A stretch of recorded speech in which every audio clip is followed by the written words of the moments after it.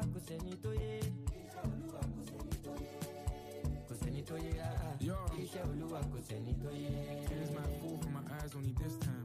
Cause now my mum's crying and my sis crying. Cause I just want a mobile for the 6th time. I let my soul glow on my wrist shine. Remember back in 2013 you were giving me an earful. Now it's lit when I drop you to the airport. Took a leap of faith and it scared you. We go Merc and I let you pay me later. Never had food but you catered. Came at a cost but you paid it. Don't know how we did but we made it. Highly blessed and favoured. And my tongue folds all tailored. God's children can never be failures. Mysterious ways that he works in but he's still working certain. My mama tell me say today.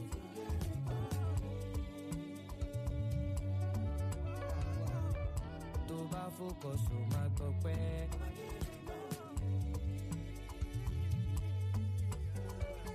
Iṣẹ́ Olúwa kò sẹ́ni tó yé. Iṣẹ́ Olúwa kò sẹ́ni tó yé.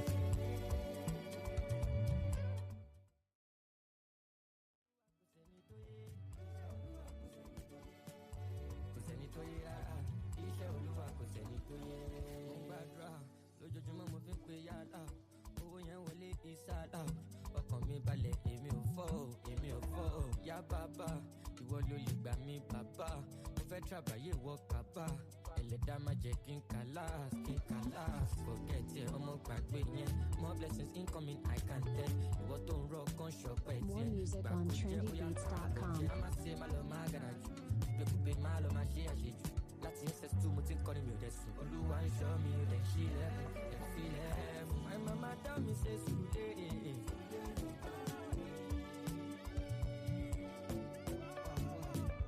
Tó bá focus ó máa gbọ́ pẹ́.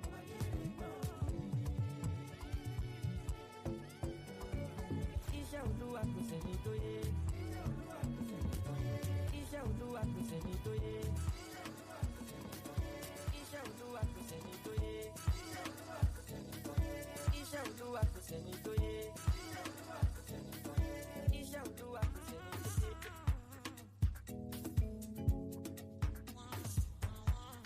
Select, oh yeah now, let them know. I swear, I swear, I swear, I swear, I swear. Let me feel la vida loca, keep it back, I swear. Penthouse chilling with all my girls on deck. Shibaye con low, I could be me, young God, I swear. Simati jogodo, jogodo, jogodo, jogodo, jogodo. Give me your logo, I want give me jogo. Mo dẹ̀ ti mọ tí ṣayọ gbàgbé mi ò lè wá kú. I know say sweet dey hustle, ayé wa dá mi sóko. Ẹ bá ń gbé, ẹ̀yin tèmi ẹ bá ń gbé. Ọmọ kò ṣeré no play. Saturday no be Sunday, on a Monday it's a good day. Man just the bomb back pay. Every year na my year I can't stay with my foot chest. God day, God day. Been on the road, no joke, shut down every city me I enter home God. Mr. Money is the vibe, them know I'm a superstar. Saying no more competition, coming through with my ammunition.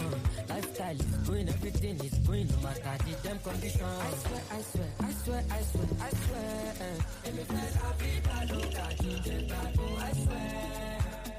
Penthouse chilling with all my girls on deck. Shibaye follow, I could pay me, young God, I swear. Simati jogodo, jogodo, jogodo, jogodo, jogodo. Give me your logo, I want give me jogo. Mo dẹ̀ ti mọ tí ṣayọ gbàgbé mi ò lè wá kú.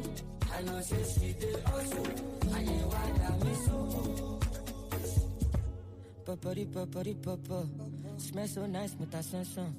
Àwọn ọmọge wọ́n wá mi, l'Amẹ́ríkà wọ́n fẹ́ lá mi. Normal person tó di sọ́nbọ́, tòlóyìnbó ń pè ní somebody. Sun shining everything, kí ló ń bọ̀ lókè tílẹ̀ ó gbà. Happiness on the way, oh my God. Light up my fire lólóde, Mr. Money èmi ọmọ lóore ṣéèkì. Wọ́n máa ní ṣéèkì ṣéèkì, dante wey I don see dédé. Àbí the road vibe mi ò bí láyà túwé. Dáwọ́ sókè, àbí dáwọ́ ṣe. Eyes on me, I no be bọ̀lọ̀. Jàmú lọ́mọ mi no be sọ̀dọ̀. Mo ní irú ẹ̀ ilé jẹ́ ká sọ̀rọ̀. Ìpàdé nìkan mọ̀, fèsì mọ́ mi jọ. 24 karat sati, baby jazzy, I be classy, be romantic. Bad boy from starting, I'm Miami, live for Illuminati, I'm a Iko Kaku. Overlovi, Dangote, only láti jagun. Ìgbádùn ayé bọ̀ lẹ́yìn ìpọ́njú. sunshine on everything you do.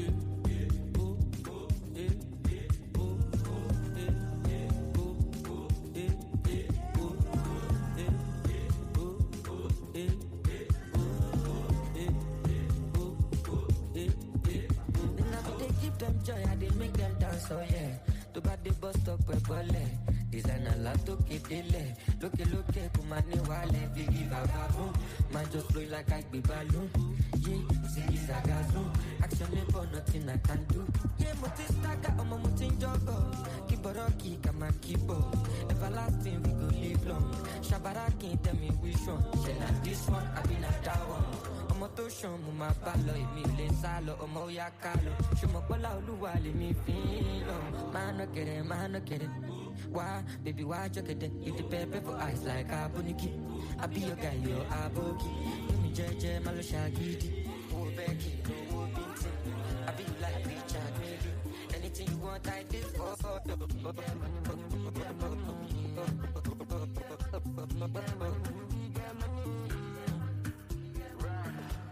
Automatic, cause see traffic, you know I dey my lane. I'm classy, Joe. I'm classy. Oh, le Bugami, Iyami, me then give me space. I'm classy, Joe. I'm classy. Only me, go and do all the bills, only me. I don't pay my dues, only me. Now I don't want use love kill, only me. And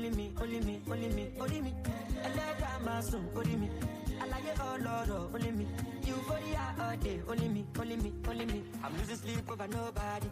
I go hello, taking no baggage. See my life, me a two packet. If you pull, but you collect that damage. I'm a yummy baggage. I put the work and now so like a savage. You want to love, but just wanna take advantage. They me alright, go save baby. Automatic, go see traffic, you know I dey my lane. I'm classy, Joe. I'm classy. Oh, le Bugami, Iyami, me then give me space. I'm classy, Joe. I'm classy. Only me, go and do all the bills, only me. I don't pay my dues, only me. Now I don't want use love kill, only me. And let my son, only me. I like it all, Lord, only me. You for the all day, only me. Get money, we get money.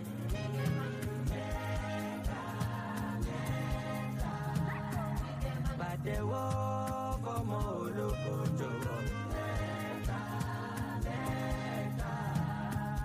But the war for more local job.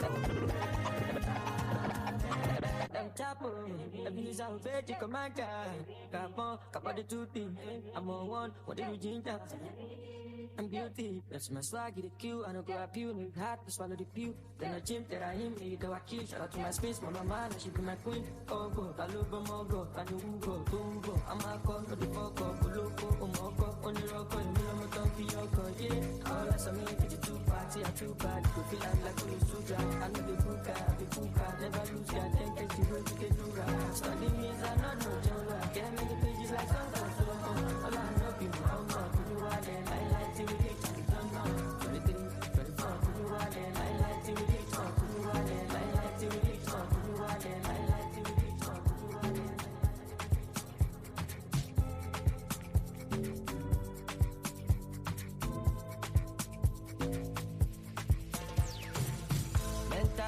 Mentally, I decided just mentally. No slacking. Kashamalo, no shaking. I'm of no be imagine where I go there tomorrow. I do move like magic. I fit the for Cincinnati. Pass they go Abu Dhabi, anywhere you go be. In case you want to pass yourself, go front. Now money we they use ball for your show, more. And you go pay me, many people don't go. Many people don't come, show no. Keep it cover. If I done the dog, you need for. I'm up well, I want go well. Alhamdulillah, I only know tongue. Timbaro Momefa, Moma shop well. I saw my neck, LV, for can be gone flex. Talk like I did shirtless, I did reckless. You tell me wireless, like para satira money. Moving fast, it's a Sakodi, Anima Kodi, oh legendary. Oh no, it's plenty. Looky, jelly. That is slow in my Mercedes. There's the 1 or 2, man, I'm still on cruise. Timbaro Momefa, Moma for me cool.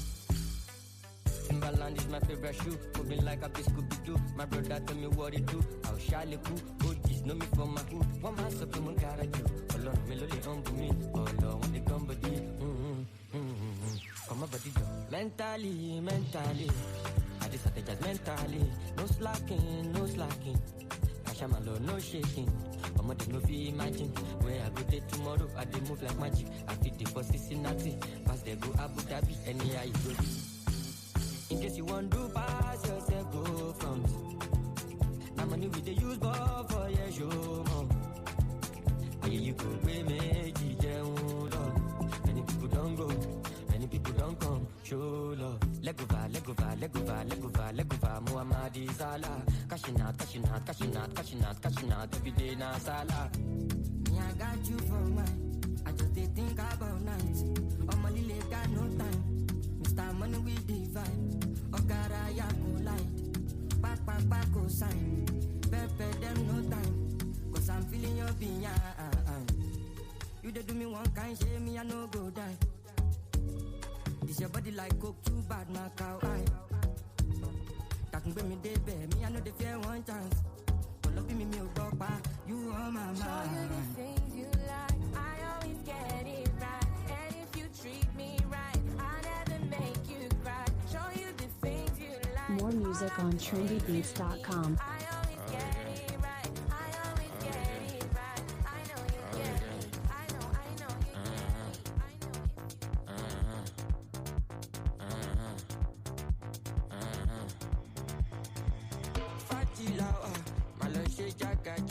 Select, so yeah now. Let them know. Big boys lawa, and we are living our lives. No sleep tonight, just be doing as you like. Oh yeah.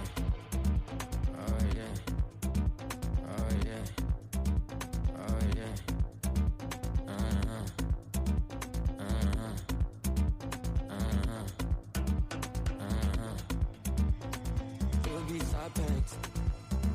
To buy for me, I go day on silent.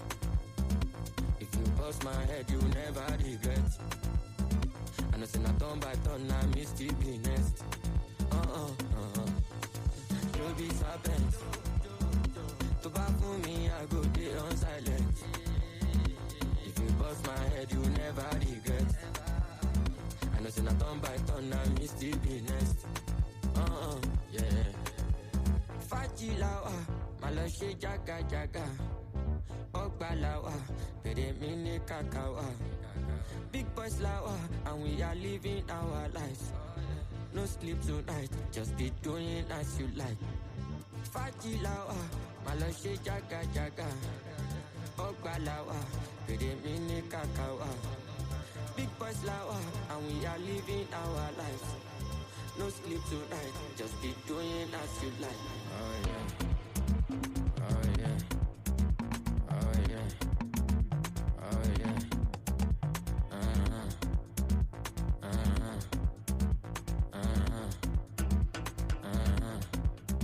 Parika sala, asante sana, Mendy on power, malota kusala. You look got to calm down. Shuku bam bam, watch me go big in your eyes. I will bring you surprise. Mako bami, handle your business, you got me. I know say you like to faji. You can call me Mr. Money, President, get on the public. Every day na me be their topic. You walk with me, so the beef la boy see. Spending money like philanthropy. You be serpent. To buy for me, I go day on silent. If you bust my head, you never regret. I know say na turn by turn, I miss the business. Yeah. Oh yeah. Find me at the Cali. Find me at the Cali. 3 roads, no traffic. 2 girls on my backseat. They go my house, my fair share you. Sweet life between Maggie. She did wine waste to Vasabi. Miss mommy, come on, lavi. No they waste my time, I'm more baby. I'm so mommy, go check her easy. I'm a pay life is easy. For your own case, me busy. Bill for I'm a zero kizzy. Buy me for me like a giddy. Fashion over, I'm a giddy. Cause I'm in ghost, but you are multi dizzy. Blow my trumpet on. Alone,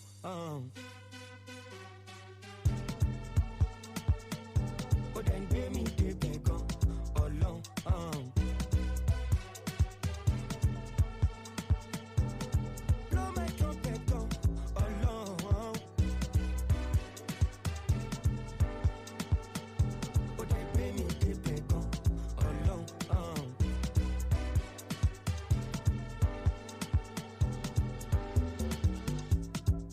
Gangsta, ọmọ Kali gali gali gali dance now.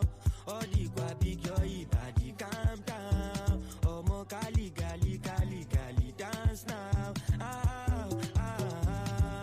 Gangsta, ọmọ Kali gali gali gali dance now. All the big your body calm down. Ọmọ Kali gali gali gali dance now. Blow my trumpet gan ọlọ́run. Ó dẹ̀ ń gbé mi débẹ̀ gan ọlọ́run. Blow my trumpet gan ọlọ́run.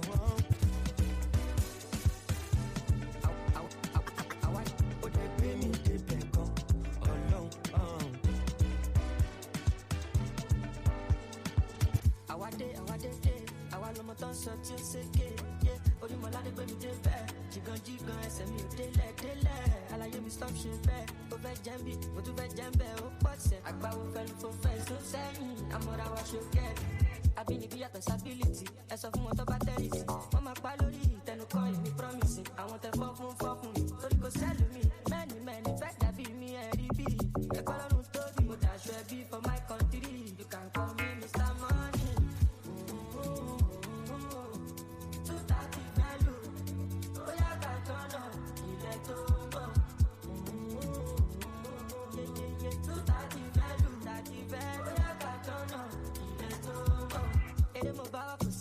Ṣòkòtò pẹ́pẹ́ yé ayé ní káyé òye bá formation ló bá yé jà ọmọ ìyá mi kò stay wise.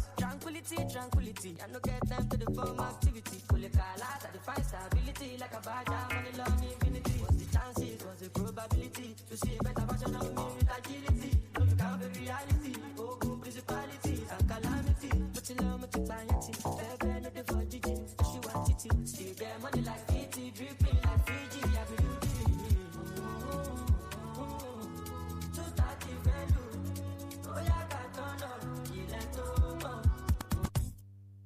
Select Zoyana, let them know. You can follow DJ Select on all platforms at DJ Select. Select Oyana, let them know.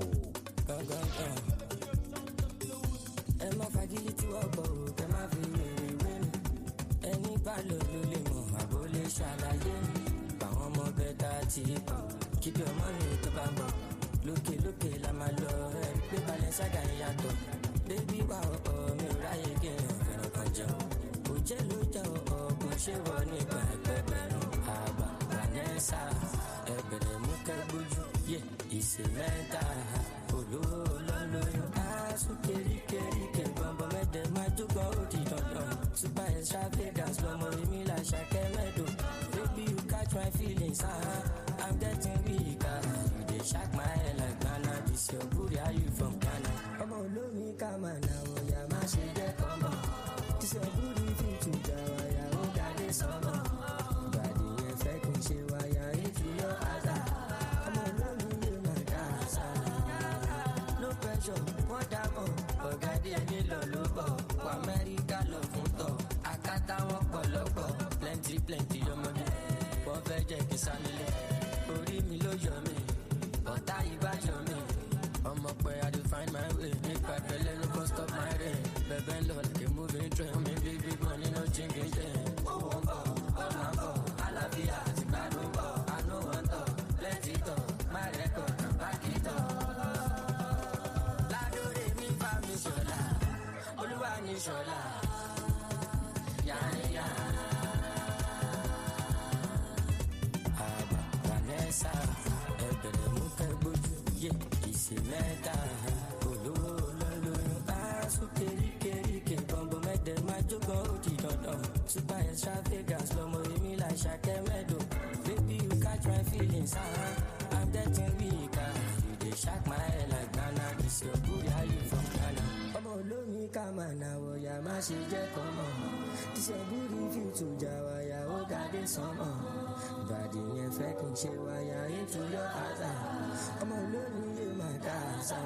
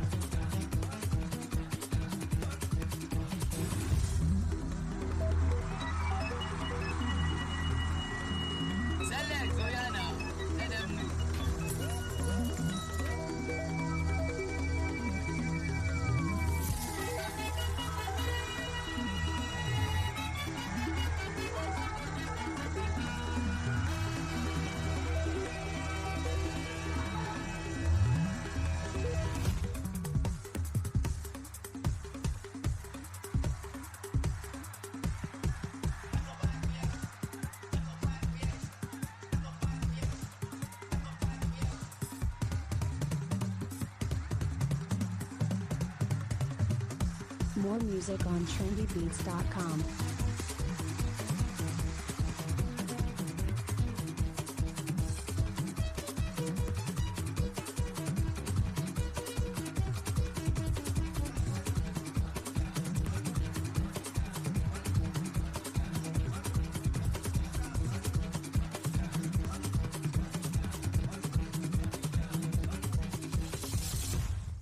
Select Zoyana, let them know.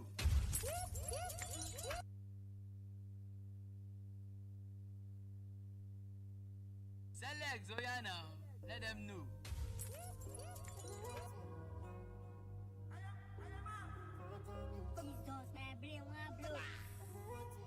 More music on trendybeats.com. I know feet pass my limit. Money keep my daddy, but won't let me. Give me a more, I know do pass myself.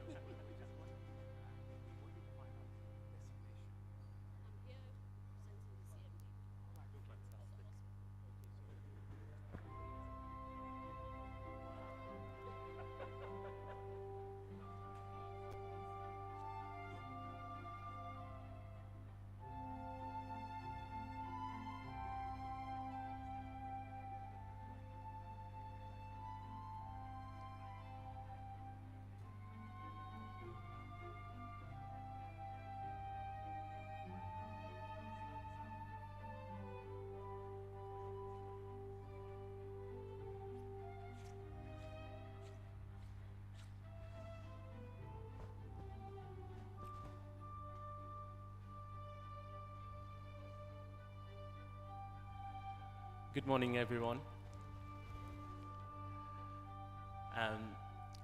It's an incredible pleasure to be here in the College of Medicine, University of Ibadan. We're going to start the program, and I'm going to introduce myself, and our IMSG president will introduce our faculty and the panel. I'm Dr. Oladejo Olaleye. I'm a consultant in ear, nose, and throat, head and neck, and robotic surgery at the University Hospitals of Leicester, NHS Trust in the UK. I'm an honorary associate professor in the Leicester Cancer Research Centre, University of Leicester, UK. And it's my pleasure to serve as the current IMSG UK Education and Research Secretary. So it's a pleasure to be here, and thank you to every single one of you for your time and for your presence. The IMSG has a proud tradition of giving back to the College of Medicine, Ibadan. It's great to have our fathers here, Prof. Akonde. Thank you so much for your, please a round of applause for Prof. Akonde.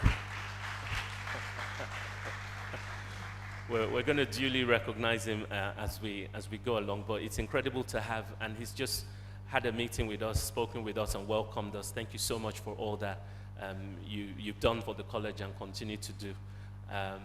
We are your grandchildren, and you can see that we are carrying the flag. Thank you to Prof. Otolorin, who has been an incredible leader for ICOMA. As the ICOMA president, he attends a lot of our functions and our events, and he's been super supportive. My thanks to the provost, the deputy provost, who's here present, Professor Lale. Thank you so much for your presence yesterday. The IMSG president will speak to a lot of this and what we were here to do yesterday with commissioning the solar panel for students in the anatomy reading room. So thank you to every single person who's made it here. We're going to go through a number of lectures. Today is about strengthening primary care services in Nigeria. We understand that we've got a lot of challenges, but we've got a lot of opportunity as well. We recognize that the highest burdens for healthcare in Nigeria, certainly currently, is in the primary care setting. It's about early diagnosis. It's about making the services accessible to the vast majority of the population. It's maternal health, it's child health, it's mental health, it's sexual health and contraception. It's a very wide spectrum of healthcare engagement, and we're hoping that we can begin to speak to some of those issues, and you will see that the program that we have today, we're going to be having talks that cover primary healthcare challenges in Nigeria, in Ibadan here. It's going to be a pleasure to have my colleague who's of the class of 2002, Dr. Bumi Abodunde, who's going to be talking to us about that. We've got our Honorable Commissioner for Health for Oyo State, Dr. Oluwasheri Miajetumobi, who is going to send a representative to come and talk about the challenges of primary care in Oyo State and the solutions and how we can support that. We're going to have a talk on human papillomavirus vaccination in prevention of cervical, genital, and oropharyngeal or head and neck cancers, and I will be giving that talk. And as the day goes along, we're going to have a talk on sexual health and contraception, which is quite important in primary care. Dr. Toyin Wokoma has provided a presentation for that, but we're going to have Dr. Williams, Dr. Mrs. Williams, speak to us about that. We haven't forgotten mental health. So Associate Professor Jubril Abdul Malik will be speaking on the challenges of mental health and how we can achieve that in the afternoon. The program we have put together this year has embraced undergraduate participation. So this year we've put out a call for abstracts, and we want our students who are here present, thanks for your presence, to participate in a symposium like this, to stand up and present and get critical analysis around their thinking. And I think it's a great opportunity for Ibadan students to be part of a program like this. So in the afternoon, students, you'll get a chance to present as well and share your ideas, and I think it'll be a great day. So without much ado, I want to welcome you to the IMSG Symposium of 2002. You're most welcome. Thank you. So I'm going to invite the IMSG president, an incredible gentleman, and who's been such a great role model. He's very calm. He's a great leader. We love how he leads.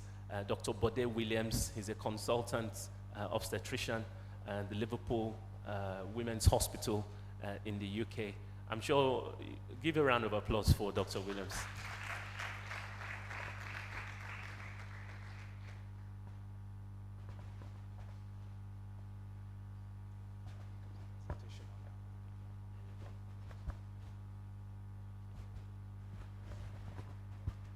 If we could kindly project the slides, please, that would be helpful.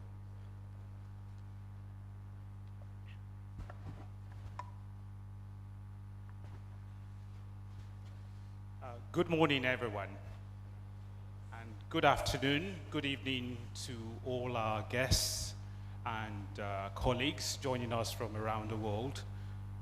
Thank you for being here to mark another remarkable year in IMSG journey.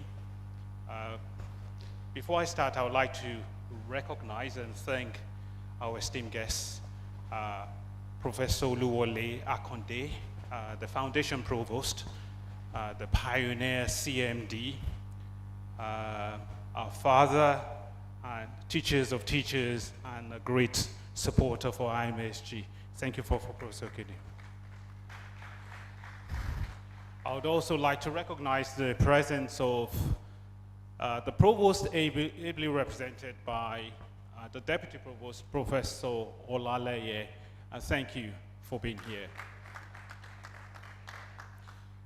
I would also like to recognize Professor Olushola Olawoye, representing the Chief Medical Director. Thank you for being here.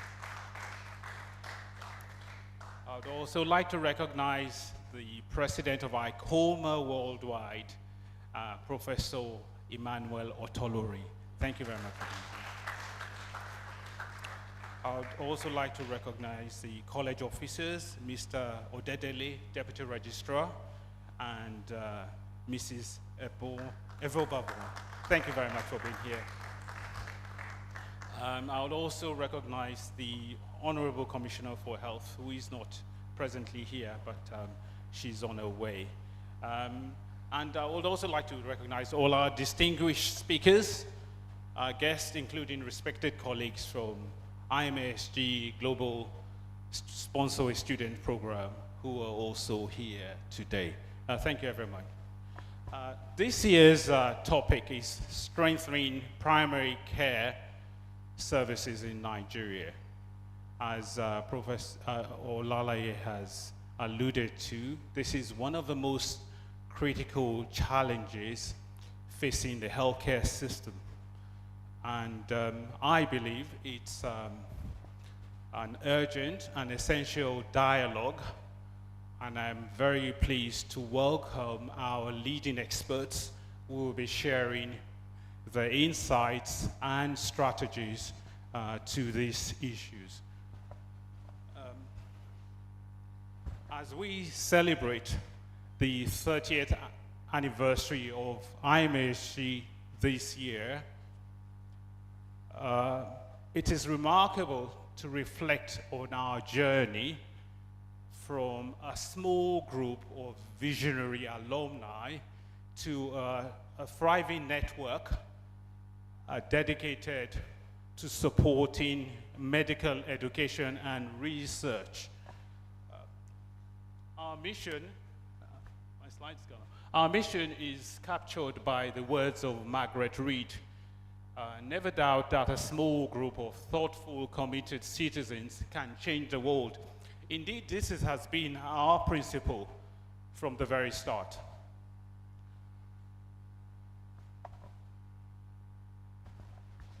We became a charitable mission organization in 2001, and we have a formal constitution which is available online. We are also governed by the UK Charities Commissions. Our mission statement is simple: to support medical education and research, to inspire the next generation of medical students to excel as doctors, and to preserve the reputation of our great medical school as the first and the best.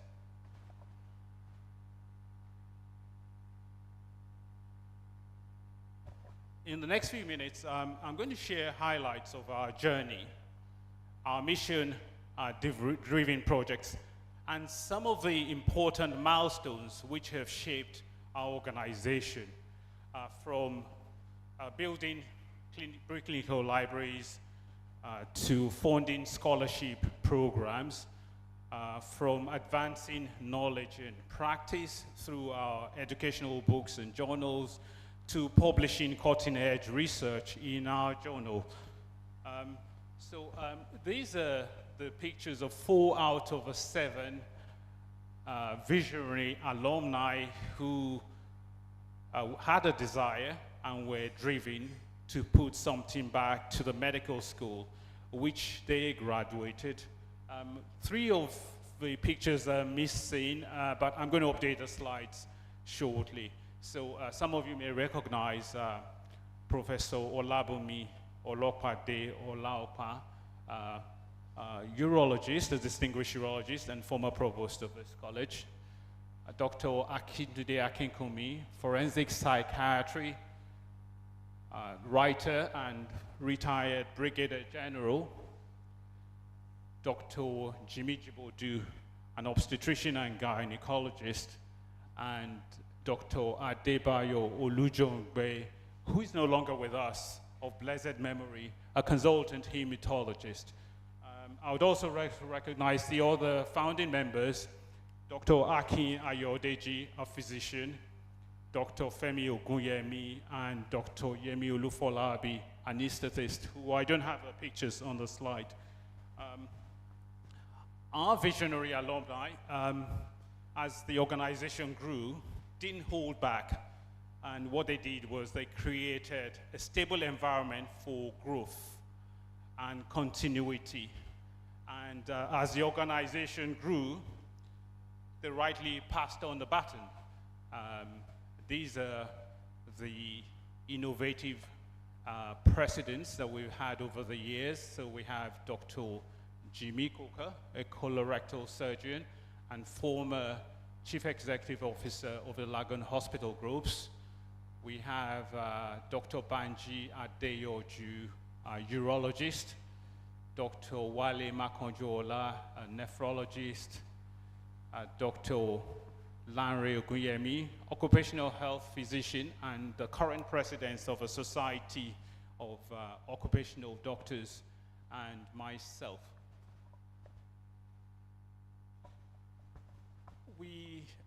What I must point out is that when the organization was a small, all the founding leaders served as executives and trustees at different points in time. They did pass on the baton, and these are the teams, the leaders. It's a senior leadership team in IMSG. And the philosophy of teams are very simple. What we do is just advance the great work of our predecessors. We strive for progress and innovation. We're focused on our goals. We're passionate about what we do. And we fulfill our commitments and promises. So these are just the senior leadership team, and over the years, and then currently this is a team behind the mission. So that's Dr. Abiodun Abioye, the current vice president, Dr. Dejo, or Professor Dejo Olaleye, who's a robotic ENT surgeon, the current Research and Education Secretary. Dr. Abiri is also a psychiatrist. We have Dr. Femi Adebajo, the current Secretary General. We have Dr. Tolulope Ogumoko, who's recently completed his training in general practice, who's a Deputy Secretary General. And then we have Dr. Ibelago Keke, our Financial Secretary. Advancing knowledge and practice is the cornerstone of IMSD activities. And it's in two parts. We do have the yearly publications that we do, and we also organize the symposium, which you're present here today. And our brilliant research and education secretaries over the years have produced phenomenal amount of work. I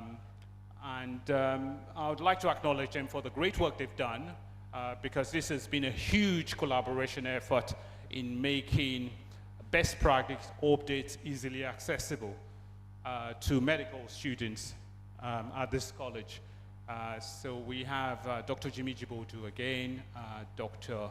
Adebayo Olujobe, and Professor Olapade, who initially began publishing paper-based specialty articles in the archives of Ibadan medicine, and then subsequently, since 2008, the baton was passed on to other research and education secretaries. We have Professor Adesegun Abudu, a consultant orthopedic surgeon, Dr. Banji Adeyoju, urologist, Mr. Funsho Olale Adedeji, colorectal surgeon, and Professor Dejo Olaleye, the current one. We have been prolific in terms of publication. And you can see that our publications have assumed various formats through the years, from paper-based articles in the archives of medicine to yearly educational books. And then we moved on now to an online peer-reviewed journal, the Journal of Global Medicine, since 2001. And the 2024 edition will be launched today by Mr. Banji Adeyoju and Professor Otolori. And they will tell us more about the trajectory of this new journal and the impact of this exciting journal.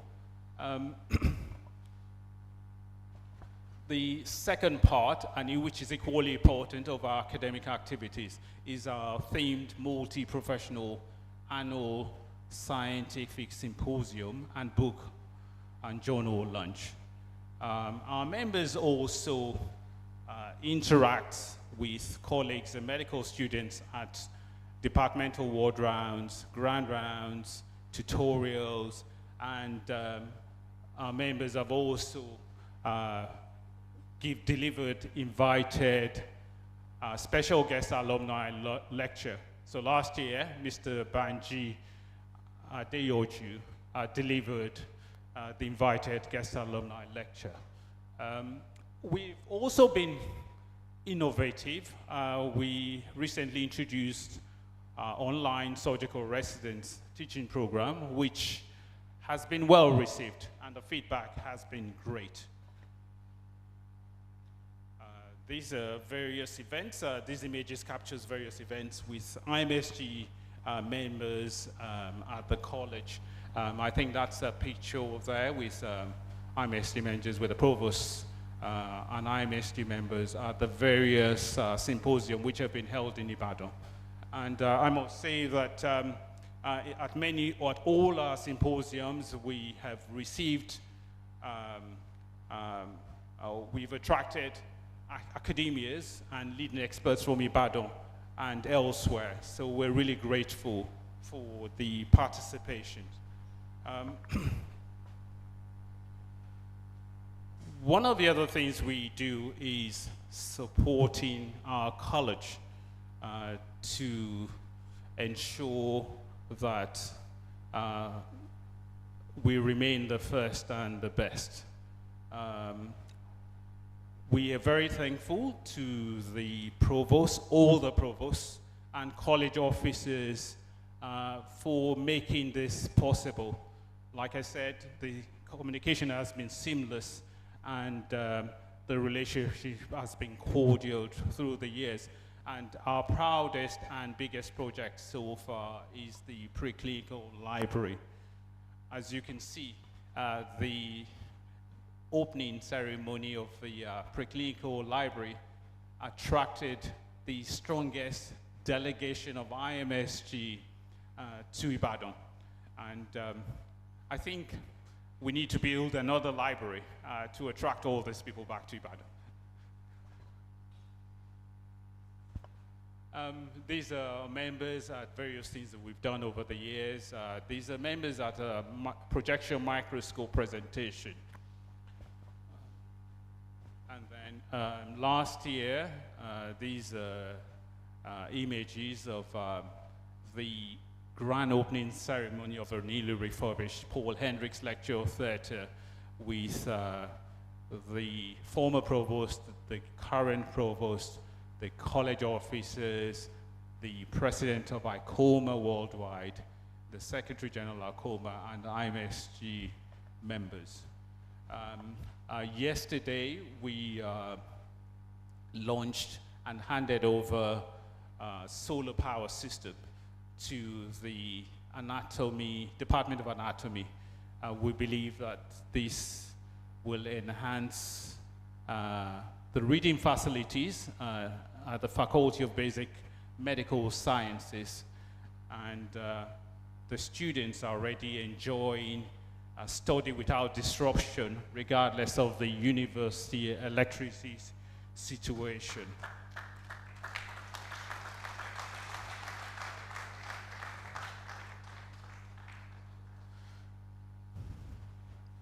We also have been increasing our engagement with the medical students and supporting them directly.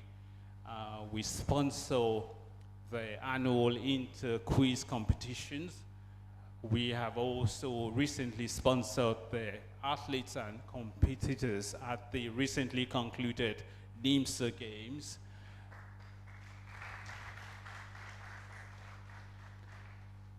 And our flagship program for our charity is the IMSG Scholarship Program. That's our flagship program. We are working closely with a global sponsor, a student program, and to my knowledge, I believe 10 students have received these awards in this academic year, and a total of 16 students have benefited from these scholarship awards.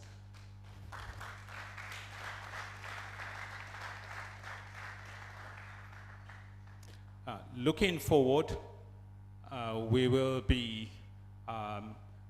creating new avenues for career development to support our students and to prepare them for training in their postgraduate years, and including mentoring schemes, which we have on the horizon.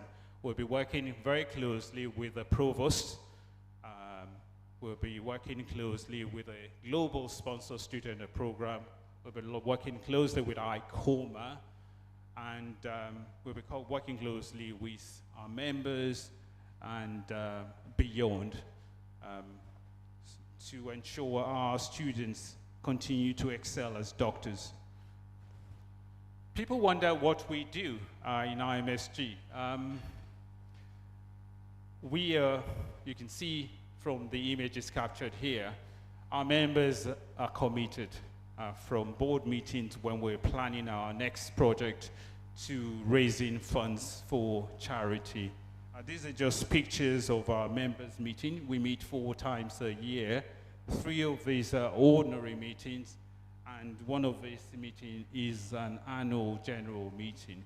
So these are just pictures of our members, and these are pictures from our last meeting 6 weeks ago, which was very productive and successful. Fundraising is integral to what we do at IMSG, whether through challenging treks, whether through fundraising dinners or charity events. In 2022, 14 IMSG members and friends and supporters completed this trek. They walked 45 kilometers, climbed 1.6 kilometers of ascent over 3 mountains popularly known as the Yorkshire Three Peaks in Yorkshire, in aid of our scholarship program. We raised over £11,000 with this fundraising walk, and I'm really grateful for our members for being adventurous and being bold, undertaking various challenges. This was our recent fundraising dinner, which was held at the Emirates cricket ground in Manchester in 2023. This event was attended by 3 provosts. We had the foundation provost, Professor Oluwole Akande, present. We had the current provost of the day, Professor Oluyinka Omigbodun, and a former provost, Professor Adeyinka Omigbodun. In addition, we had the president of ICOMA Worldwide, Professor Emmanuel Otori, present at this event, and as well as 200 distinguished guests. This picture just captures IMSG in an essence. You can see the age demographic very clearly of our members. On the left of the screen, you can see those of a digital generation, and on the right, the analog generation, the baby boomers. So contrasting, so we are a progressive group. These are members at our fundraising dinner, and we raised over £4,000. You can see that the IMSGC is a social group, and a benefit of membership is the camaraderie and access to a strong professional network. You will recognize many of the pictures in this group. It was a wonderful occasion and well attended. So those are pictures of our members. In 2015, this was a fundraising dinner for the preclinical library. And you can see IMSG in action. This was the team huddle. That's a picture on the left prior to the event itself. You had the president of the day, Professor Dr. Wale Makonjola, giving us our instructions prior to the event itself. I must say we're non-hierarchical. There's equity of voice in IMSG, and all opinions do count. So that's Professor Shokumbi on the right, who graced that occasion in 2015. And then this was, I think, our first ever fundraising charity event in 2005, and that was graced by Professor Kike Oshinusi, a deputy provost at the time. So we've been at it, our members enjoying the occasion. And okay, we also have AGMs where we discuss our plans for the future, celebrate our success, and gives an opportunity for members and their families to interact. And we didn't have one for a long time because of the pandemic, but we had one recently 6 weeks ago. And you can see our members at the fabulous three-course dinner after the event. Members having fun, members enjoying mini golfing and socializing. And that's what IMSG is all about. We're not just serious, boring folks. We're very sociable. These are our members. I thought it was important to see the faces of the real people behind IMSG. Their unwavering dedication to giving back has been immense over the years. This picture is one of those from our archives in which I can see Professor Oluwole Akonde again attending our members' meeting. He's a staunch supporter of IMSG. These are a photo call of our members at a recent AGM. Members and families at this event. And then these are our friends. I rely on generosity from our sponsors and donors to empower future generations of medical students. And we're thankful for our supporters. That's a photo call at the AGM last year of the members who are very proud and distinguished. I had a video, but I won't play now. It's really a heartwarming video and a pleasing testimony from a recipient of the IMSG Scholarship Award, a 600 level student. And she said that the financial assistance made a great impact to her studies and her welfare. And we found it was pleasing. Sorry, this video won't play because this presentation is on PDF. Looking ahead, we're already training and preparing this time, in 3 months' time, to scale Mount Kilimanjaro.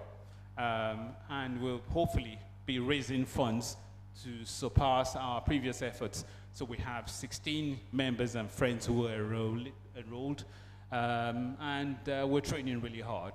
And our cheerleader is Dr. Banji Adeyoju, who gets us out going on to the peaks every 6 weeks or so. At 7 a.m. in the morning, we have to assemble, training and getting prepared for this event. So I want to thank our members for being exceptional and being outstanding, and for their efforts and their support to our mission. And I think I would like to thank our families, particularly our wives, who host our members' meeting. I want to thank you all for your support and patience with us. I want to thank our friends, our donors, for their loyalty and support and kindness through the years.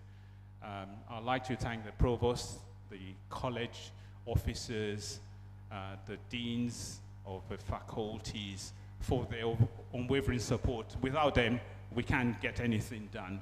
So I'd like to thank them for their support. I'd like to thank ICOMA Worldwide and Global Sponsor a Student Program for their support and collaboration. The Global Sponsor a Student Program, I would say, is well run and transparent. We receive periodic academic reports and also the structured fee plan. I would like to thank our resident doctors and medical students for their enthusiasm. I must say I'm really impressed by the medical students. We did make a call for abstracts at very short notice, and we received 13 impressive abstracts. Okay, and they were all varied, ranging from addressing the burden of avoidable disease to looking for strategies and solutions, and also addressing problems like student welfare and student engagement. So thank you so much for your participation. And I want to thank you all for your attention. Thank you.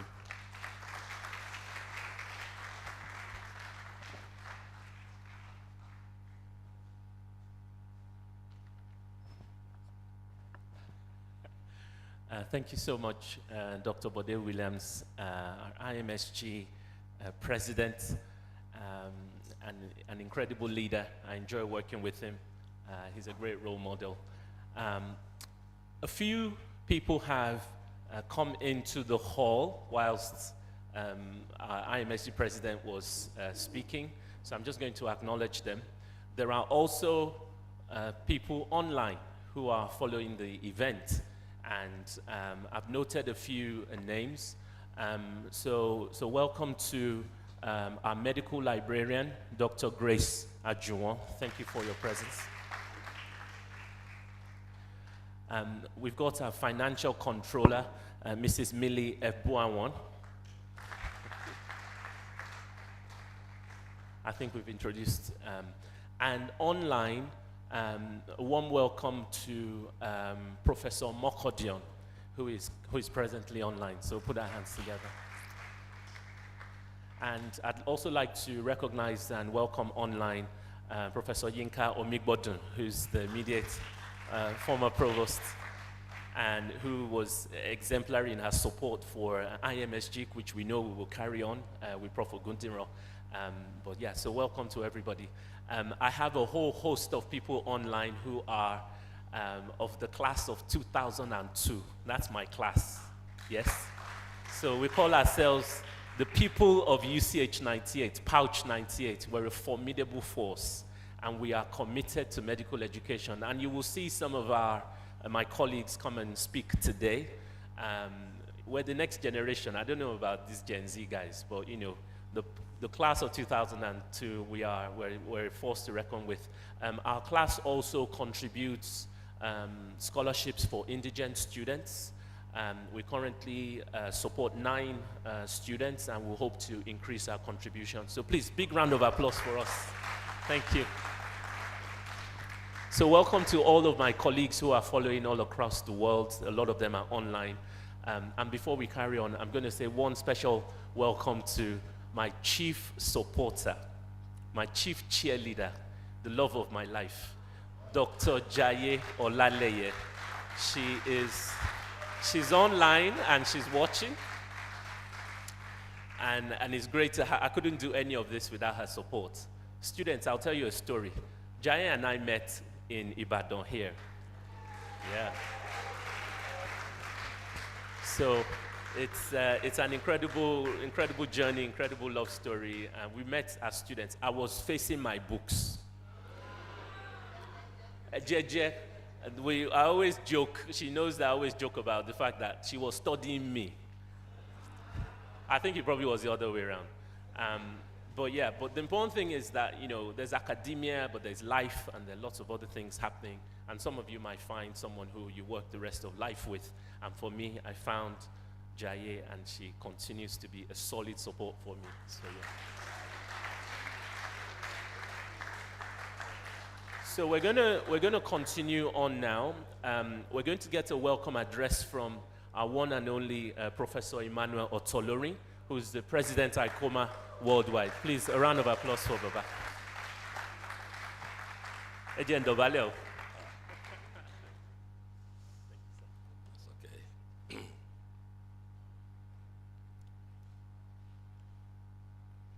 Professor Wole Akonde, the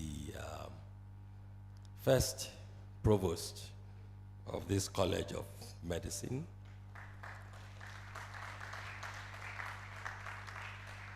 Please pardon my voice.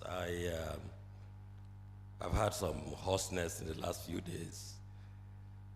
The deputy provost representing the provost, who is away, permits me to rest on other protocols. I recognize everyone here. IMSG, I must give you a special recognition for what you have been doing, I believe, for 25 years. The Ibadan Medical Specialist Group, based in the UK, has really been engaging with this College of Medicine for 25 years, particularly promoting medical education and interacting with the students. I think we are all used to it. Please give them a round of applause.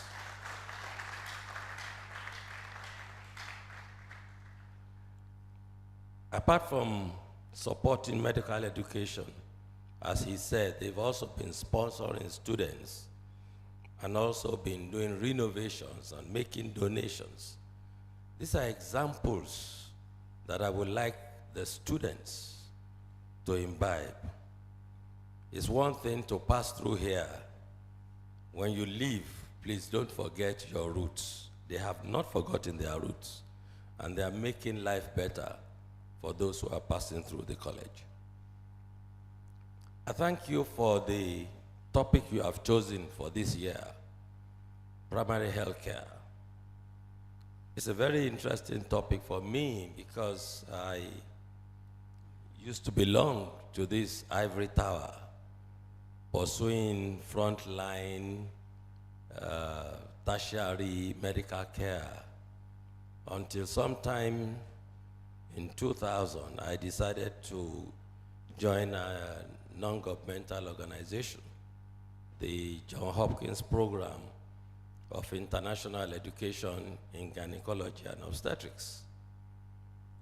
And after being posted around Africa, US, finally found myself in Abuja as the country director of JAPIGO.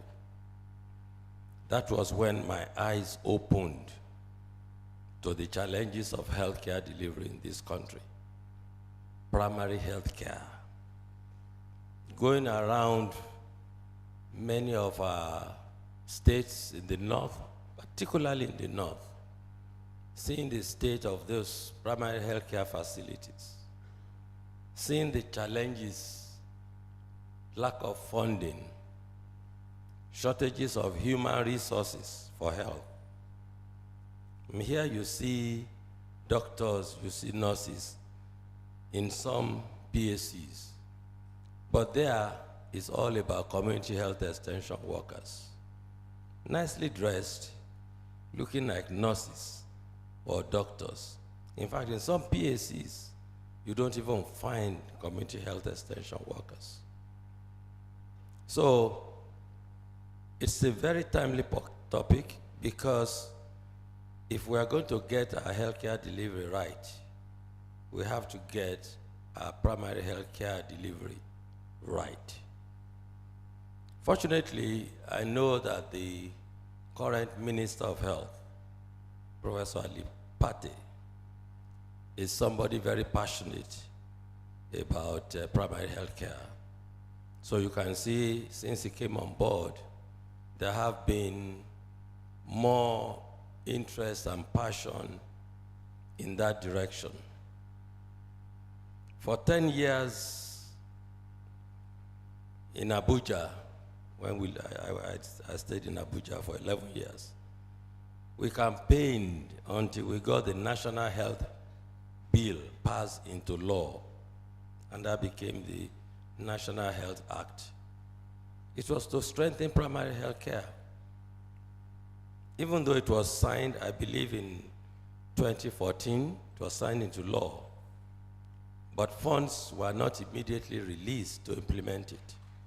But now, with Professor Pate there, funds are being released, and with the new law that is supporting local government administrations to have direct funding, I do hope that many of the challenges in primary health care in Nigeria will be receiving attention.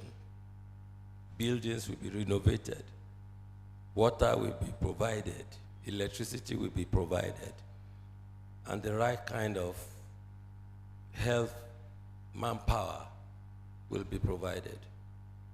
And then the number of people coming to UCH should reduce. Teaching hospitals, general hospitals, should not be managing malaria and simple things that can be prevented. We should be ramping up our vaccine programs so that all the vaccine preventable diseases can be addressed. So your choice of topic for this event is very timely, And I'm looking forward to listening to your ideas of how we can get it right. For me, as president of ICOMA, I just want to continue to give thanks to all the alumni members, either acting individually or acting through class sets or acting through chapters like IMSG or ICOMA UK, ICOMA Ireland, ICOMA North America. Everyone has come together to support this college. But the challenges facing the college are numerous. And we have to continue to support them until they get out of the woods. But more importantly, we are not getting younger. We have to replace ourselves with people like you. So I know some of you are already thinking of doing Japa syndrome. Everybody, Japa. There was one class during the tenure of Professor Migbodu. They asked these graduates, I think 140 or so, who are graduating, how many would like to stay behind? I think there were about 6 or so. Now the truth is, nobody is going to come from outside to build our country. We have to do it ourselves. I know things are tough, but we have to do it ourselves. You can talk to those who have gone abroad. Many are regretting going abroad. Things were much easier when we went abroad. Life was comfortable. Things are not that easy now. So think very carefully before you leap. And I'm sure when you do that, even if you go, get qualified, learn the best like they are doing. They'll teach you frontline technology. But please, bring all that knowledge back here and develop this College of Medicine so that we will remain the first and the best. We are in the University of Ibadan. University of Ibadan used to be the first and the best. But Covenant University has overtaken them. Covenant University is now ranked as the best university in Nigeria. And UI, number 4. But College of Medicine, University of Ibadan, is still number 1. We want it to remain number 1. And alumni and you are the ones to keep it number 1. May God bless us all.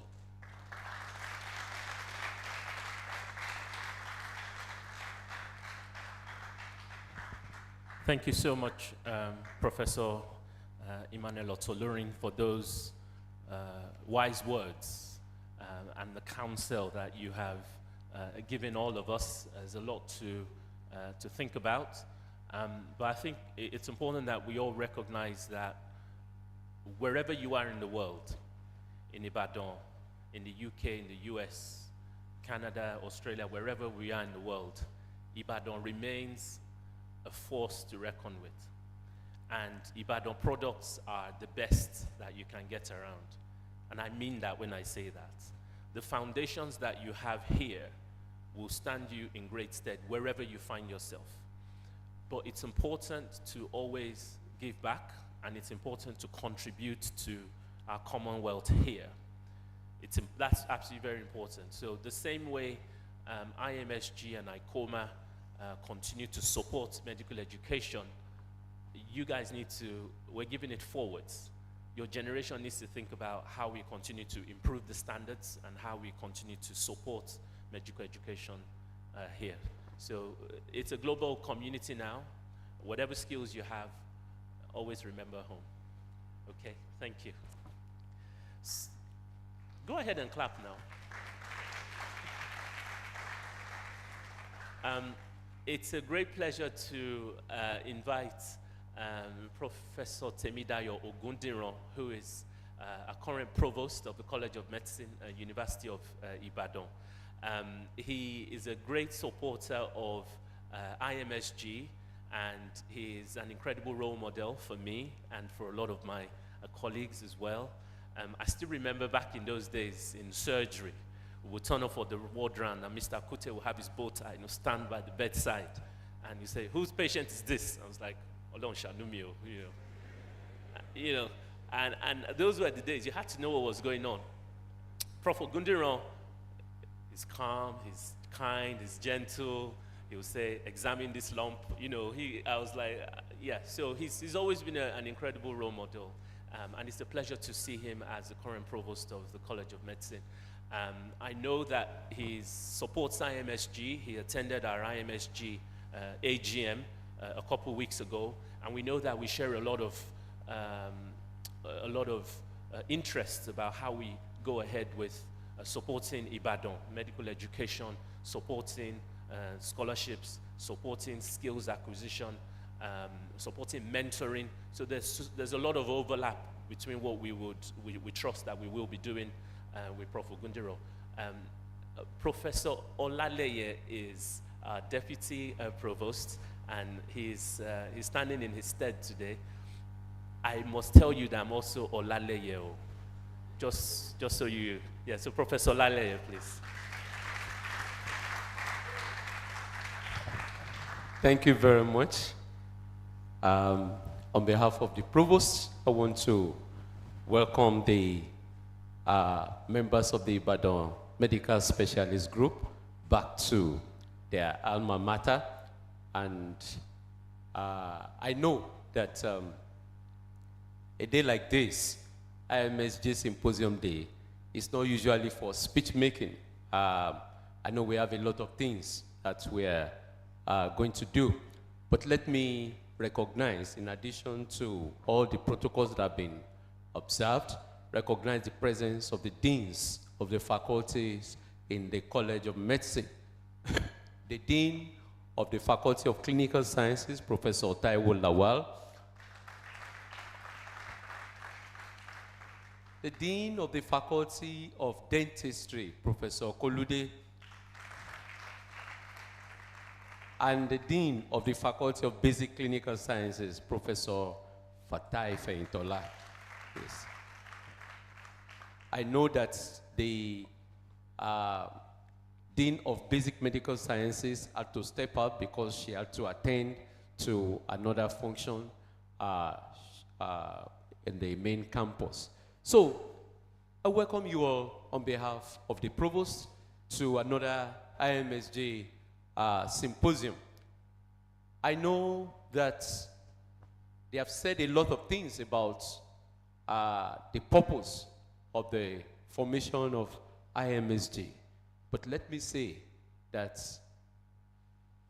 I have been trying to look for the best way to describe the contributions of IMSG to the development of the College of Medicine, University of Ibadan, and I've not yet come out with something that I can say will satisfy my conscience. For 4 years, I was the secretary of the Ibadan College of Medicine Alumni Association, and I know in that period, each year they will come and do something spectacular. Is it the donation of projection microscope?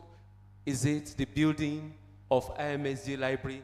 Or if there's no other thing that you can say they have done, the place where you are seated, if you know how this place used to be and how it is now, you will give kudos to IMSG.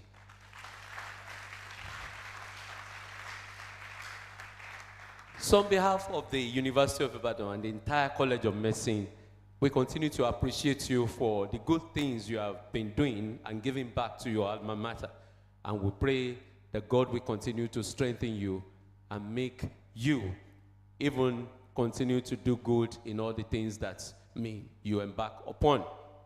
Every year, we come for the last 25 years, that's been said, they come look at particular areas of healthcare delivery and come to give talks.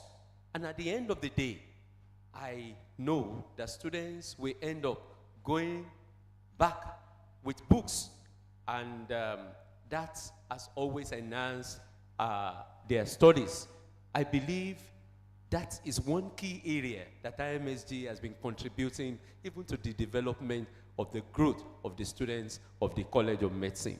That may be underplayed, but I want to tell you, I have feedback from a lot of them who gain a lot from this yearly symposium. So you have been doing a lot of wonders, and we should not pretend that we do not understand this. So we appreciate you very much for this, and I know that this year is not going to be an exception. You have chosen a particular area to focus this year, and I know at the end of the day, we will all go home being enriched in terms of our knowledge of the area that we're going to have symposium. So again, on behalf of the provost, I welcome you, and I say the best of luck to you as you go back to your place. And we know that you don't turn back even against your alma mater. You continue to give back. The Lord will continue to bless you as you give back to your alma mater. Thank you very much.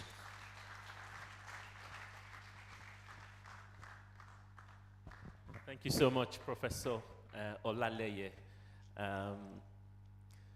for your kind words. We're going to go on to the next bit of the program, which is talking about the Global Sponsor a Student program. How many of us are aware of this program? Do we know about this program? If you don't, put your hand up. Right. So it's actually an important thing to talk about. We all know that the financial situation in Nigeria is challenging. We pray that things improve. But all hands, all fingers are not equal. So some struggle more than others. And some of your colleagues in the room will struggle with finding resources or paying school fees or even buying gari, right?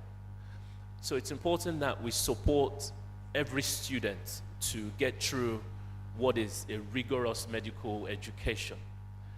Trying to study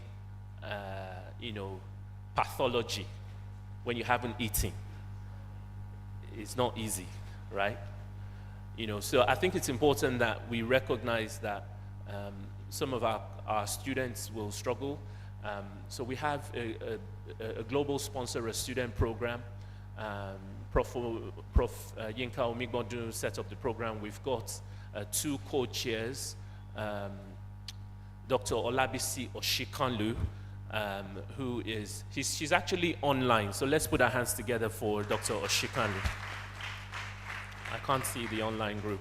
And Professor Bukola Adeshino, who is also the co-chair of please put our hands together for her as well.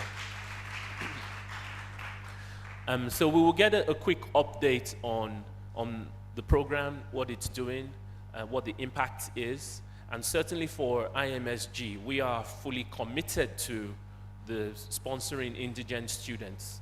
And I think we will talk about that. We have at least 12. Mr. Deyoju, is it 12 scholars? Yes, so we've got 12 IMSG scholars, at least that I'm aware of. So we want to encourage people to give, to contribute. There are opportunities for individual scholarships as well. People can give. My class of 2002, we have 9 scholars. So we support, students that way. So it's a program that is close to my heart and to a lot of us. We're here to support student education and to support everyone. Is Professor Bukola Adeshino in the house? I haven't. No. Okay. Are you? Okay. I will just hand over to Dr. Bosede Adebayo to speak on behalf of Prof. Adeshino, and we can take additional comments from Dr. Shikandu, who is online, if we're able to get her online as well. Thank you. Thank you very much. Good afternoon, everyone. It's a pleasure to be here. BCC, kindly help put up the slide. Thank you.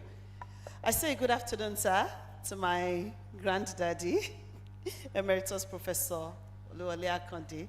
Well done, sir. It's good to have you with us, sir. So it's your Neomweti that is greeting you, sir. The Provost, sir, ably represented by the Deputy Provost, Professor Laleye. Also, the CMD, UCH, Professor Tegbayo, ably represented by Professor Olushola Olawoye. The Deputy Registrar and Secretary to the College, Mr. Odedele. Good afternoon, sir. I actually missed the fact that you were not able to help establish protocol today. I love the way you do it, so I apologize if I have not done this appropriately. To the Professor Tolori, sir, good afternoon, sir. Dr. Bode Williams, good afternoon, sir. The Librarian, ma, good afternoon, ma, and the FC, good afternoon. Our deans, good afternoon, all HODs present. And our eminent medical students, good afternoon. Thank you for coming. The slides are not yet up. Okay, thank you. I'm here standing on behalf of the chair of the Global Sponsor Student Program. We can start to move the slides, please. Dr. Olabisi Oshikanlu, who is online and will say a few words after I have spoken. And also the co-chair, Professor Olubukola Adeshino. I'm the secretary to the board. My name is Bosede Adebayo. I'm the sub-dean of the undergraduate MBBS, College of Medicine, Ibadan. The Global Sponsor Student Program actually is an offshoot of a program that was put together in 2021 when it was observed that our students were having some difficulty. Maybe some is an understatement, actually. A lot of difficulty getting through school because some of them needed to find options of sponsoring themselves in school. So focus was disturbed, their health, and their ability to do the things we needed them to do to become the kind of products Ibadan will be proud of. So, a Student Welfare Committee was established in 2021 by the immediate past provost of the college, Professor Olayinka Omigbodo, the first female provost of this college. And you could see that our caring heart indeed made this to be. Please, a round of applause for her. So the Global Sponsor Student Program was launched in 2024, and so far, the program has had 52 donors. And I am proud to say today, IMSG is a major donor to this program. And we thank them for what they have done. Students that have been sponsored in the program so far are 208 students.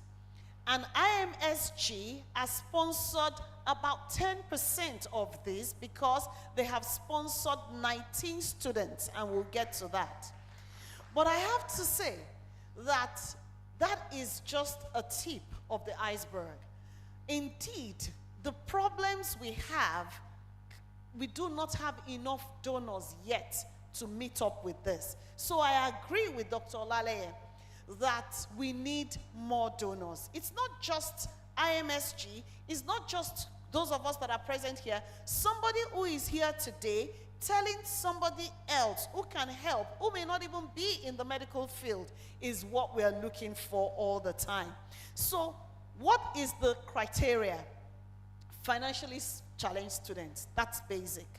And it's a very stringent criteria because anybody can come up to say, I'm financially challenged. In fact, when this was started, about 1,000 forms were received.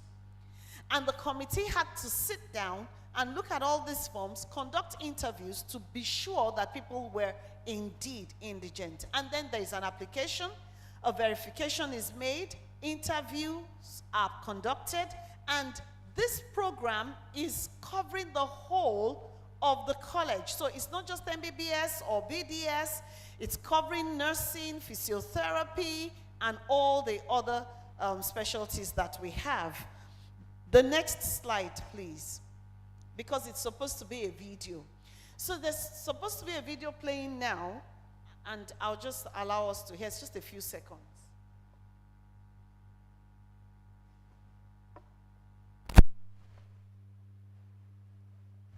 Audio, please. Anyway, just to save our time. So this is a video of one of our students who was telling how he used to sell akara. How he used to go and fry akara from a certain time to a certain time before going to his room to sleep for a few hours and then coming to school. And you know, you can imagine, and that is just one out of so many. The last time I spoke during the induction of a set here, that week we had just received a letter from a student who had applied to stop school because he didn't have funds to continue. Come back to school like a normal student, and I grateful to support myself financially. We started frying akara at Ajibode Junction. That was on 5th of May 2022. So we would come back from school, make sales till about 10 p.m., sleep till 4, wake up to read till 7, come back to school like a normal student, and I grateful to support myself financially. We started frying akara at Ajibode Junction. We can move to the next video, please. It's a loop. Good day and good afternoon. My name is Chibuke Chukudike, 600 level medicine and surgery. I'm an IMSG scholar. I've been an IMSG scholar since 400 level. I'm very grateful to the Ibadan Medical Specialist Group. The scholarship has actually helped me to be more focused on my studies. I have to worry less on my school fees and my upkeep. It has actually been an inspiration to me, and I'm very grateful. Thank you once again. I'm very grateful. So we can't thank IMSG enough. So indeed, how far has IMSG brought them?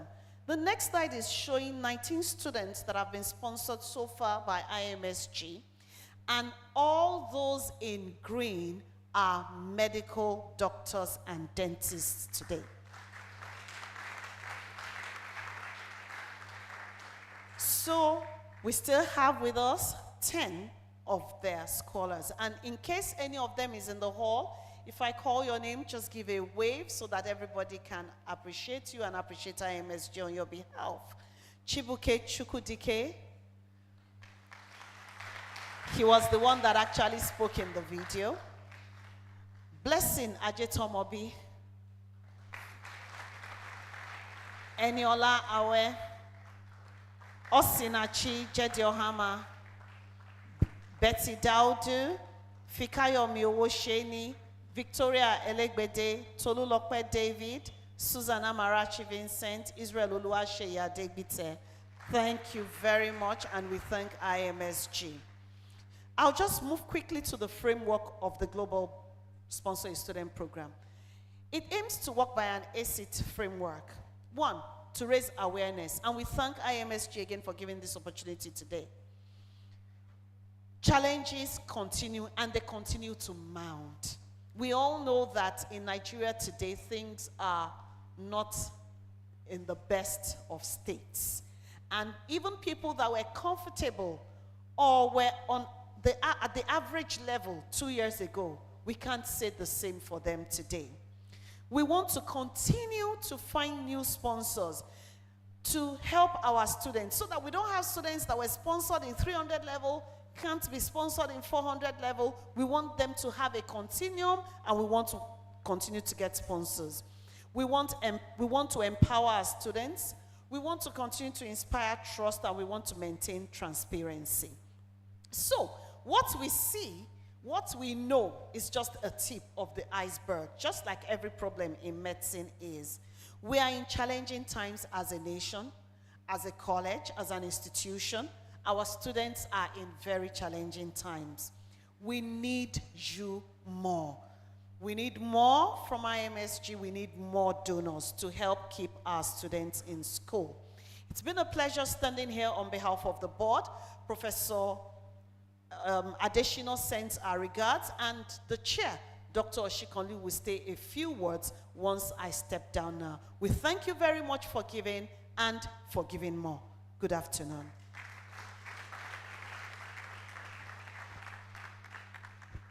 Thank you so much, Dr. Adebayo, for your kind words. So Dr. Olabisi Oshikanlu, who is the co-chair of the Global Sponsor Student Program, she's online. So I don't know if the IT team could unmute and allow her say a few words, please. Or if Dr. Oshikanlu is able to unmute and speak.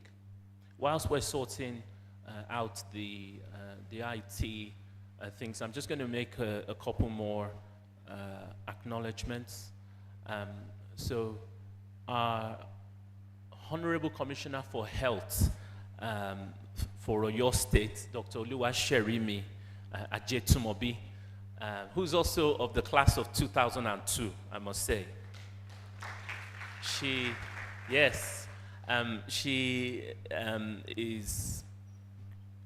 was billed to be talking about primary care initiatives in Oyo State, the challenges and the solutions, and the projects she's been leading in the grassroots here. She sends her apologies. She's had to go she couldn't be here basically for her scheduled commitments, but she has sent Dr. Babatunde Akintunde, who is the Director of Public Health, representing the Honorable Commissioner for Health. So you're most welcome. So you will make your remarks after Dr. Bumi Abodunde has provided his talk. Do we have Dr. Oshikanlu online? Yes, hello, good morning. I'd like to have my video enabled, please. We can hear someone. Can you hear me? Yes, we can hear you. Okay, good morning. I'd like to have my video enabled, but I'm going to go ahead and start because of time. Good morning, everyone. Good morning. I just want to go ahead and recognize Professor Oluwole Akonde. Good morning, sir. The provost, represented by the deputy provost, Professor Samuel Olaleye. The Professor Toluri, Professor Mokodion, immediate past provost, Professor Omigbodun, and I stand on existing protocol. I'd also like to say a big thank you and welcome to Nigeria to Dr. Bode Williams, President of the IMSG, Professor Oladejo Olaleye. Thank you so much for working with us at the Global Sponsor Student Program. And of course, your class of Pouch 98, who are really been very supportive to the Global Sponsor Student Program. Thank you, Dr. Adebayo, for those excellent remarks and very comprehensive overview of the Global Sponsor Student Program. In the words of Chimamanda Adichie, she says that stories matter. Many stories matter, and that stories can be used to empower and to humanize. I would love to urge the participants in this symposium, the students, IMSG UK, to listen to our scholars, listen to the students who are in the room. I was so glad to see them raise their hands this morning. We're all part of a powerful story. And these students and the IMSG UK, you're part of a story of resilience, of transformation, and of boundless potential for our financially challenged students. Because of your unwavering support, we're shaping a brighter future, not only for individuals, but for entire communities. As Dr. Williams just walked through the history of IMSG, it just took 3 or 4, I can't remember exactly how many, people who are committed to change, to say, we're going to do something about this. We're going to give back to alumni. And I watched how this band of 4 or 5 men has grown into a mighty army. Thank you for that. Our students' stories embody perseverance, as you saw in that video, ingenuity, resilience, and hope. Many balanced part-time work to stay in school. And this organization and some of our other sponsors have been their primary source of support. We've talked a lot about financial aid today, but I want you to know that your generosity extends beyond financial aid. It's instilled hope, it's fueled determination, and one of the things that I've spoken with Professor Oladejo about is mentoring and empowering our students. So talking about stories, each of us, each of you is woven into these students' journeys, and it is because of you that their stories continue. I want to mention your generous donation of £5,000 last month. Thank you for that. Along with your past contributions, this has made a profound impact. We celebrated, as part of our milestones, we celebrated one graduate last month. I saw the picture on Dr. Williams' slide. And you've supported 8 others in completing their studies during the 2023-24 academic year. These successes directly reflect your commitment and help empower our ACID framework that Dr. Adebayo talked about. Since we took over, since we started in July of 2024 as a global, since we took this globally, we've streamlined processes, we've created heightened awareness, we've brought our mission closer to you through the video testimonials such as the one that you saw. And we're partnering with IMSG to prioritize mentorship so that our students are empowered to face life's challenges. They can function on the global and local scale as leaders and pursue their dreams with newfound confidence. Lastly, I want to express my deep gratitude to the Provost, Professor Tio Gudiro, whose steadfast support has been the backbone of our progress. With his vision, with your continued generosity, we're poised to expand our impact and reach even more students. For everyone who's listening or who will be listening later on, please share this story with your networks. Help us extend mentorship support, help us raise the finances, help us continue to inspire so that we can get more students on board and help them stay in school so that they can achieve their dreams. Thank you all for your commitment. Thank you for your vision. Thank you for your belief in what we're building together. I know that with your support, we're creating a future that's rich with remarkable stories of success. God bless you all and thank you. Have fun in Nigeria and stay safe. Thank you so much, Dr. Shikanlu, for your considered words. And thank you for the great leadership that you provide alongside our co-chair, Prof. Lubukola Adeshino. It's making a real impact in the lives of many students. And you mentioned something there which is important about mentoring. So the other thing we would like to do as IMSG, as ICOMA, with Prof. Ogundinran, what he said he would like to do is to set up a mentoring program. So Prof. Ogundinran will be leading and we'll work with him to fine-tune how we should look. We would invite our students to contribute to that, tell us what you think, how we can make this work, what critical things, how we can mentor, but we want to make it a basic, broad-based skills acquisition type thing, how to write your CV, communication skills, time management, finances, it's all those sort of things, not anything specialist, but the basic skills you would need. So IMSG is committed to that. Dr. Williams here, so is ICOMA, and Prof. Ogundinran will be leading to help us create that. So we will be inviting you to contribute to a pilot mentoring program. Thank you. So we're going to move on now to the symposium bits. We're going to have our first talk on primary care challenges in Ibadan. and the solutions. It's a real joy to invite Dr. Bumi Abodunde, who is of my class of 2002 as well. Please, a round of applause to him. Come along with me, come and set up. So he's a consultant primary care physician here in the University College Hospital, Ibadan, and he will start us off. Can we give a round of applause to the Research and Educational Supervisor of Ibadan Medical Specialist Group, Professor Dejo Olale. Thank you very much, Dejo. Incidentally, I and Dejo were not only classmates, I call him by his first name, you can see that. We are not only classmates in the university, in the College of Medicine, University of Ibadan, we're also classmates in secondary school. We attended the same secondary school, so I think I should give him a hug. This is FGC Ogbomoso. FGC Ogbomoso, yes.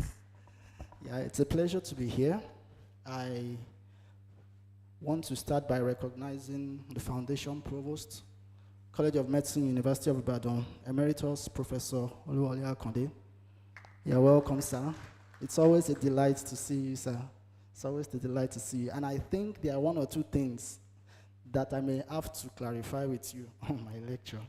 Because I was talking about the history of primary care in Oyo State. I also want to recognize one of our fathers, Professor Emmanuel Olotolorin, the worldwide ICOMA president. Without taking much of our time, I want to also thank the Provost College of Medicine, ably represented by Professor Olaleye. I want to thank all our deans, Professor Taiwo Lawal. I want to thank all of us, and I want to really appreciate us, Professor Kolude, Professor Fatai Fentola. Thank you all, our deans, for being here. Ibadan Medical School is a brand. I will not say more than that. So my entry into this topic is just because, coincidentally, I found myself as a copper doctor in a big hospital, and I was the only doctor. So after that, I went for residency in family medicine, and immediately after I became a family physician, I was the director of clinical services of another big hospital, and I mean, problems were on my neck. And after that, I was made to be the consultant family physician of a Catholic hospital that has 70 beds and one of the best operating theaters in Ibadan. So the problems were on my head again. And then I had to take hold of, I think I've worked in 3 teaching hospitals, and each of them I was assigned to handle the outreach of the teaching hospital in a smaller city. So, don't worry. I just want to use that as a background so that we could understand who is talking and what we are talking about. So we'll be talking about primary care in Oyo State particularly. And we'll be looking at the following objectives. There is, okay, go ahead. I think I can stand here and wait for him. So there are a lot of overlap between primary health care and primary medical care. There's a lot of overlap. And sometimes we don't even know whether there's any difference between them. So one of the things we'll be doing today is to try and highlight some distinguishing features between primary health care and primary medical care. And then we'll go on to look at what obtains in an ideal primary medical care setting. After we have done that, we'll then go on to look at the challenges of the primary medical care system, and we'll then look at solutions to that. But I can guarantee you that I'm not going to take your time. The lecture slides will be there, so in case I don't get to finish, you will have the slides. But I want to solicit your support. It's not going to be a lecture. It's going to be a discussion. So the first part of our discussion, I would like you to say hello to the person beside you. Hello, good afternoon, how are you?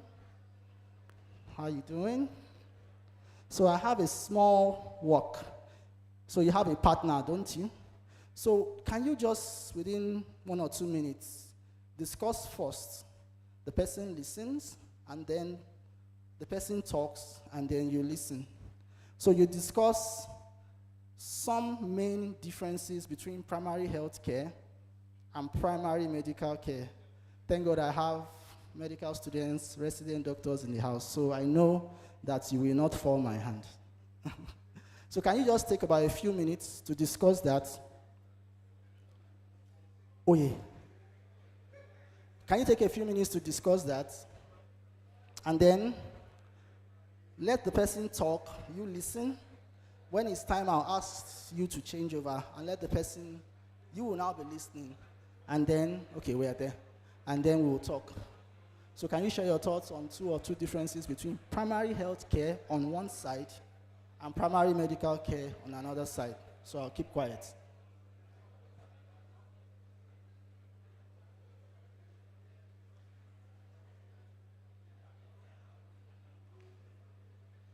So in another 15 seconds, I will ask you to change over. You will listen and the person will be talking. I want to be sure that the other person also talks. Thank you. Oh, I want to. Okay, can you switch over now? And then, it's possible I will ask you to tell me what you discussed, so please, say something.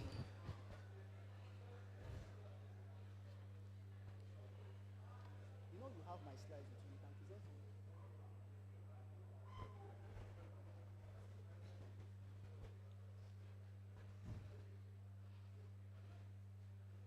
Difference between primary health care, which is a popular exam question, isn't it? Primary health care. And then primary medical care.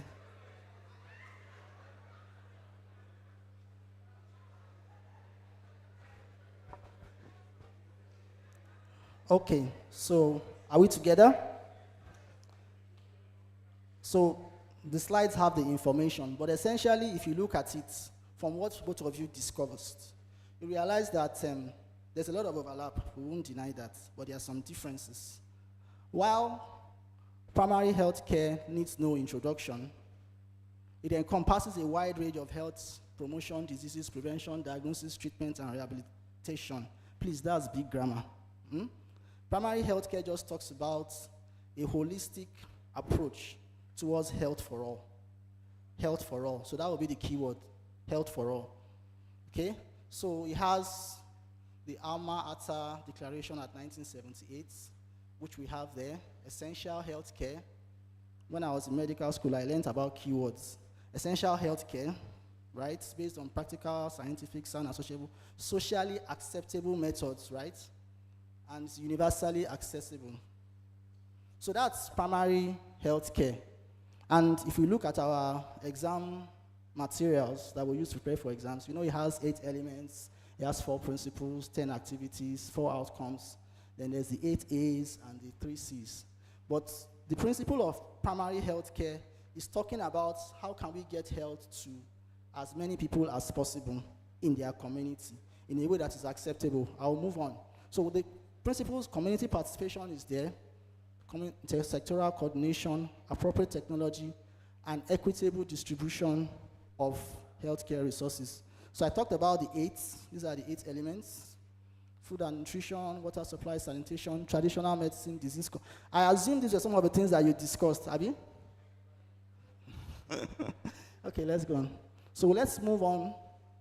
Primary health care refers to the essential care that is socially appropriate. You can read it. And includes health promotion, illness prevention, care of the sick, advocacy, and community development. If you look at the similarities, you also realize that care of the sick is primary medical care. So primary medical care is different mainly because it gives medical care on the premise of an individual that either walks into the outpatient department or has an illness. And that individual has a physician-patient encounter, and from there the person approaches the healthcare system. One of the ways that we'll remember the difference between primary health care and primary medical care is that pyramid. Remember the pyramid that has a broad base and a narrow top, you know? Primary care services starts as the entry point. Primary health care is also an entry point, okay? But it is into a holistic care where you have immunization, nutrition, hygiene, sanitation, healthcare. But for primary medical care, it's an entry point into a physician-patient care on the needs of that individual. And then it's either referred or he has a successful encounter. So I said it's an entry care to the pyramid healthcare system, focusing on personalized yet comprehensive continuous care to address individuals' physical, mental, and social well-being. Now, we know the origin of primary health care at the Alma Ata Declaration of 1978. So this is something I stumbled upon, and I realized it's even earlier than 1978. So there's a Lord Dawson's interim report, which I put the reference here, but it described a problem in England. Sir Dawson was commissioned by the new Ministry of Health to chair and counsel to advise on the systematized provision of health services. So he had an assignment to do, and this is what makes me understand primary medical care more. One of the things Lord Dawson found was that there was an insufficiency in the organization of healthcare. Okay? Healthcare is available, infrastructure is there, but there were a lot of insufficiency in the way it was organized. So Lord Dawson proposed some things, and I want to be giving us in his words very few things here. In the reports in 1920, he proposed that there should be a linkage of hospitals into a single system. Is it making sense now? So that it's not fragmented, it's not disjointed, and it is continuous. And he suggested that organization of medicine had become insufficient and was failing to bring the advance of medical knowledge adequately within the reach of the people. So we had a CT scan, we had facilities, but it wasn't getting to people adequately. So that's why I talked about insufficiency of organization. So he proposed that doctors would be accessible to patients, attending to them either at home, which in family medicine we call home visits, or in their primary medical center offices. And primary medical centers where curative and preventive medicines will be conducted by general practitioners, including home visits, healthcare workers, pharmacists, community doctors, and nurses. So that was the insufficiency there. So ladies and gentlemen, professors and sirs, I want to give you this idea of a setting where I did my NYSC. So I arrived this place in March 1st, 2004, and I realized I was the only doctor there, like I said earlier. So this is where, I'll talk about that later. So primary medical care is designed to attend to the medical needs of an individual. So sometimes that individual has a mental health need. If it is given in the setting of an office, then it will be a primary mental health care. I'm just trying to say that it's not only the family physician in the outpatient that gives primary medical care. We have primary surgical care. If you want to imagine it properly, any kind of care that is given by a physician and a single encounter is able to take an evaluation, assess, make a diagnosis, and conclude on that illness, then we can call it primary medical care. It could be primary mental health care. It could be primary O&G care. It could be primary care cardiology. It could be primary care pediatrics. But what it just says is that its first contact is individualized, and it takes about, most of the time, about 80% of the health conditions in the society.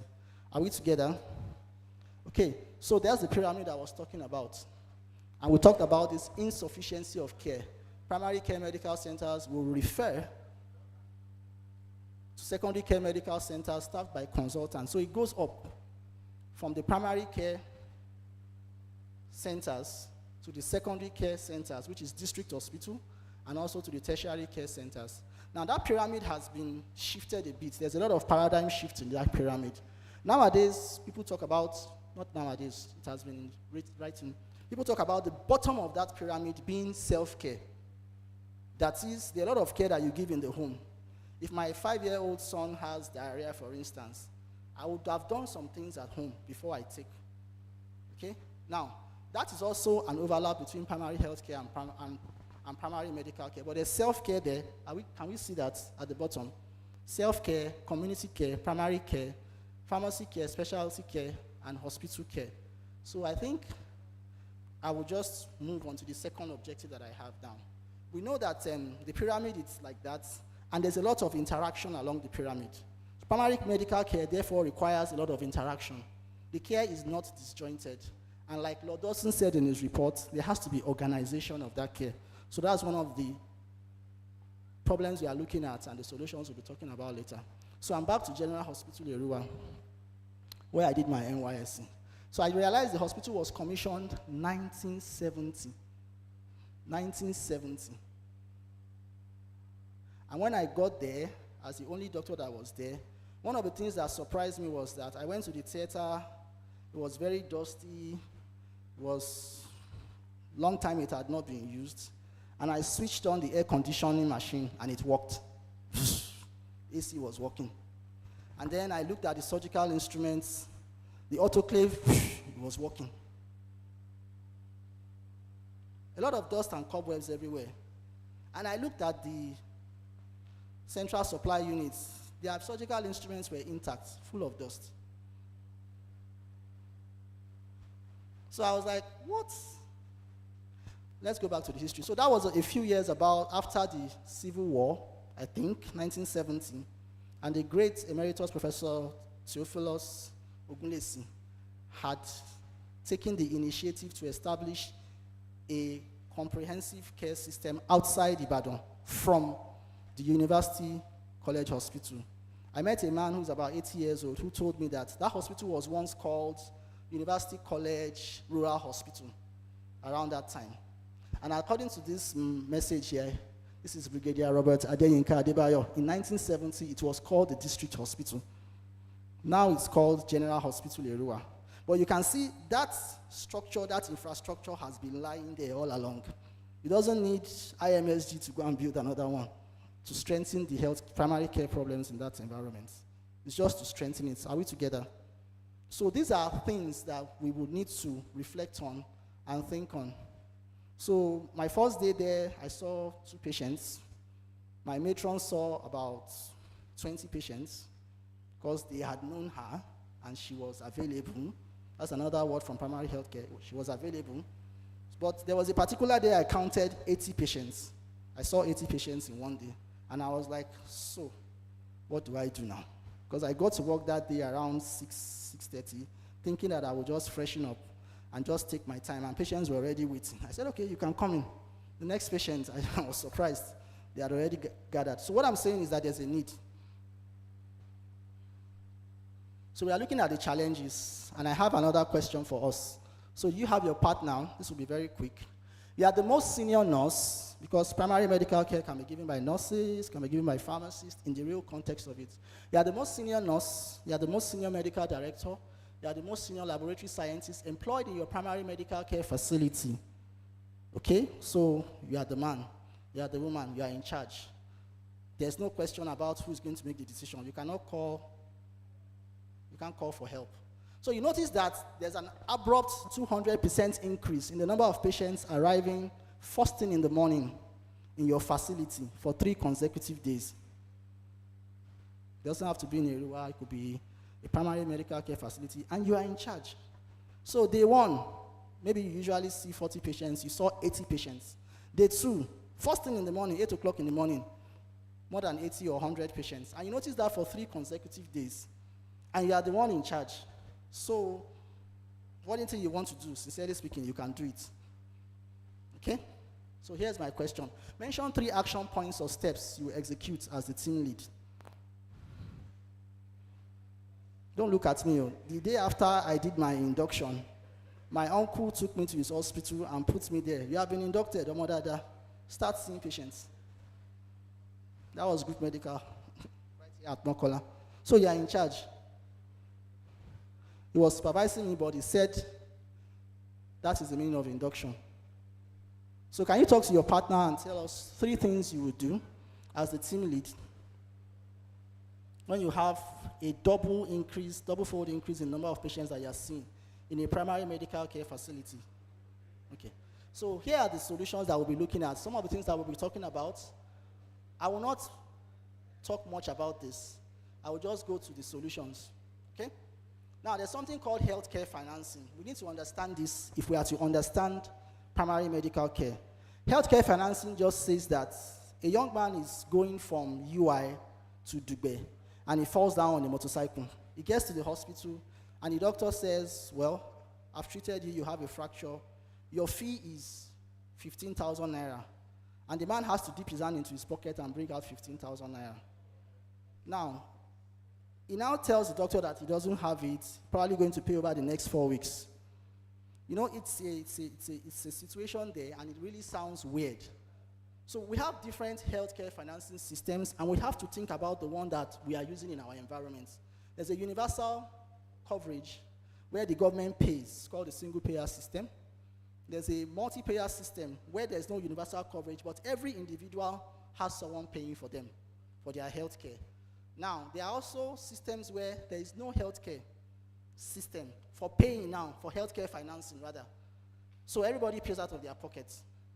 So if you are building a hospital and you say you want to make profits or you want to give medical care, even the things you are buying to give the care, you have to find out how you recover your money. So these are one of the things that we need to start with when we are talking about strengthening primary care centers, either in terms of health insurance, in terms of alternate payment plans. So this is also a primary care facility where I was the physician in charge of the whole hospital. This place has 70 beds, and you can imagine the problems that I had to go through. So we'll be talking about hair care delivery and healthcare systems. I think you can read the slides after. But what hair care delivery says is just the day-to-day operations of a medical care institution. What you need to do every day to make sure that patients get cared for. So some of the things that we discussed when we're talking about that problem scenario. And it's a lot of factors, you know, healthcare financing I just mentioned, the human resources for health, people that are working, you know, somebody is not feeling fine, you know, talk about essential drugs, you know, talk about all those. So I'm giving us this picture now to illustrate that it's actually a dynamic situation. And if you pick one of those stones and you remove them, what will happen to the entire construct? You know, so it's something that one needs to be conscious and really respond to. So we have healthcare service delivery, like I mentioned, information science. These are critical, important building blocks that help the healthcare system or healthcare to be successfully delivered to a patient that has a fever of 38.9. So health information systems, governance, leadership, and administration, I'll talk about that more. I've talked about that. The human resources for health and essential drugs, research and development to help overcome problems, and the most recent one, public-private partnership. Strengthening healthcare services in Oyo. If you are that doctor or you are that nurse and you saw a 100% increase in the patients that came first thing in the morning, some of the actions and the things that you would do can either lead to a worse situation or a better situation. So it's whatever you say or you don't say would actually have an immediate repercussion. So we are looking at the problems one at a time. There's a problem of manpower, it's a problem of capacity. And I want each and every one of us to think as if tomorrow, especially our medical students and our residents, tomorrow somebody is going to post you to General Hospital, Erua. And you're going to be there for 6 months. Just 6 months. You come back. In fact, we'll organize transportation for you. You have your meals there. But you'll be there for 6 months. How are you going to do it? So these are the things that we need to look at. Capacity in terms of human resources, people you are going to be working with, how you'll be able to mobilize and motivate them. To even give your simple medical services, you need materials, you know. I mentioned that the theater was ready to go, although it was dusty. But when we started doing surgeries and started doing the little that we could do, we would have to replace what we have used. So those are real problems. Collaboration and advocacy is very important. I'll speak to this later. The infrastructure, what you have on ground. We are seated in this room now. We are very comfortable because of infrastructure. Like Prof mentioned earlier, some days ago, if we are not comfortable, we won't be able to have this lecture for so long. So one of the two things I'll mention in infrastructure, which is mandatory, others are very, very important and mandatory, is power. There's no way you can run a primary medical care, you cannot even run a medical care facility if you don't have not just power, but if you don't have alternative power source. Okay? There was a place I worked. Interestingly, that hospital does not take consultation fee, and it's a private hospital. There was a day I counted 400 patients that we saw in the outpatients. Of course, you can know why we saw 400 patients. We are not collecting consultation fee. But that hospital had a standard solar power as far back as 2010. And I didn't remember the lights blinking, but it was intentional. So power becomes very, very critical. And water supply, I will leave that, we can talk about it more later. The context of the environment, one of the paradigms of primary health care is that it has to be done in the context of the community, where you are, what they need, and the stakeholder mindset. Collaboration and advocacy, this is where I would put a lot of emphasis. Now, why am I using this picture? Is this a Nigerian primary medical center? Wow, okay. So how did this one get here? Oxford City Primary, okay, it's a primary care facility. Well, what I want to say here is that when we talk about primary health care, primary medical care, we have this mindset that it is not supposed to be sophisticated. It's not supposed to be tush. But you see, the level of sophistication that primary medical care or primary health care needs depends on the environment. I just want to say that so that we don't miss that. If we continue our primary medical care, our primary health care very well, if we continue all those things very well, our centers will become more sophisticated naturally.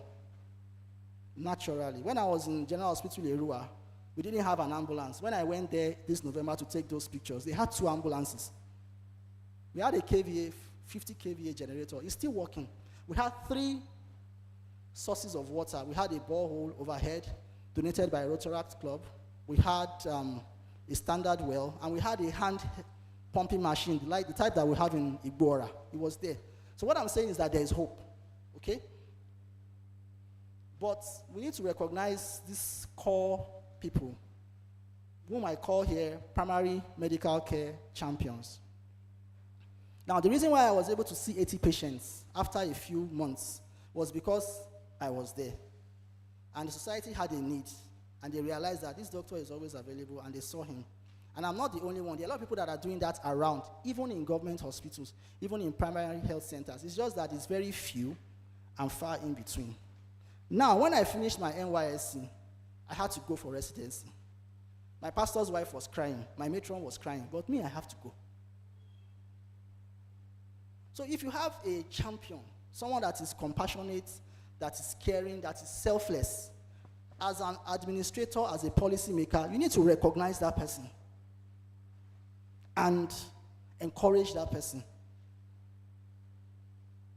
You know, there are hospitals now that, even as we have, sorry to say this, shortage of manpower, any medical doctor that is leaving that hospital is responsible for bringing somebody to replace him.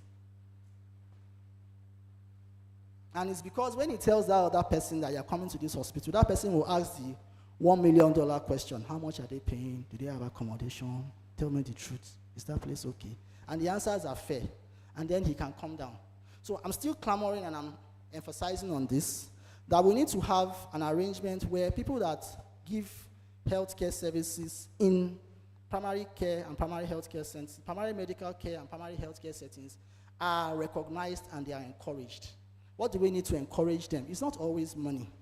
If you have an opportunity to proceed in your career pathway while on that particular location, you'll be interested in staying there.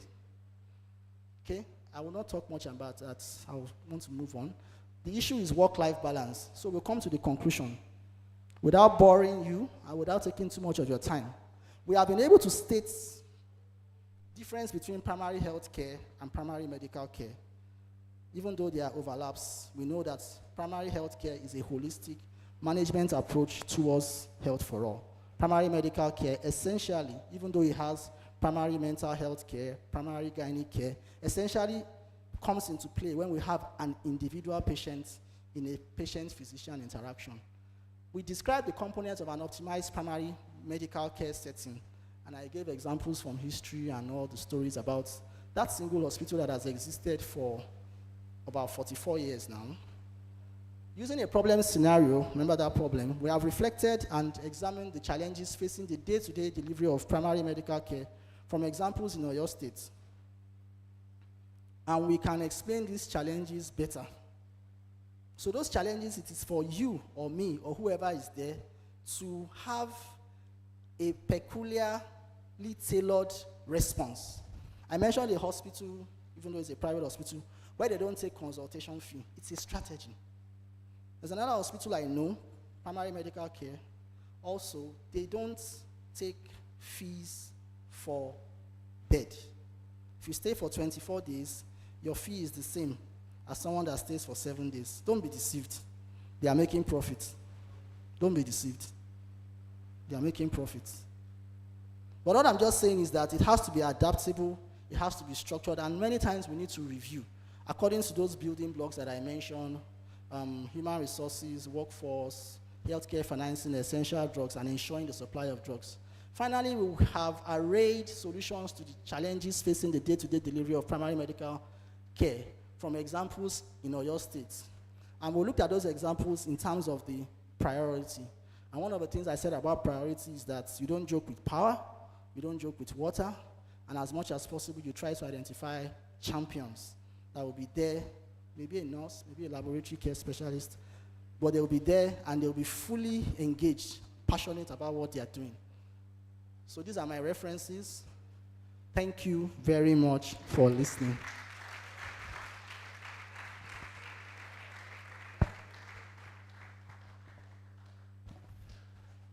A round of applause again for Dr. Bumi Abontunde. Thank you so much. It's incredible work that you continue to do in primary care in Nigeria, despite the challenges, so much appreciated. Well, I'm going to invite Dr. Babatunde Akintunde, who is the Director of Public Health, representing the Honorable Commissioner for Health for Oyo State, Dr. Oluwaserimi Ajetumbi. So a round of applause for him, sir. Thank you. My father, I think, is leaving. He's just going to Okay. Professor Akande, thank you, sir. You're welcome. Okay. ICOMA President, I think in absentia, Medical Librarian, MSG President, Financial Controller, Deans, I welcome everyone. I'm here standing on behalf of the Honorable Commissioner for Health, Dr. Oluwaserimi Ajetumbi. She would have loved to be here, but she's presently attending to state matters outside the country. That's why she couldn't make it. Well, before I start the presentation, any mistake that I make here, any errors that I make here, just charge them to me. But anything that is good here, it belongs to the Honorable Commissioner for Health.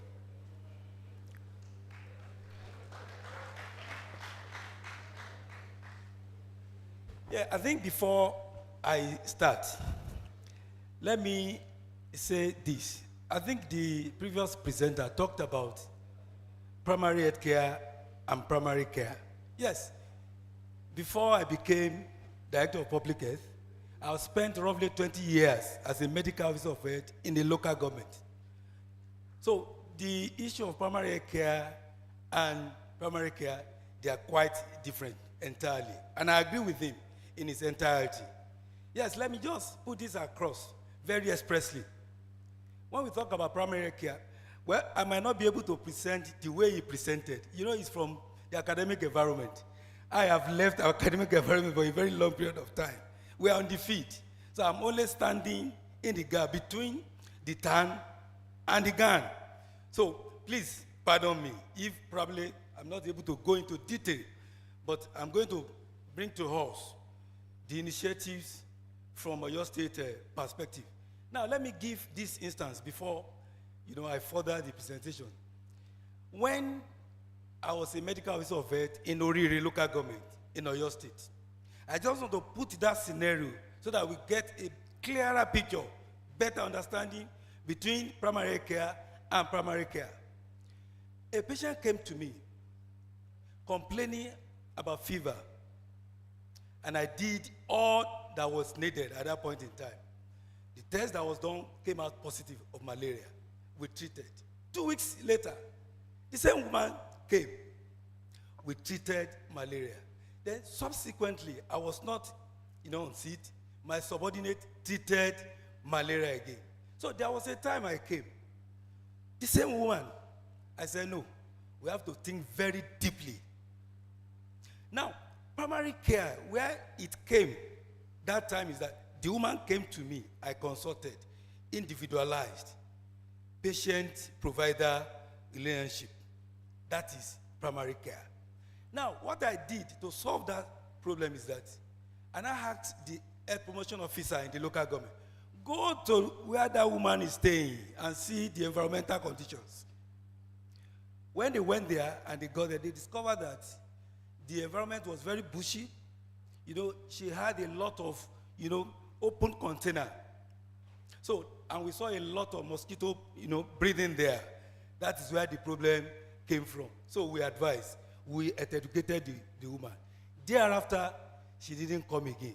So the difference it is, we left that woman as an individual person. We moved into the community to solve the problem. That is where primary health care stands. Now, let me say this. I think I've already talked about this. Refers to the very first point of care in the health system. It's direct, it's individualized, it's personalized, patient-centered care for common illnesses. So the main goals are to improve individual health outcomes, not necessarily the communities. But we're not saying that probably you are going to ostracize community from the whole picture, but primarily for the individual health outcomes. So which one do we implement in the state? Is it primary care or primary health care? We do both because it is very, just like a CMH twins, it will be very difficult, extremely difficult to separate the two. You cannot practice primary health care without primary care. It is very, very difficult. So let's look at what primary health care stands for. Like my brother has said, it has a very broader concept. Community-wide health services. Then it takes into consideration social, economic, and environmental factors influencing health. Let me give an example. We are experiencing cholera outbreak in the state now, currently. Now, the response to cholera outbreak does not entirely reside within the Ministry of Health. There must be a collaborative engagement. So we collaborated with Ministry of Environment, where we're having environmental health officers. So in that wise, you are involving other sectors. So that's exactly what primary care, does. So in that wise, other sectors like education, housing, all those ones, they were brought into perspective in order to address the issue of outbreak. Now, what are the primary care initiatives in Oyo State that we have done and those that we're about to do?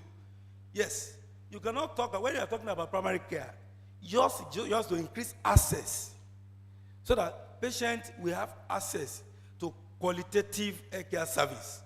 And if you want to have that access, it means that you must recruit skilled healthcare professionals into both primary care and hospital management board, which we have, in fact, that is being done currently. They are receiving their employment letter now from the hospital management board because we have seen that gap. And no matter of all the 4 M's of resources, 4 M's, manpower, materials, money, and minutes, which is time. Manpower is the most important of all the human resources because that is the one that is going to control other resources.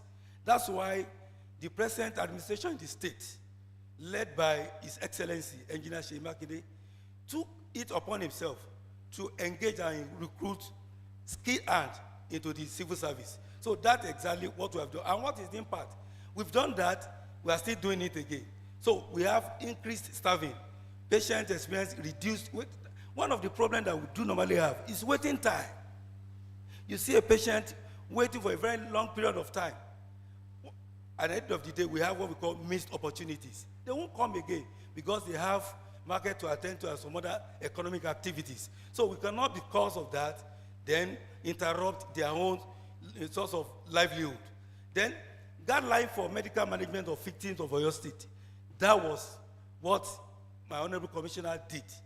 Because we discovered that victims of violence were being treated, differently. So we now took it upon ourselves to have a guideline, a protocol that we domesticated. It was adapted, and that's exactly what, and this has been disseminated to all secondary care facilities so that we have a commonized care. Then the second one, primary care revitalization and upgrading of facilities. We have 355 wards, 351 wards in Oyo State. The governor has taken it upon himself to renovate one primary care facility per ward. I think more than 200 has been renovated. Then almost all, but more than 200 have been renovated and equipped. Then the remaining is about to be equipped based on some other structural works that are there. So what this does is that it actually improves service consistency across PHC, because a situation whereby you enter a health facility, you wouldn't know whether it's the mortuary you are entering, but it was this administration, at the inception of this administration, that the governor embarked on massive healthcare infrastructure, and that's exactly what we are witnessing. Then another initiative that was taken is semi-autonomous financial status for selected hospitals. What that means is this.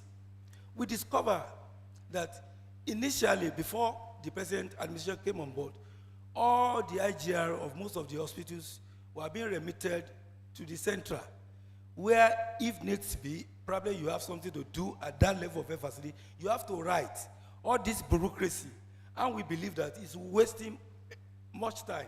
So most of the facilities now, ratio 7 to 30, 70 will be retained in their own facilities to do their local, to actually spend on their local needs, while 30 sent to the board for administrative purposes. And since that has been done, it has actually improved services, then improved access too. Then integrated mobile health outreach services. I said I started my career. I used to sit down there when I was a student here too. That's where I used to see whenever there was a lecture here. I used to sit there. So what this means is that in a local government, there are some facilities. There are some communities rather, that we do not have the presence of facilities there. Let me give you an example. Where I worked last, I've worked in Ogbomoso, Ibadan, Okiogun. I've walked around. My last station, before I became Director of Public Health, was Ori Local Government. Ori Local Government has 774 communities. 774 communities. It is extremely difficult for each of the communities to have primary care facilities there. So what is done is that mobile outreach has to be, improved upon, so that medical services can be taken around all those communities. And this has improved access, and that's exactly what government has done. Then digital health and data management initiatives. Yes, before everything is paperwork, but now I think data are being submitted real time. Before, DSNO, disease surveillance and notification officers, whenever there is an outbreak, it takes a lot of time before they pass the paperwork down. But with this initiative, real-time data is being transmitted to where an action will be taken. And that has improved our services tremendously in the state. Now, quarterly free emission, that is another initiative that government has taken. Because I said the other time that there are a lot of communities that we do not have facilities. So we have a lot of experts, because different professional cadres, they are there, moving around all the entire 3 local governments, do free consultation services. Those that will need referral, they will attach them to general hospital within that local government for continuity of care. That's one of those things that we are able to do. Then recruitment of community informants in all the 351 wards for surveillance. Yes, I think there is this global security, timeliness framework, ratio 717. And because of this, we are able to meet that target. And what does that stand for? 7 is that the disease outbreak must be detected within 7 days. The one there is that it must be reported within 24 hours. And the last 7 is that there must be a response within another 7 days. And we were able to meet those targets because of community informants. DSNO, Disease Surveillance and Notification Officer, 1 per local government. The work is extremely difficult for them to cover all the communities. I told you now that Ori local government has 774 communities. How will a single person cover those areas? It's impossible. So what we did is that we recruited from the residents of those communities, those that will be community health informants. So if there is any outbreak, then they notify the disease surveillance and notification officer. And we have, what we train them is just for notification of event-based surveillance, not indicator-based surveillance. Because indicator-based surveillance is what our staff, is what they do in their various health facilities. Just to look at the routine data, we see whether there's an abnormality, in the occurrence or incidence of diseases being reported there. But for the community informant, just event. If there's an issue, they report immediately. And that has also helped us. Then, yearly sponsorship of 2 indigenous students per local government for community nursing. Yes, it was a very good initiative when it was brought on board. We discovered, because of this Jaguar syndrome, anyway, I've also left before I was called back. Now, why this happened is that we discovered that most of our health personnel in rural local governments, they have almost gone. If you post anybody there, within a twinkling of an eye, they have left. Or probably they have lobbied that they want to come back to the cities. And there is something that will do that. They will go and contact a personality that if they get in touch with you, it will be extremely difficult, for you to say no. But at times, we do say no when we discover that will render the services in jeopardy there. But what we now did is that local government will now sponsor 2 indigenous people or students from those communities with an undertaking that if local government sponsors you and you have gotten your nursing certificate, you are going to work in that local government. And that we've been doing for quite a while now. So because we do that so as to retain them. At times it's very easy to engage them, but to retain them is a very, very problematic thing for us. And let me give you an instance. We're just recruiting now. As they are giving employment letter to some doctors, 2 or 3 days later, they come back. I'm telling you that they have gotten another offer somewhere. I'm telling you, that's a practical experience. Those are the problems that we're having presently. But because of that, that's why this initiative came on board. That if we have recruited you from where you are residing, your community, I think you should be able to render services to them. Then tax shifting and tax sharing initiative. Because of Jaguar syndrome, yes, we have to step down, some skills to some subordinates so that at least they will increase access, availability of a workforce there. So those are the things that we are trying to do. So establishment of the health coordinating unit in the Ministry of Health, before it wasn't like that. There's nothing like that.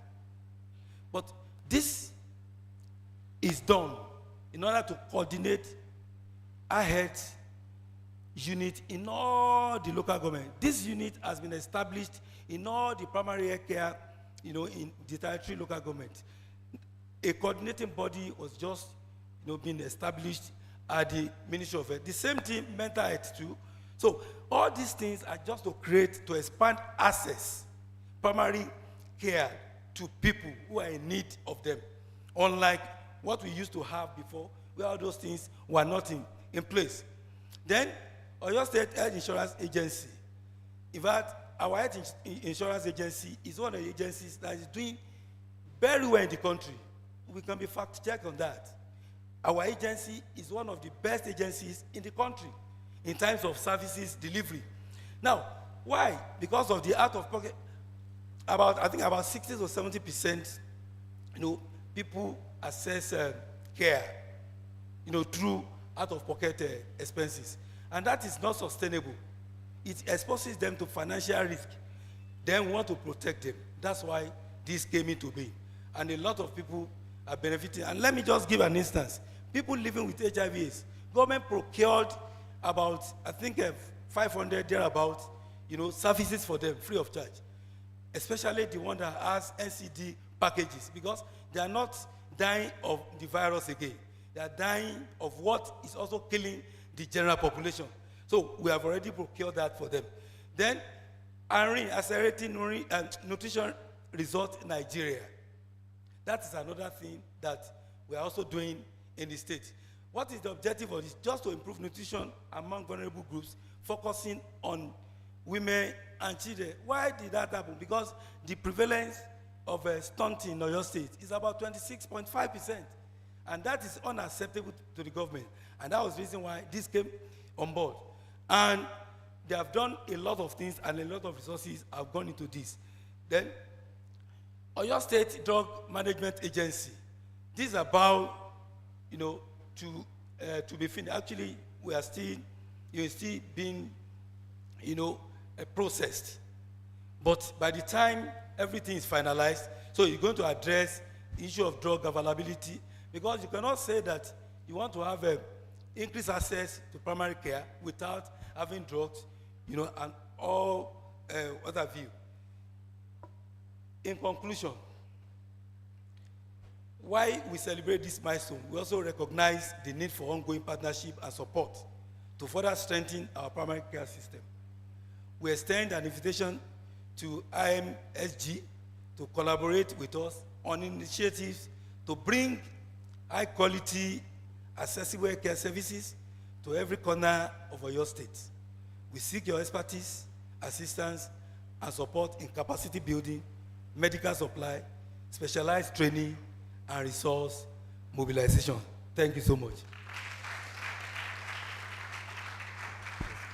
Thank you so much, sir, for that talk. And thanks to our Honorable Commissioner for Health, Dr. Oluwaserimi Ajetun Mobi. I am keen to get the program back on time. There's an AGM with ICOMA at 1 o'clock, so we're going to be finished by then. So you're going to see a military style change now. We're going to give you 5 minutes to have water. I think it's important you have a quick break before I give my talk. So stay where you are. We'll get water to everybody. And then after my talk, obviously we're going to have lunch as well, but they're going to serve water now. If that's okay, 5-minute break. Anyone who needs a quick loo break and come back in. But stay in, get your water, and then I'll get my talk ready. We're going to move the talk on sexual health and contraception to the afternoon session, just to create space. So those will be the changes. I'm keen for us to do the Journal of Global Medicine launch with Prof. Tolorin and Mr. Banji Adeyoju, who's just stepped out. Okay, so I will get my talk on, and just stay where you are, have some water, have a quick break, stretch your leg if you must, if you need to stretch. And for those online as well, you can have a quick break as well.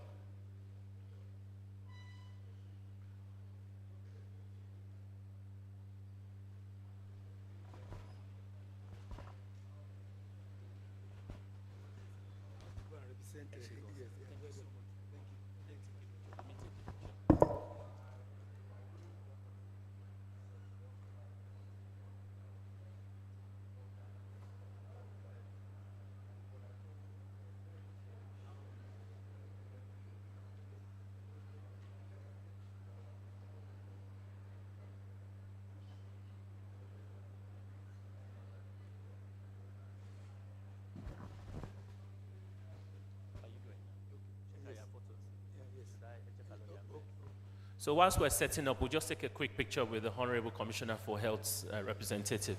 IMSG President, Prof. Tolorin, just for the press call. and IMSG members.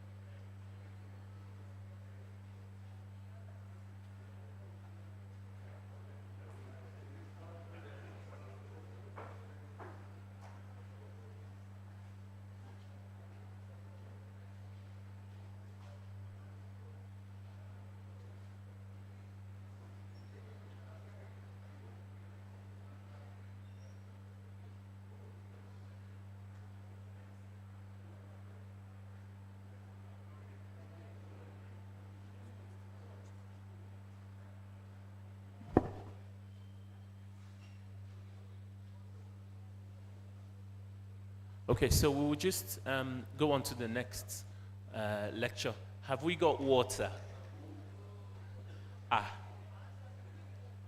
Some people haven't gotten water. Okay, you might need to share.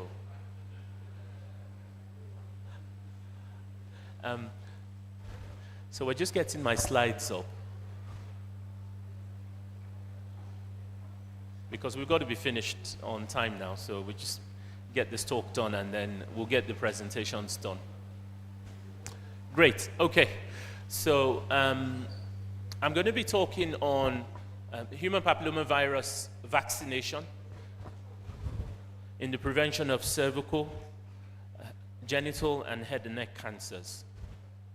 So this is just going to be a whistle-stop talk about it, the critical things you already know.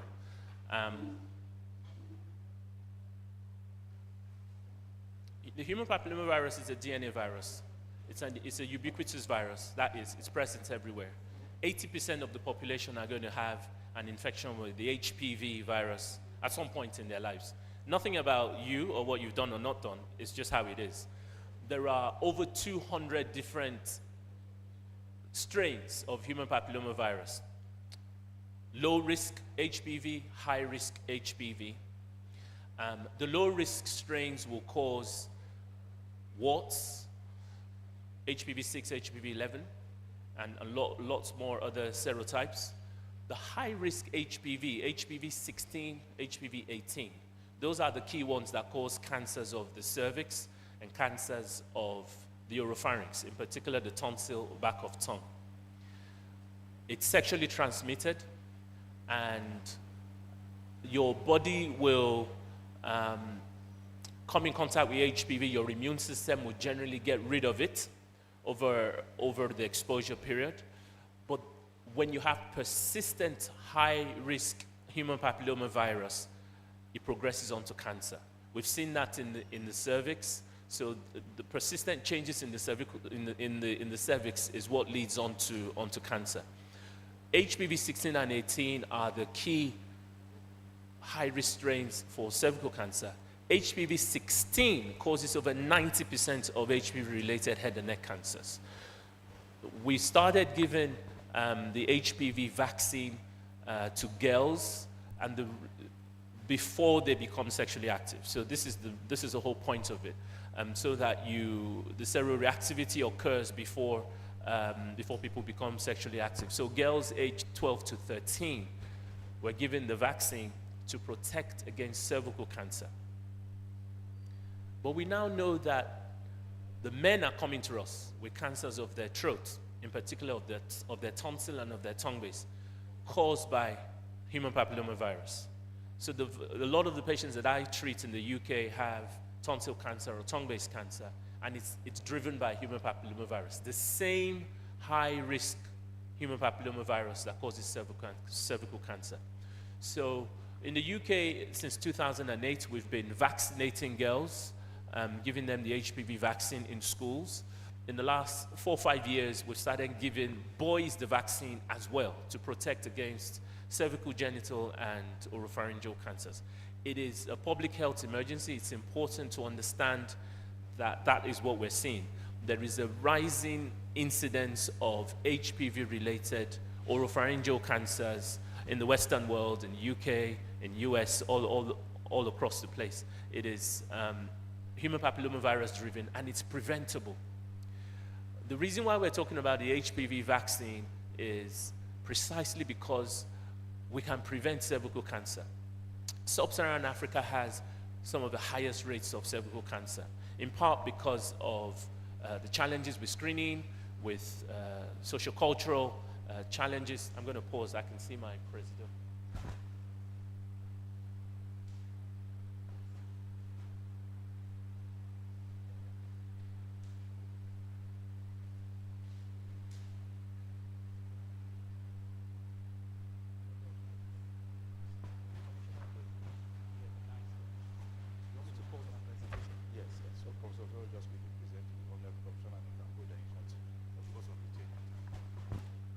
Okay, so we're just going to take a quick pause.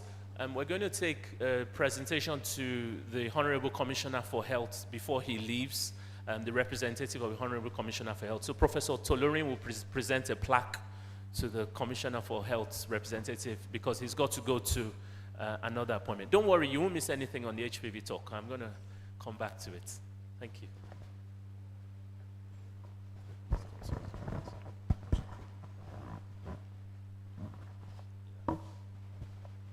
Sorry for that break in transmission. We didn't want him to escape. The Ibadan College of Medicine Alumni Association, ICOMA Worldwide, hereby presents this award to Dr. Oluwa Shemiri Ajejumabi in appreciation of the lecture eruditely delivered at the 2024 IMSG Symposium. Today, Wednesday, 6th November, 2024. Thank you very much.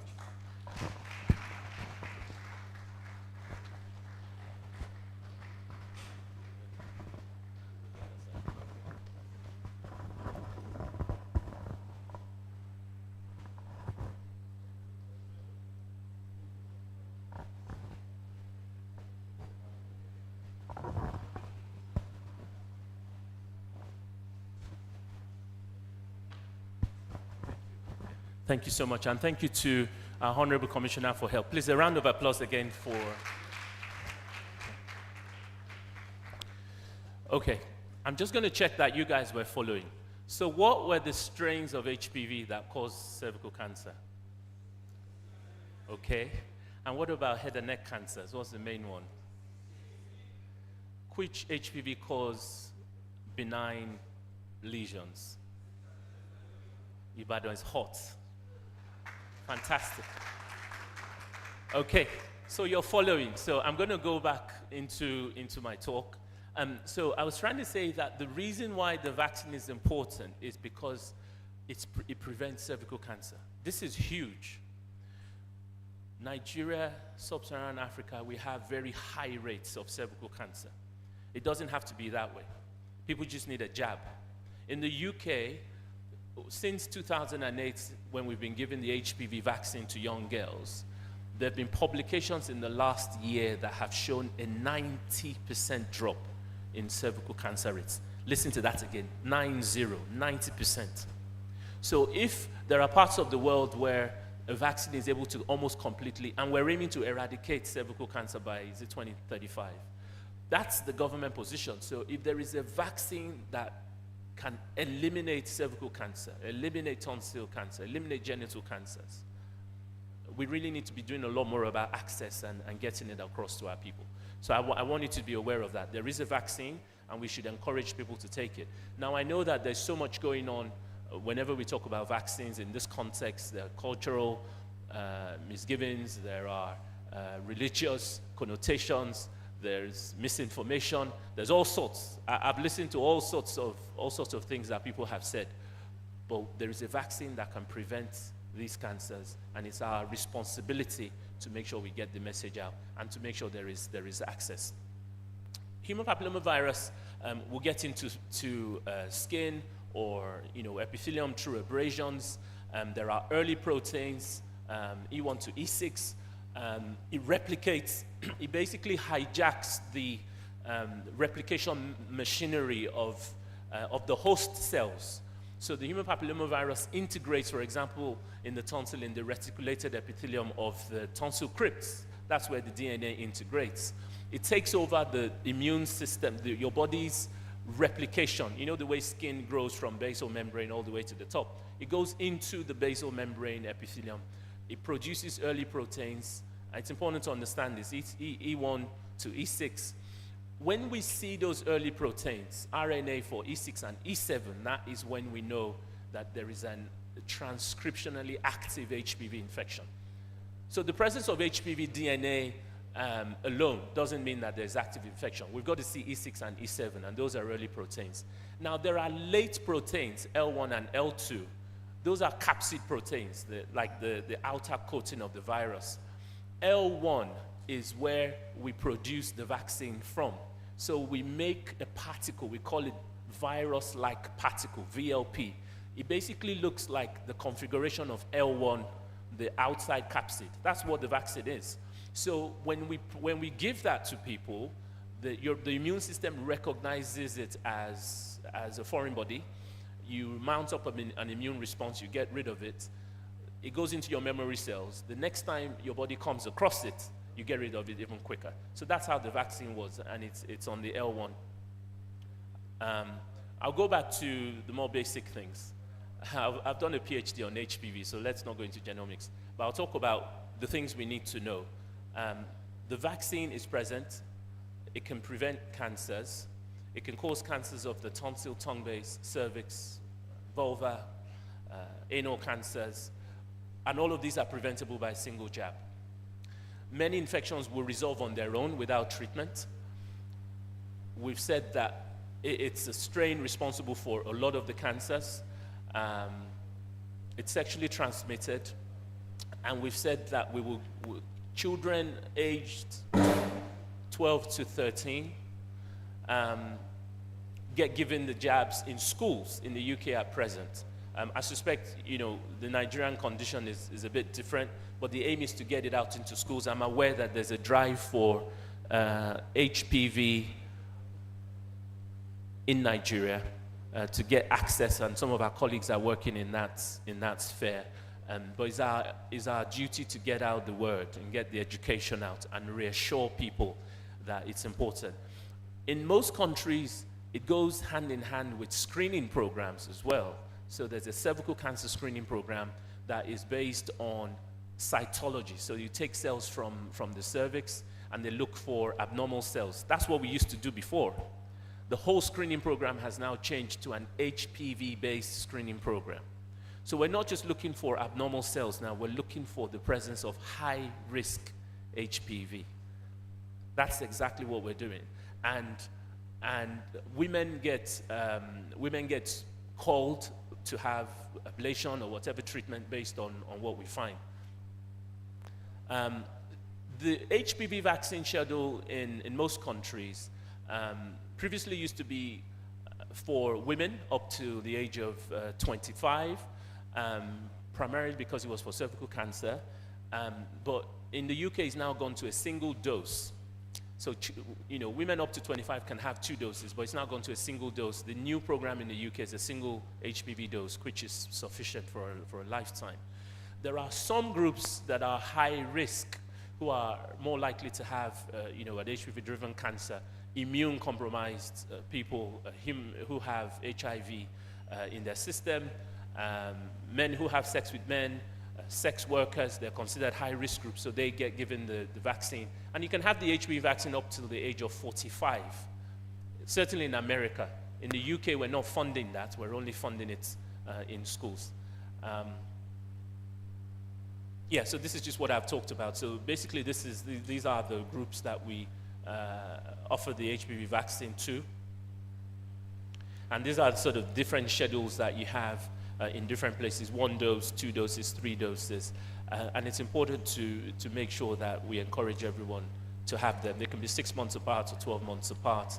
I've talked about the 1 dose thing, but it is critical now that it is not just girls, but it's girls and boys. It's gender neutral, precisely because it's causing lots of other cancers elsewhere. So we recommend the HPV vaccine. Get the word out. Access to it will need to be looked at in the Nigerian context. The cost of it will need to be looked at. And more importantly, it's the misinformation that we need to deal with. Because I'm aware that, vaccine hesitancy runs deep, and a lot of reasons why people will put forward for not wanting a jab, or it's going to do X, Y, Z, or they're trying to control your kids, or you're going to be infertile, or it's going to cause, no. It doesn't do any of those things. It's been shown to be safe, it's been shown to be effective, and it reduced cervical cancers by 90% in the Western world. So those of us who have the highest burdens of these cancers that can be prevented should not be the same ones who find every reason not to take the jab. And we need to work with religious institutions, we need to work with the critical voices in the communities to say, actually, this is safe. And it's not just in Nigeria that you have vaccine hesitancy, even in the UK. And I've been doing some work working with ethnic minority communities in Leicester. The black community also have strong misgivings about vaccine, particularly the COVID vaccine, just when we had the COVID pandemic in the UK. The reason why the government encouraged the black community to come forward first for the vaccine was because the black and Asian communities were the ones with severe disease, and they were the ones ending up in hospital, and they were the ones in the intensive care unit, and they were the ones I was having to do tracheostomies on. But they were the ones who didn't want to take the vaccine. And they said to me, Doc, people can point to the Tuskegee trials and talk about when the syphilis vaccine wasn't given to black Afro-Caribbean, African Americans in the US, and they allowed the natural progression of syphilis in these men and women, and they didn't give them the jab, even though the jab was available. So people point to that and say, well, sometimes governments are disingenuous, they're trying to do something or the other. So I'm trying to say this so you know that it's, misgivings about vaccines is not just in this environment. It's in the UK, it's in the US, but if there's a vaccine that can prevent cancers, it is your job to get the message out and for us to counter those. So I went to lots of evenings, I sat down with them, I explained to them that actually it's because you're you're higher risk. That's why they asked you to come forward. They said, why did they ask us to come forward? I said, no, it's because you're the ones who ended up in hospital with COVID infection. So there is different preparations, Hendrickse, Gardasil. Basically, each preparation contains whether prevention for 6 and 11, or 6, 11, 16 and 18, or even 9. We've got Gardasil 9 in the UK on the program, so lots of different low-risk things. It's a jab, it's an injection, it's a one-off. I'm just going to say a couple of things about head and neck cancers because that's my sphere. We're seeing an increasing incidence of HPV-related cancers in the tonsil, back of tongue. It's mainly younger people who don't necessarily smoke or drink, which is those are the traditional risk factors for head and neck cancers. Smoking is the main risk factor. Chewing tobacco is the main risk factor. There are other viruses that drive cancers like Epstein-Barr virus for nasopharyngeal tumors. And this is what we've got. So these are the sort of risk factors that we've highlighted. That is pan. So some communities chew pan, particularly the South Asian community, they chew pan and it causes cancer in their tongue or buccal mucosa. But HPV is sexually transmitted. The oropharynx, if you didn't know, the tonsils, back of tongue, or the soft palate and the pharynx areas are the areas. This is a unilateral left-sided asymmetry. Patients who present with a sore throat, difficulty swallowing, a lump in the neck, losing weight. And we do cross-sectional imaging with an MRI scan. That's a PET CT scan. It lights up red. So we give radioactive sugar, basically, and it goes to areas of activity. So we use it for diagnosis and for treatment surveillance. And the patients can have either surgery, which I would do with a robot, or they could have chemoradiotherapy. Again, tongue-based cancer, similar sort of things. These are all HPV-driven tumors. Neck lumps. Sometimes patients present just with a lump in the neck, and they don't have any symptoms.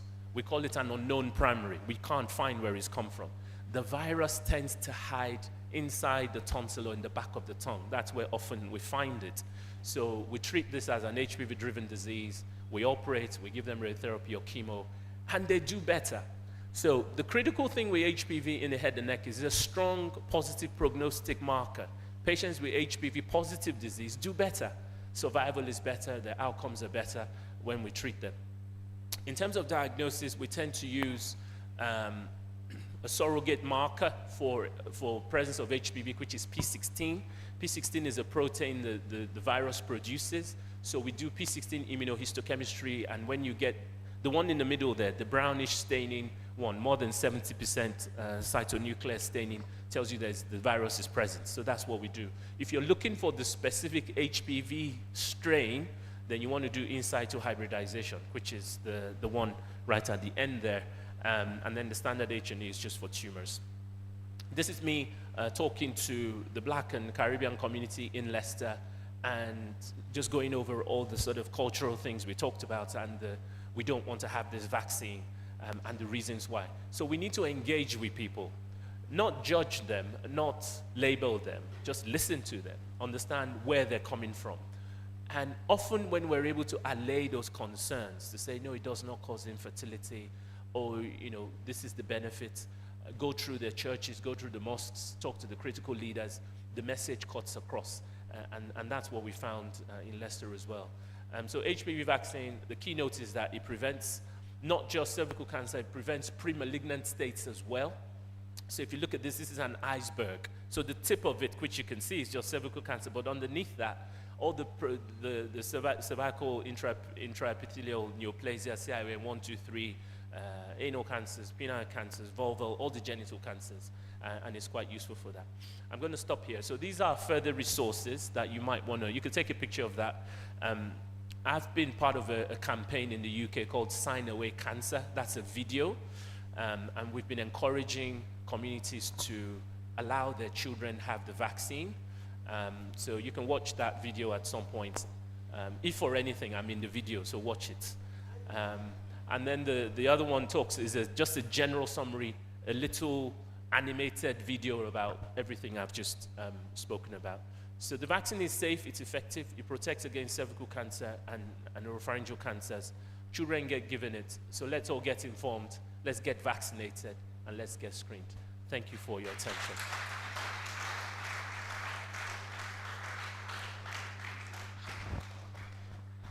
Right, okay. He cannot mark his own homework.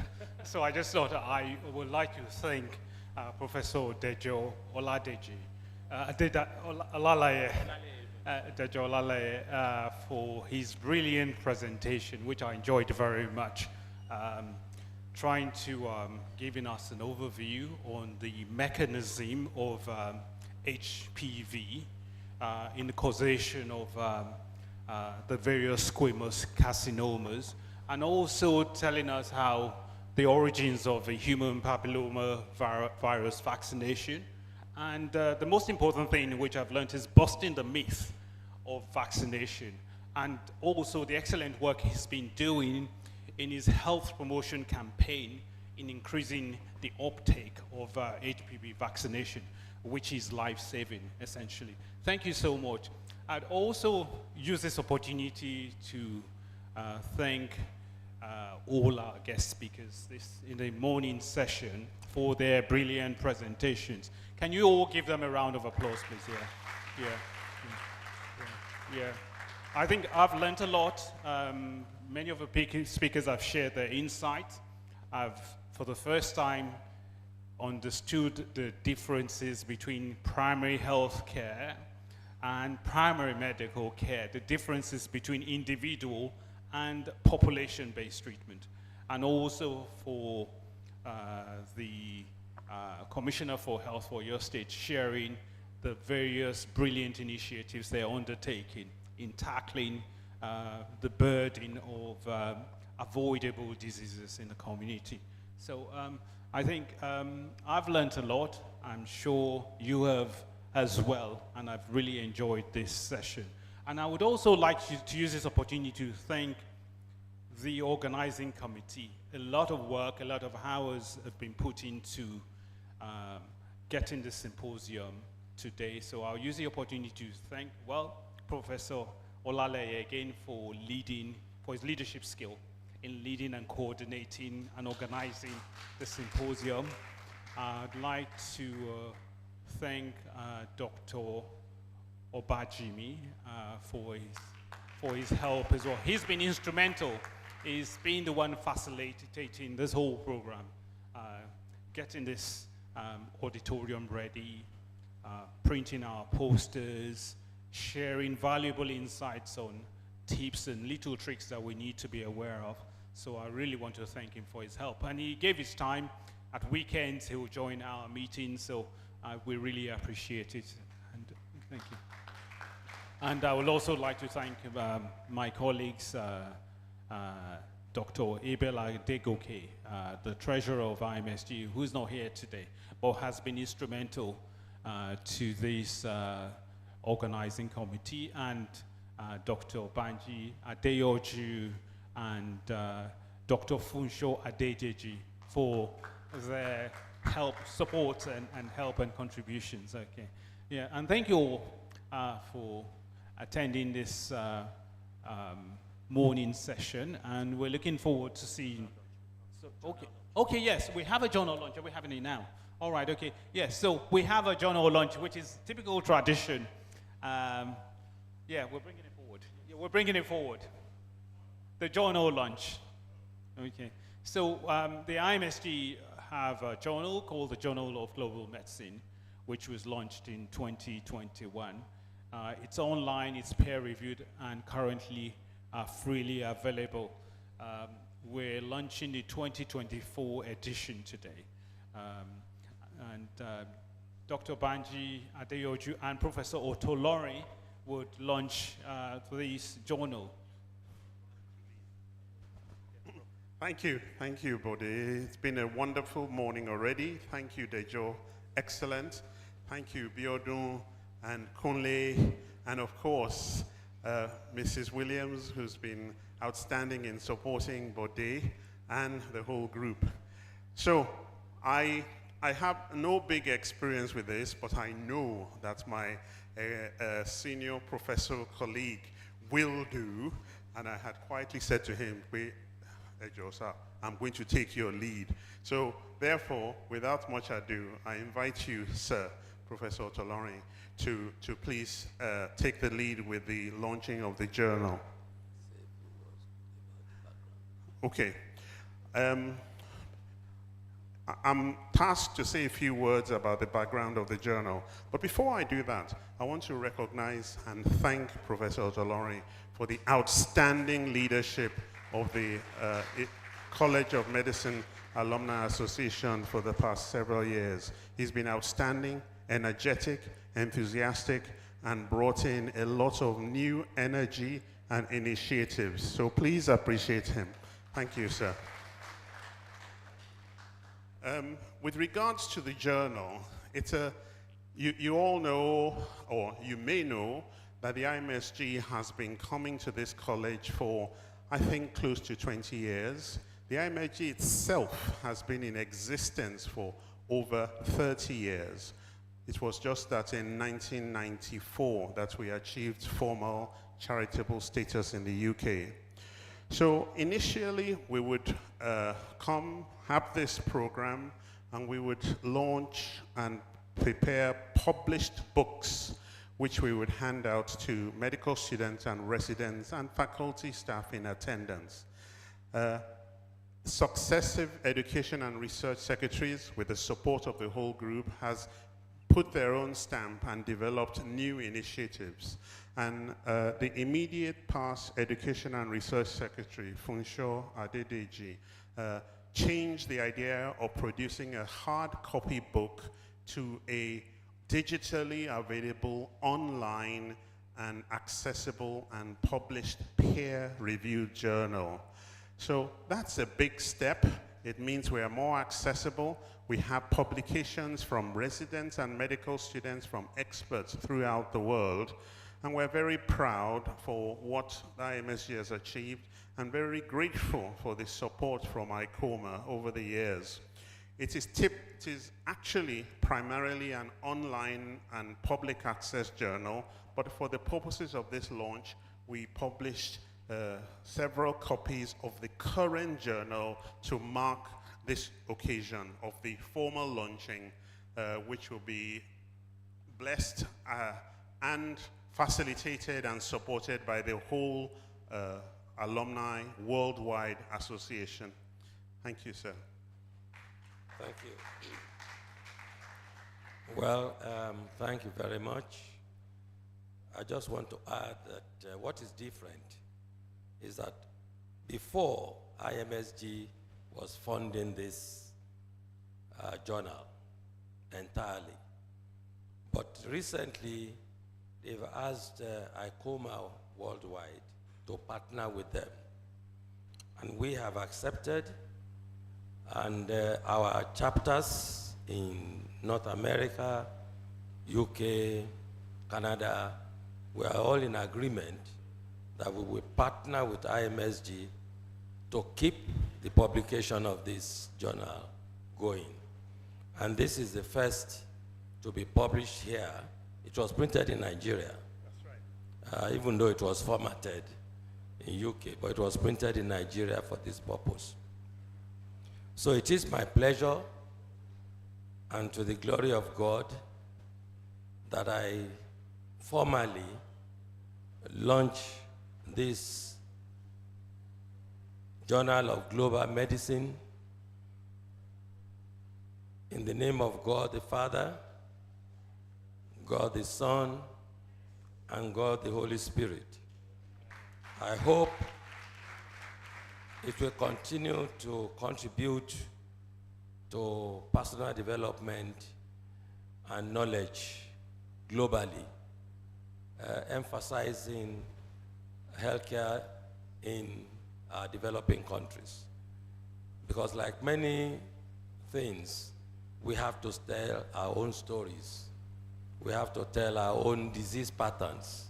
We have to let the world know what we are able to publish and not rely on other journals.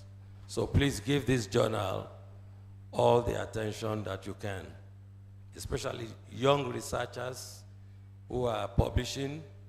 Your first choice of journal should be the Journal of Global Medicine.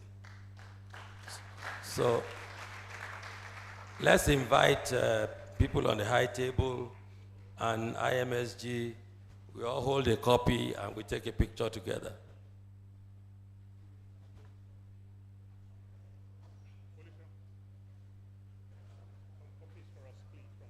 And of course, the chief librarian.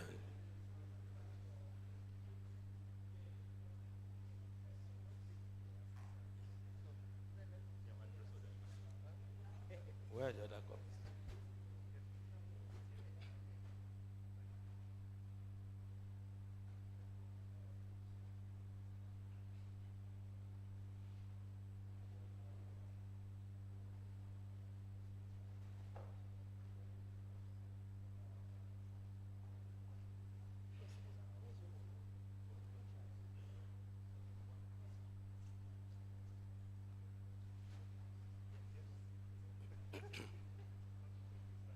Turn it this way.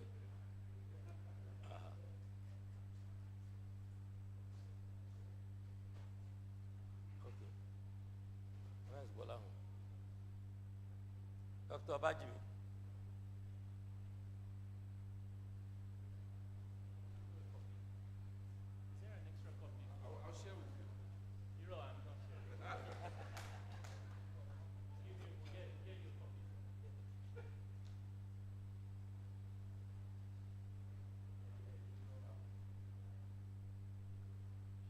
Okay.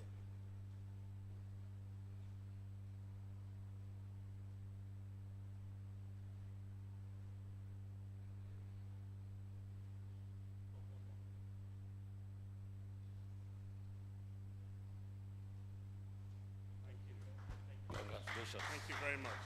Thank you. I wanted to just add that at the end of today's proceedings, for anybody who has had the energy to stay until the end, we will distribute available copies to the members of the audience, and we will prioritize medical students.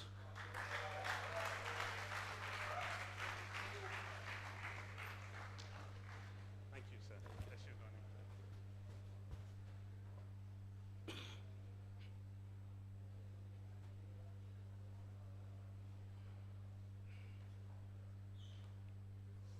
Can the speakers please come forward?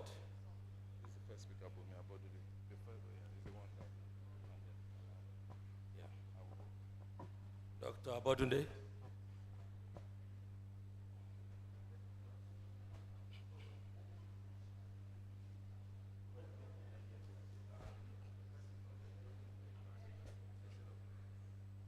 So, ICOMA Worldwide presents this award to you, Dr. Bumi Abodunde, in appreciation of the lecture eruditely delivered at the 2024 IMSG Symposium today, Wednesday, 6th November 2024. Congratulations.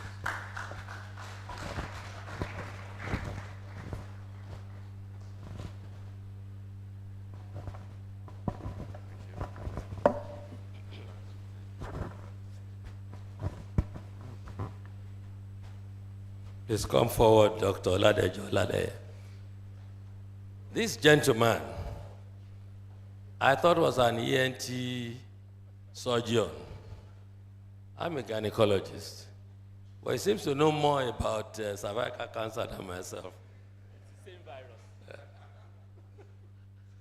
For those who don't know, he's also the one trending in social media for doing robotic ear surgery, is it? Robotic head neck. You see, they didn't know. Well, ICOMA Worldwide is very proud of you, and this award is presented to you in appreciation of the lecture eruditely delivered today at the 2024 IMSG Symposium, today, Wednesday, 6th November 2024. Thank you.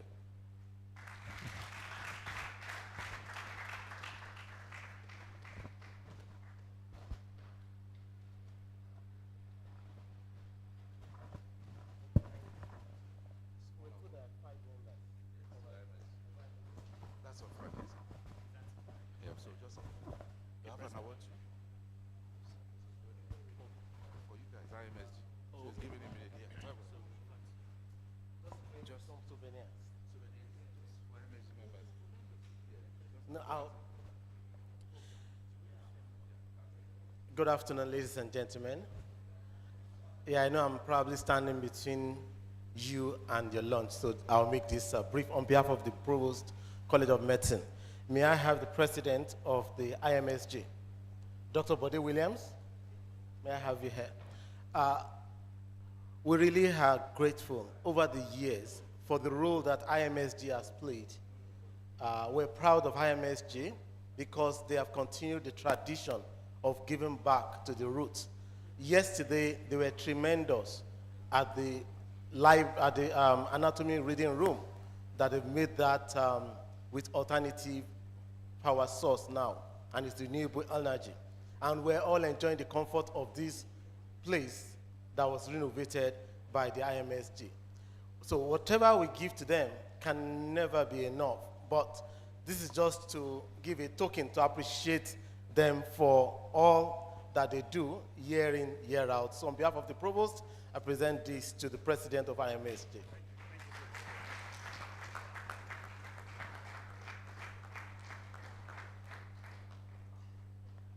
Thank you. May I have the immediate... Let's have the immediate past president, Mr. Banji Adeyoju, the vice president, Dr. Biodun Abioye, the education and research secretary, my friend and brother, Professor Oladejo Olale, Dr. Kunle Ajayi, please come onto the podium so we can do that fast enough. So on behalf of the Provost of the College of Medicine, we appreciate you for coming and returning year in, year out. Thank you for the commitment, and thank you for showing leadership to those who are now taking over. And you are never tired of coming to Ibadan. Thank you so much, sir. Thank you very much. Yes, sir. Vice President, thank you so much. We appreciate you. The man of the moment. Our greetings to Jai. Yes, so proud of the two of you. All right? Thank you, sir. My wife was in their class, so I can never hear enough of Pouch 98, Pouch 98, and all the one noise. family. Thank you. Hey, congrats. Thanks, Prof. And my friend, Kunle Ajayi. Member and supporters club. It's okay. The supporters club are the most important members. Thank you so much. Thank you. All right. And the first lady of IMSG. Yes. That's the first lady of IMSG.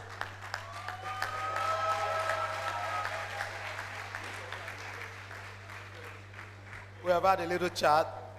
You know, surgeons we use 10 fingers, but there's a specific group of surgeons. They use 2 fingers to operate, the gynecologist. She's a gynecologist and obstetrician. Thank you so much, ma'am.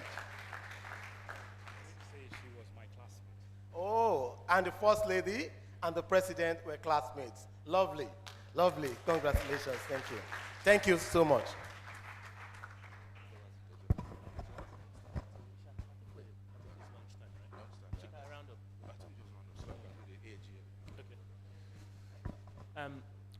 Thank you so much to everyone for your time, for your presence. Thanks for your patience. We're going to start serving the lunch now. So students, I really want to say a big thank you to you for turning up. The afternoon is your session after the AGM. So come and listen to your colleagues present and just have a good time being part of this. Thank you to everybody who's made today a success. IMSG, ICOMA, the college, the faculty, the deans, and you guys, and everybody online as well. Thank you so much. It's been incredible.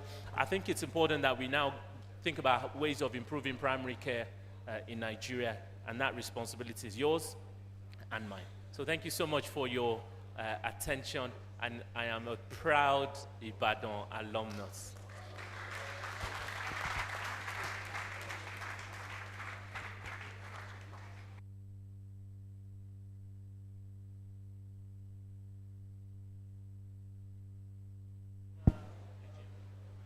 So we're just going to be serving the lunch. Oh, okay. I think it's moving already.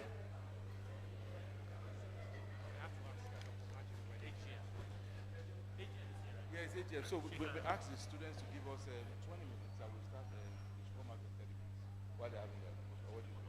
Yes, go ahead, start there. Okay, so I'll just tell them. So yes. Good afternoon, dear audience, ladies and gentlemen. We're having a short AGM for just 30 minutes here, so you can have your lunch somewhere outside, so that in about 30-40 minutes you're back, we start the afternoon session. It's a full day, and it promises to be very exciting, I can assure you. So thank you very much. I didn't say you should go. I know the typical medical student. I will come to you, I'll follow you to ABH, and I'm serious. I'll come to your rooms. I will come, I'm serious. So please, I said a lunch break. Just hang around outside. We'll be done in about 30-40 minutes. Thank you very much.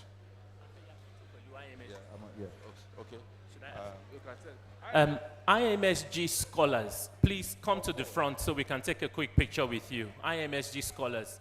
And Pouch 98 scholars, please come to the front. Pouch 98 IMSG scholars and the GSAP team, Dr. Adebayo, and all Pouch 98 members and all IMSG members. Please let's come to the front just to take pictures with our scholars before they go. You could just leave your food where it is. Just come to the front for a quick picture. IMSG scholars, Pouch 98 scholars with the team. And I think Dr. Adebayo is still present. Yes. All IMSG members and the scholars. Yes, ma'am. Yes, ma'am. Thank you so. Really appreciate you, ma'am. Thank you. IMSG scholars, please come to the front here.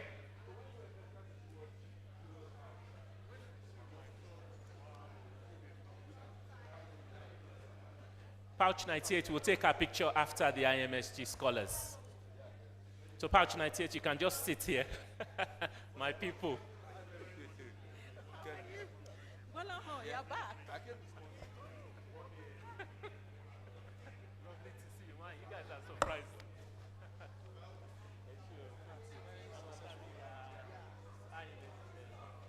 So IMSG scholars, please come this way.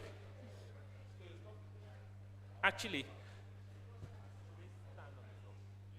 IMSG scholars, no, if they stay here, we can just stay behind. Scholars, come here. Yeah. Just stand here. Great to see you guys. Really good to see you. IMSG, please, let's stand behind them, IMSG, for a quick picture. And Dr. Adebayo as well. Really lovely to meet you. Lovely to meet you. We will chat later. We just want to see you. God bless you. Thank you. So we'll take a picture and then. So we'll take a quick picture now. Hold on, Noema Yao. I'm coming over. Let me come and stand next.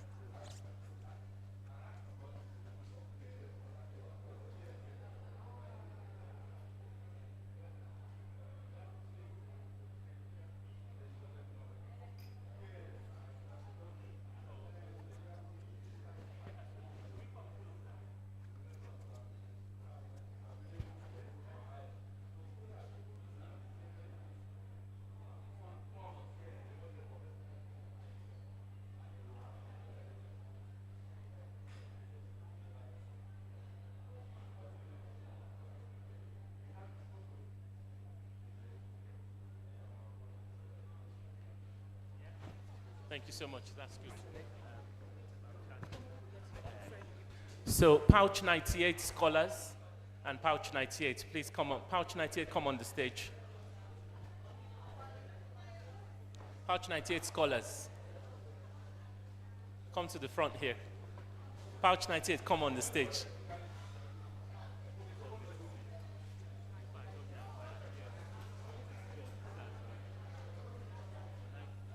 So Pouch 98 on the stage. Oh, yes, yes.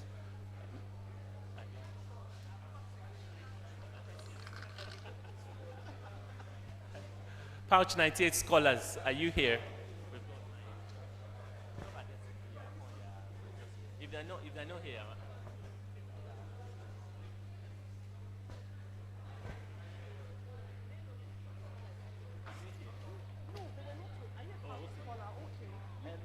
We can take a picture with them in the afternoon. Yes. So if we get them in the afternoon. So we'll take the picture with Pouch 98 scholars in the afternoon session. So we'll just take Pouch 98 pictures now.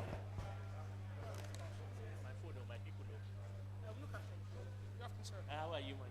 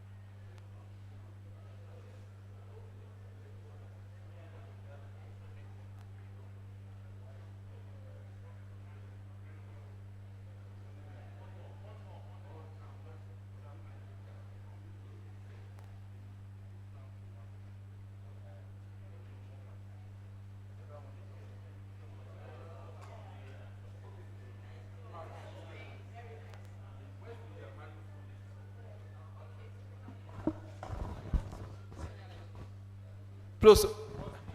Good afternoon. If you are for the AGM, please, IMSG, you are also part of the AGM. I just want to have a short 30-minute presentation or meeting. We want us to be seated in the center, here, just in the center, so that we can have a good view of the audience. Our students, you can give us 30 minutes, we'll be done. The afternoon session starts at 3 o'clock. If you look at the program with you, afternoon session starts at 3 p.m. So we are starting the afternoon session at 3 p.m. So the students just give us some time. I didn't say run away. So please, let's be seated. We are about to start. Our students, please, we need you to leave so we can start. ICOMA members, please come forward to the center rows so that we can start the meeting. We hope to finish in about 30, 40 minutes. It's not a very elaborate one. Students, please, I'm waiting for you to leave. I'm waiting for you, please. In 30 minutes, you can come back. Thank you. Thank you. Thank you. So please, IMSD members, let's move forward. You can't hear, you stay. You just stay. IMSD members, please move forward. Students, I'm waiting, please. Just 30 minutes. You can please excuse us for 30 minutes.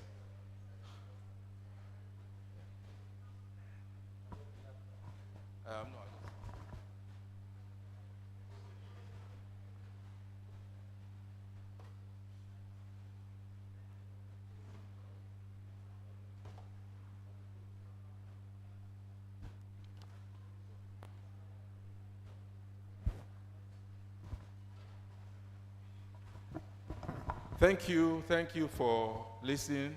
Agboke, you and your friends, please. You are delaying Okay, please, let's move forward, please, to the center row. I can see, I know people have come and left, but we will have to start. The opening meeting, Professor Mokodia, opening prayer. Maybe I just ask him, yes. Thank you for listening. So please, I want to share the agenda. Lola, can you please share the agenda to everybody here? Please get those documents.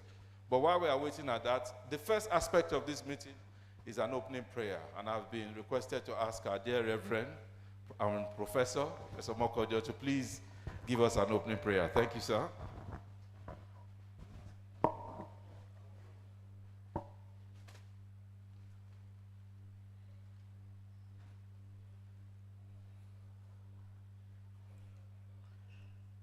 Can we just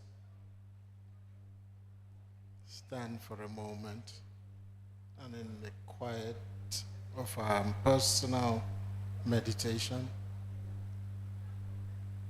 ask the Lord to be here, to direct our thoughts,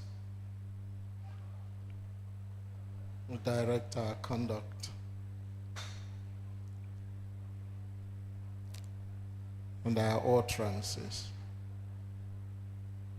We seek to glorify Him and Him through all our transactions here this afternoon. Lord God Almighty, we thank you for all you have done already through the process of this morning's event. All physical and virtual participants, we're grateful that you moved everybody to do all the needful. And now, Lord, at this phase of this event, we continue to welcome your presence to direct our affairs here. And may your name be ever honored in our gathering. In Jesus Christ's name we pray. Amen. Thank you very much, sir. I don't know where, I've asked the secretary to get the agenda. She will bring it out. But I just want to quickly read it out so we can save time. The first item is the opening prayer. The second item is adoption of the agenda. The third is review of homecoming activities. The fourth is reports by the president and the secretary general. And then the fifth is an end of tenure audit report. The report is available. And then number 6, well, it's titled constitutional review, but we're not doing any review here. It's just to pass on comments that we think will need amendments in the constitution. And then number 7 is a quick election. 8 is any other business, and closing prayer. It's our opinion that we can do this within the next 30, 40 minutes at most. We're going to be very fast. We're going to be very succinct, and we're not going to entertain any delays. So without wasting time, I just want us, if there's any problem with this agenda, so that we can adopt it. Sorry, the papers are coming. Okay, so is there anybody who is willing to move the motion for the adoption of this agenda? IMSG members, I also member Dr. Baje. Yes, sir. And then who's seconding, sir? Okay, let me take someone from Ibadan. Professor Brown, thank you so much. One IMSG, one Ibadan. Thank you so much. So we will move very quickly to the review of the homecoming activities, and that will be presented by myself. I'm Dr. Obajimi. I'm the Secretary General of ICOMA Worldwide. And as we all know, we are here for the 2024 homecoming activities. This year has been particularly different in the sense that we had issues about the dates, miscommunication, and I want to apologize to IMSG on behalf of ICOMA Worldwide. Usually we start at the beginning of the week, Monday, and we'll end on a Wednesday. But the dates that were communicated to you, consider this week as the first week, and as the second week. Usually we do it in the second week of the month. So you thought last week was actually the first week of the month, and that took us to this point that we have 2 weeks for ICOMA. But I'm happy it has happened, because every good thing too has its advantages. Allowed us to stagger the organization and make it more efficient. And the teaching problems we had this morning, we would correct them. You know, sometimes dealing with students, attendance is always a Herculean task, but eventually they showed up, and I'm most grateful because we've been engaging them for a while. So today, as we started, is the IMSG Day. It's a full day for the Biomedical Specialist Group. They've had the morning session. The afternoon session will start by 3 p.m., and in between we are having this quick annual general meeting, and also lunch break, as I can see. So I'm the only one not having lunch. Also, this AGM will have affirmation or elections for the new executive committee. And then the process continues next week. On Tuesday in the afternoon in this same hall, we're having the 3rd edition of the students program, which we call Made in Ibadan. We've had 2 very successful outings. The first was in 2022, and the second was last year, 2023. And this program is totally conducted by the students. We just usually fund it. And we've been very lucky that our 50th year jubilarians, the set that the class that clocks 50, have taken up the responsibility in sponsoring the program. So it started with Professor Tolori's set in 2022. They were 50 years. So I think we should give them a round of applause. They actually initiated it. They funded it. And last year, the 1973 set did it. And this year, the 1974 set are sponsoring the program. What I noticed is that there's just been an astronomical increase in the cost of what each set, gives year by year. I'm hoping that our country will find some stability, because organizing a program requires a lot of meticulous calculation, and sometimes we don't even go overboard. We go underboard now, because there's no way you're going to have any excess. The way things are going, the prices keep changing on a day-to-day basis. But we are grateful, and we thank the 1974 set, along with some funders. Some 4 members provided support, which I'll announce at a later time. So we are most grateful. So next week, Thursday, the 14th of November, is the Distinguished Alumni Lecture. And we have Professor Aki Boboe, a cardiologist from the United States of America, who in New York actually, who will be giving a Distinguished Alumni Lecture. The program is going to be chaired by the Director General of NACA, National Action Committee on AIDS, Dr. Temitokwe Ilori. And we are going to have a large body of alumni attend the program. It's always a time to learn. The students are usually excited to be part of the program, especially, and then IMSG has typically set the tone. You know, when they come here and they listen so much. I personally have gained a lot from the interactions with IMSG, and I can say so for the students. So on Friday, the 15th, will be the handover ceremony, the new executive. I must say that this current executive came into office in November 2020. That was just at the tail end of the COVID-19 pandemic. And then they've done very well. I did start with this executive. I came in 2021, so I'm just...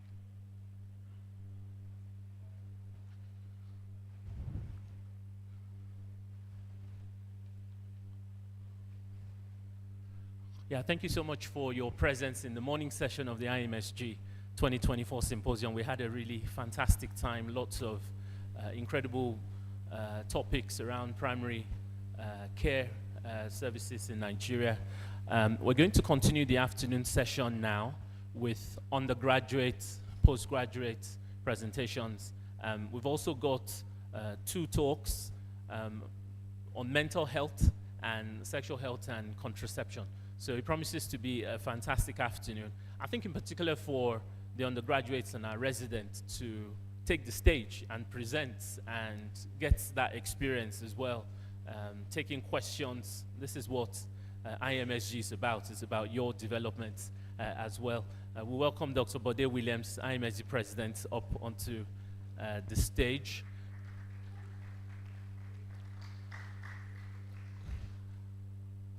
I'm going to ask, I can see he's about to settle down, Mr. Banji Adeyoju. Don't sit down, no. Please just come up to the stage and sit next to our president. I'll tell you something about Mr. Adeyoju. He's the immediate past president of IMSG, and he's been absolutely committed to medical education here in Ibadan. He's been coming to Ibadan for, what, is it 30 years now? Almost 30 years. 20, sorry sir. 20 years. Give him a round of applause now. If you've done anything for 20 years, you know this is it's not an easy matter. So I remember well coming to an IMSG symposium as a student, just like you, where you were sat.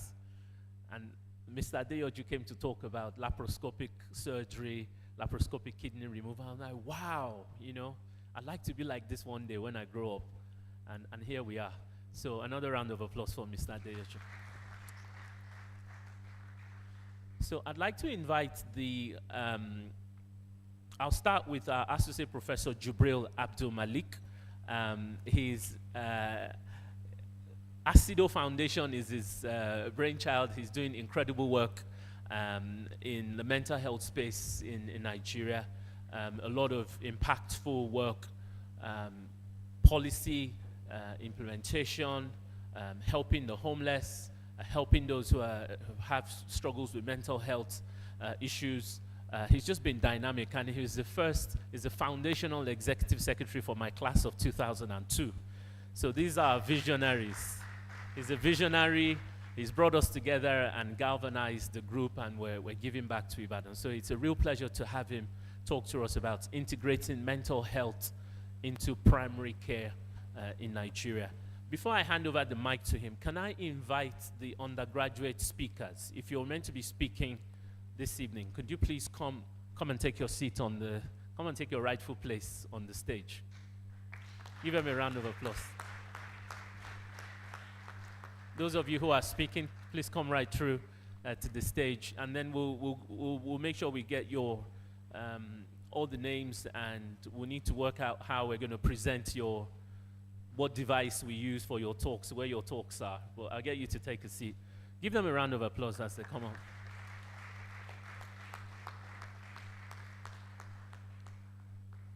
And our residents as well. Where's Okwemiko? Dr. Okwemiko? Bumi? Where's your resident? Okay, so she's going to join us. So she's going to be talking to us on primary care as well. So we'll get them sat down. I'll hand over to Associate Professor Jibril Abdul Malik. Thank you so much, Dr. Oladejo. Is the current Executive Secretary of my class, graduating class of 2002, what we call ourselves Pouch 98, because 98 was the year we crossed over to UCH.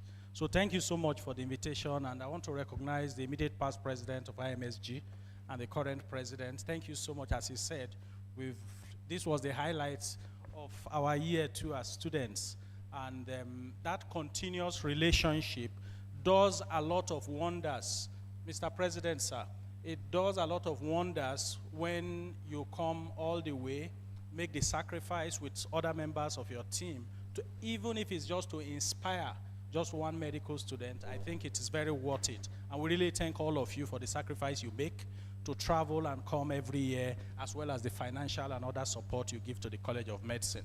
So I'll move very quickly to share my slides. I will just talk about integrating mental health into primary care and essentially give an introduction. Why should we integrate mental health into primary care? How can we integrate? And then I'll conclude. So, introduction, as pedantic as it may sound, we will all remember that the WHO's definition of health is a state of complete physical, mental, and social well-being. Now, what this definition implies is that health sits on three legs. One leg is physical health, second leg is mental health, the third leg is social well-being. Now, most individuals, when they say they are going for medicals or they are going for health check, they actually mean they are going for physicals, right? Because nobody remembers to say, oh, let me go and check my mental state, and so on. But we know that all of these three components are critical and they are interwoven. For instance, if I have a diagnosis of cancer, one of our classmates died a year ago. He had cancer. He was practicing in Canada, and it wasn't picked on time because he didn't have symptoms. By the time he had symptoms, it was already far gone. Now, imagine if I have that type of diagnosis and the doctors tell me, sorry, it's too late. We can only make you comfortable for the rest of your days. That diagnosis of cancer is obviously a physical diagnosis, yes? Now, if I get that kind of diagnosis, will I go to church and go and do Thanksgiving to celebrate that I'm about to pass on to heaven? Is that likely? No. I'm more likely to become worried, anxious, maybe depressed, go through some grief and all of that. So those will be the mental consequences of my physical diagnosis of cancer. And of course, it will have social ramifications for me. My finances will take a hit, okay? And so on and so forth. Again, if you start from social, if you may not be married yet as students, but if you are in a relationship and the relationship is turbulent and toxic, right? Or you are attending medical school and medical school is stressful, Abby?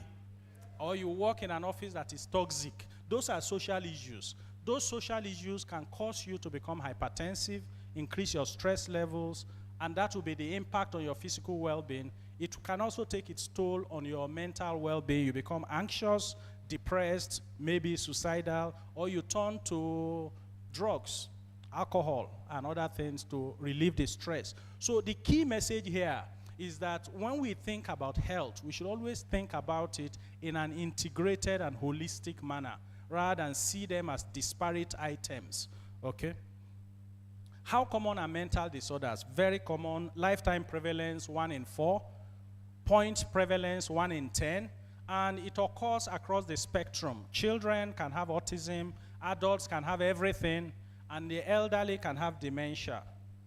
Now, this slide is important for you to take note because it looks at the global burden of non-communicable diseases alone. And if you look at this slide carefully, you will see that neuropsychiatric conditions account for the largest slice of the pie, 28% of that burden among non-communicable diseases. Now, if you look at all the cancers in this world, skin cancer, colon cancer, breast cancer, prostate cancer, all the cancers you can imagine, 11%. While neuropsychiatric conditions, 28%. All the endocrine disorders, 4%. So this information helps us to appreciate the huge burden of mental disorders. So that's just by way of introduction. Why should we integrate mental health into primary care? Firstly, because it is the standing policy of the federal government of Nigeria. In 1991, when Professor Olukoyi Ransom Kuti was the Minister of Health for Nigeria, that was when the first mental health policy was signed into law. And that policy stipulated that mental health became the 9th pillar of primary health care in Nigeria. Subsequently, dental care became the 10th. I think we currently have 13 pillars, right? So it's statutory. It is something that is a matter of policy and law. It's not optional. Secondly, we have very weak systems of governance for mental health across Nigeria. We still have a lot of ignorance, widespread beliefs in supernatural ideation of mental illness, a lot of human rights abuses, stigma and discrimination, and so on. This was a report by Human Rights Watch of New York in 2019, focusing on the state of human rights of Nigerians with mental health conditions, chained, abused, and so on. It's a very detailed, it's available PDF online. You can download it for free. We have very weak legislation. We started with the mental health, the lunacy law, 1906, amended in 1958. Finally, we have an updated Mental Health Act, which was passed last year. But we still have on our books the fact that if you attempt suicide and you fail, you should be arrested and sentenced to jail for 1 year. So Nigeria is still one of the few countries where it's still a crime to attempt suicide. Mental health policies, 91, 2013, 2023, yet they are just gathering dust, not implemented, especially including the recommendation of integrating mental health into primary care. There's no dedicated budget line for mental health, administrative officers are lacking, and so on. So when you look at all of the problems, there is a WHO World Mental Health Survey that was carried out in all regions of the world, and it showed what is called the treatment gap. Treatment gap is the number of individuals with a disease condition who do not get treatment for that condition. And for Nigeria, the treatment gap for mental disorders was 80%. What that means is only 2 out of every 10 Nigerians with a mental illness is able to receive professional care for their mental illness. Meaning the remaining 8, where will they go? Babalawo, pastor, afa, or chain them at home, or worse still, leave them to roam the streets as naked, vagrant psychotics. Individuals who, if they receive care, they will get well and return to normal, productive life. So we have a huge treatment gap. And this is the summary of the mental health surveys. Developed countries versus developing countries. You can see the stark contrast. And this is a map of the world showing number of psychiatrists per 100,000. You can see most of Africa is in red, less than 1 psychiatrist. Okay? So these are the reasons why we should integrate, because the treatment gap is very high. How can we now integrate? The 3rd Sustainable Development Goal says health for all. Essentially, leave no one behind. And of course, health for all must include what? Mental health. And the Comprehensive Mental Health Action Plan of the WHO stimulates, it spells out the provision, that's the second one, provision of comprehensive, integrated mental health and social care services in community-based settings. So the evidence is clear, globally as well as in Nigeria. Don't forget also, we don't have enough psychiatrists. If we ask everybody in your states with a mental health problem to come to UCH, we'll run away. We don't have enough psychiatrists in UCH to handle it. But if we integrate into primary care, they can receive care where they live, within the community, and only complex, severe cases need to be referred to see a specialist. So let me ask you this question. What do we need to do if we want our people to have better access to mental health care services? Do we need to build bigger neuropsychiatric hospitals all over the country? Or should we integrate into community-based models of care? What's the answer? Please clap for yourselves. So once you know that, then my job is done. And if the evidence is clear that it's cheaper when you integrate, right? If they have to go from their house to the PHC in their clinic, no transport money. Registration in PHC may be 100 naira. But if you come to UCH, even within Ibadan, if you are coming from Apata to UCH, transport fare maybe 1,000 naira. Go come 2,000. 2 relatives will come with the patient. So 3 people come in, 3,000. Go come 6,000. To come to UCH, to register and open a folder in UCH, 5,000. Right? They've spent 11,000 already. But if it is in a PHC, stone walking distance, they just go there, see the CHO or the nurse there, minimal cost involved. But if you come to UCH, the cost will be very high. So we need to train non-specialists, primary healthcare workers, general medical officers, nurses, midwives. They need to be trained on the basics of mental health. And there's a WHO manual that can be used, known as the MH gap, right? So we have the tools, and that tool has been adapted for Nigeria in 2011 by a task force led by Professor Oyegureje, funded by the WHO. It's been piloted, contextualized, and implemented in Nigeria. So we have the tools. It's just to roll it out. So we need a public health approach to improving access to mental health. Mental health promotion, prevention, early identification and treatment within the community, as well as rehabilitation. So mental health advocacy, this is critical to all efforts to improve mental health in Nigeria. Why? Because our people perish for lack of knowledge. Is that clear? So we need to solve that problem. The cost of ignorance is too expensive. We can't afford it. We've seen in this institution, University of Ibadan students with a psychotic breakdown, the parents will come and remove him or her from school, and they may never return back to school again because they believe it's spiritual. Those are some of the costs that are hidden costs, right? And they never get their life back on track. I'm not sure, Dr. Dejo, I'm not sure if you remember. There was someone who was 2 years our junior in Ibadan Medical School. He had bipolar. He eventually dropped out of school. Punch newspapers carried out a report on him like 2-3 years ago. He's a truck pusher in a garage in Benue State. Because someone who would have been a consultant by now, a professor of medicine, dropped out of medical school because the family took him away and never came back. He never came back to medical school. We never heard of him until we read that Punch report 2 years ago. So you can imagine the consequences of ignorance. So we really need to educate our community. And that job is for all of us. In your mosques, in your churches, everywhere, preach that gospel. That mental illness is treatable, right? And they should come to hospital and get care.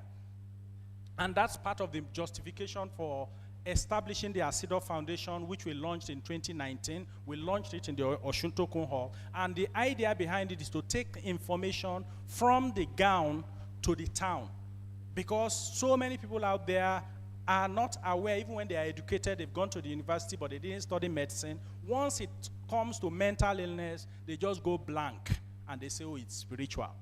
And because of that, many people truly suffer. And that's why this cartoon here says the latest research shows that we really should do something with all this research. So we need to start translating knowledge into community activity. These are some of the things that the Asido Foundation is doing. We launched the Unashamed campaign in 2020, aiming to turn the tide on ignorance. We have a Facebook community.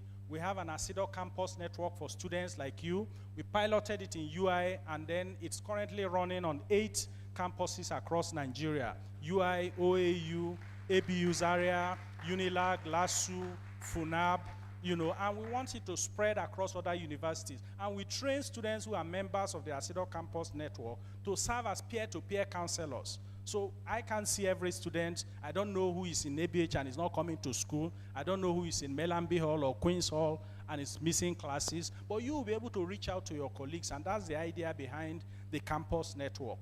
And we've done other activities. We have a helpline for anybody who's going through emotional distress. It's free. You can call from anywhere in Nigeria, and you have qualified experts talk to you for free. And if you need more treatment, then we refer you to the nearest facility. We do a lot of advocacy. In April this year, we paid a courtesy call to the Attorney General of the Federation to push for the decriminalization of attempted suicide. That it needs to leave our law books. It simply does not make any sense. Someone is drowning, it's a cry for help. They need treatment, not arrest and imprisonment.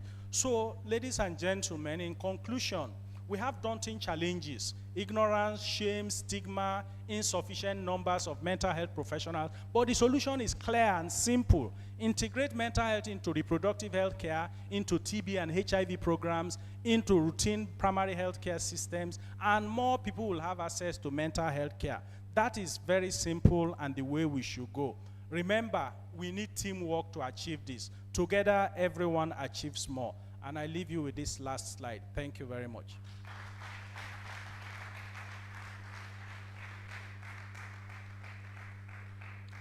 And those are our social media handles. Okay, I think that's gone. It's just at ASIDO Foundation, all social media. Thank you very much.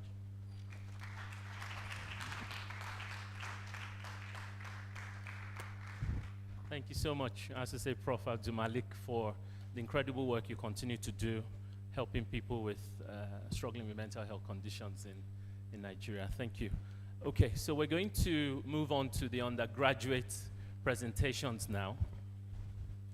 And yeah, if you bring your computer, let's plug that in.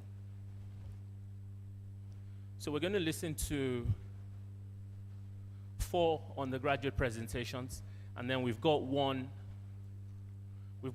postgraduate presentation by Dr. Onokpebimpo Kolade. A round of applause for her, please. So she's going to be talking about referral wait times and illness severity of patients with NCDs referred to specialist clinics in UCH Ibadan. You're going to help some of us who don't know what NCDs is. Non-communicable diseases, right? So yeah, and then we're going to start off the undergraduate presentations with Odushola Olamide Daniel. So he's going to talk to us about factors influencing health-related quality of life among young people living with HIV in Nigeria. And that's a systematic review. So that's top-level evidence, so it's good. So Odushola Daniel, if you come this way, once we set up your talk, you start us. Then after him would be Chidinma Onwuta.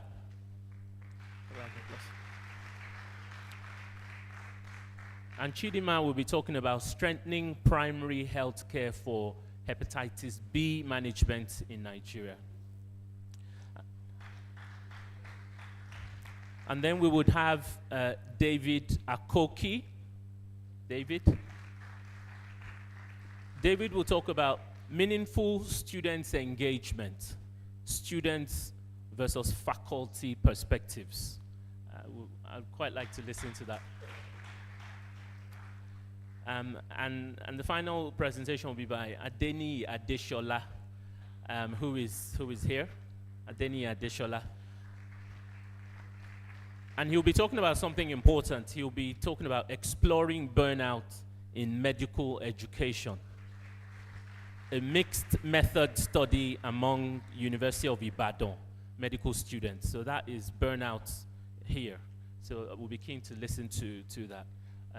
There was one final presentation for whatever reason, he wasn't just aware that he was meant to be presenting. But I do want to acknowledge him because it was great work to have submitted the abstract which got chosen. Adesheun Adegoke, thank you for, stand up. So, well done. So Adesheun Adegoke's abstract was on the impact of community health workers on maternal and newborn health interventions. So I think that's, so well done. So understandably, it's hard to spring it on him to come and present now, but I thought I would at least acknowledge him. So we'll get going with Odushola Olamide Daniel, factors influencing health-related quality of life among young people living with HIV in Nigeria, a systematic review. Thank you, sir. Good afternoon, sirs. Good afternoon, Ma. Good afternoon, my fellow medical students. I want to first appreciate the opportunity that's been given unto me to stand here to present this abstract. So, all right, so the topic again says factors influencing health-related quality of life among young people living with HIV in Nigeria, a systematic review, and those are the contributors of this research. So,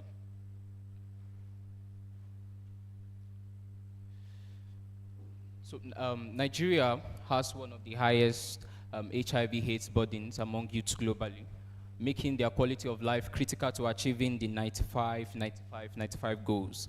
And this 95-95-95 goals talks about how that 95% of those people living with HIV and AIDS should be aware of their status, while 95 of those that are aware should have access to treatment. And 95 of those that have access to treatment should have a viral load that is undetectable. So this review aimed to systematically examine factors influencing the health-related quality of life among this demographic. So the health-related quality of life talks about the assessing, it's a multifaceted concept that captures the health status of individuals and relates it to the ability to lead a fulfilled life. So that's what is being examined among these young people living with HIV and AIDS. So the method follows the PRISMA guidelines.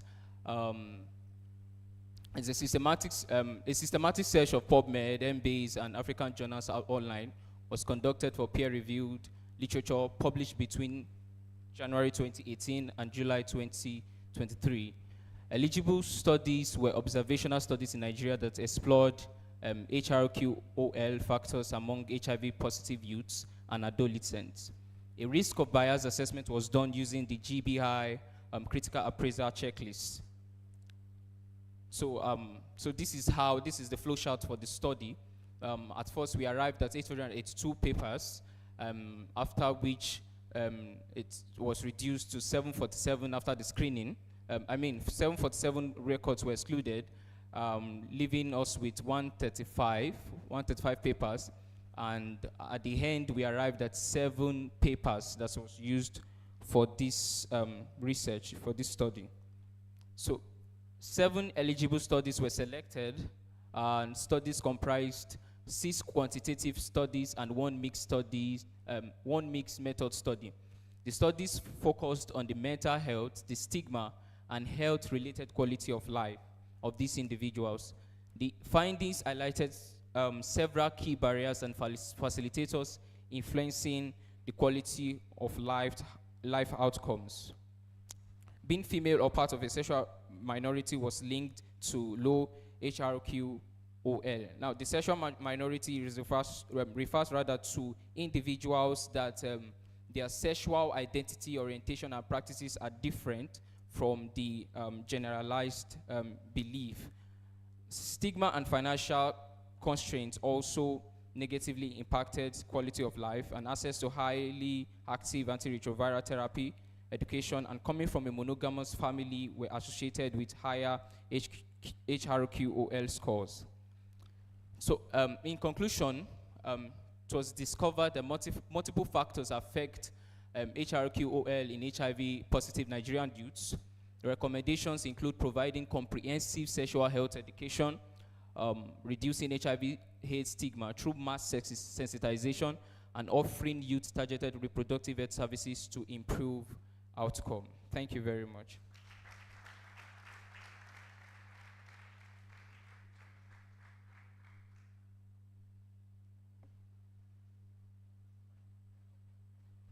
Another round of applause for.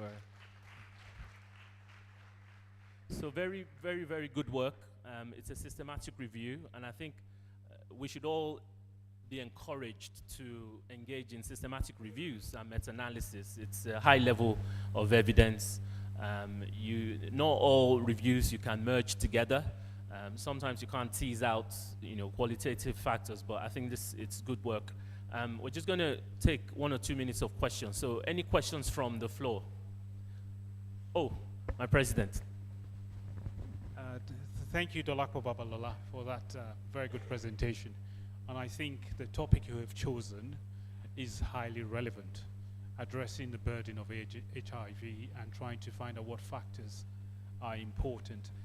You did mention in your conclusion that, being in a monogamous family was associated with a higher score. So having a stable family background may be important. What do you think in that sort of relationship is actually important in having a higher quality of life score? Do you think it's affluence? Do you think it's education? Or what just to guess? Okay, thank you very much, sir. So I believe that because of the closeness being in a monogamous family, so the closeness might prevent these adolescents and young people from disposing, from talking about their status and being free compared to a polygamous setting. So they might be more withdrawn to relate well, to talk about their status because of the closeness they have with their parents and then other siblings. Okay, thank you. Any questions? Yes, please. Dr. Kehinde Kuti. Please put your hands together for her now. Thank you. It's a comment, actually. I just wanted to commend him. I'm a consultant family physician, but I also work in the past 15 years with young people living with HIV and UCH. So I would really commend you for what you've done. It's relevant. Attempting a systematic review to it is great. Keep at it. But just to add to what he said, because that was what Dr. Wadnito said, like the monogamous. I think when you're for a population like this, I agree with the sexual minority, because we also work with key populations, gay youth and all of that, is more importantly not the monogamous thing, but look at single orphans, double orphans, children that have lost maybe both parents, living in orphanages, or moving from one caregiver to the other. So initially we had a lot of children, way back in 2005-06, when the HIV program was starting here, who were brought up by grandparents. But imagine 2005 till now, some of them are in their early 20s, but they've gone through a lot of multiple caregivers, aunties and uncles promising stuff and all that. So rather than monogamous, which I agree, when you have a cohesive family, but the truth is that HIV also divides families as well as it separates them, like a double-edged sword. So maybe going forward, explore if they talked about single orphans, double orphans, and family, because at times it's not the mom or dad, it's just having a caregiver that is there for you. Thank you. Thank you so much. Have you had enough? You're okay. Thank you. A round of applause for it. Okay, so we'll go on to the next presentation. Chidima Nwuta, please come along. Chidima will talk to us about strengthening primary health care for hepatitis B management in Nigeria. So we'll have 5 minutes for presentations and 2-3 minutes for questions. So when you see me come stand here, that means it's time for questions. Oh, and the presentations have been scored by our IMSG executives here.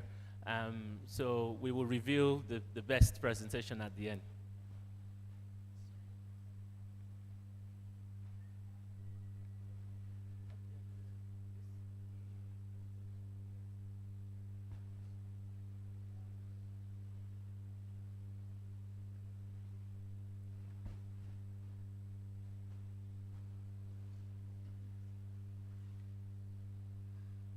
Good evening, everyone. My name is Wunsa Chidima.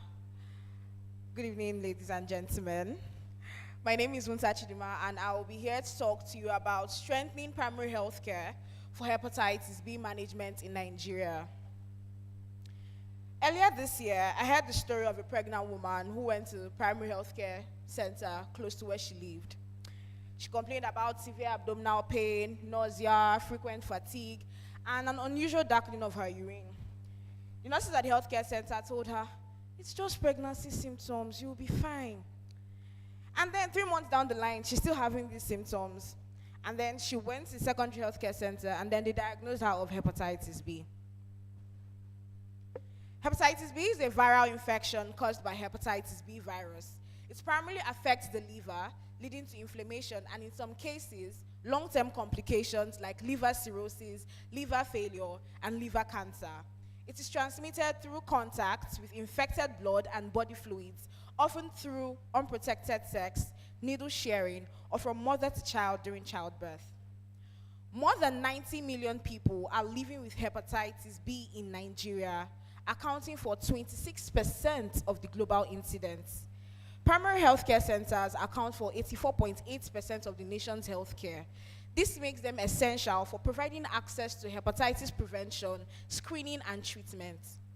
This study assesses the current capabilities of primary healthcare centers in Nigeria for hepatitis management and identifies areas for improvement. Data was gotten from the Nigerian Health Facility Registry, which was analyzed to determine the presence and distribution of primary healthcare centers offering hepatitis care across Nigeria. This was aimed to identify which facilities across Nigeria were equipped to manage hepatitis. Descriptive and geospatial analysis were carried out using Google Sheets and Data Wrapper.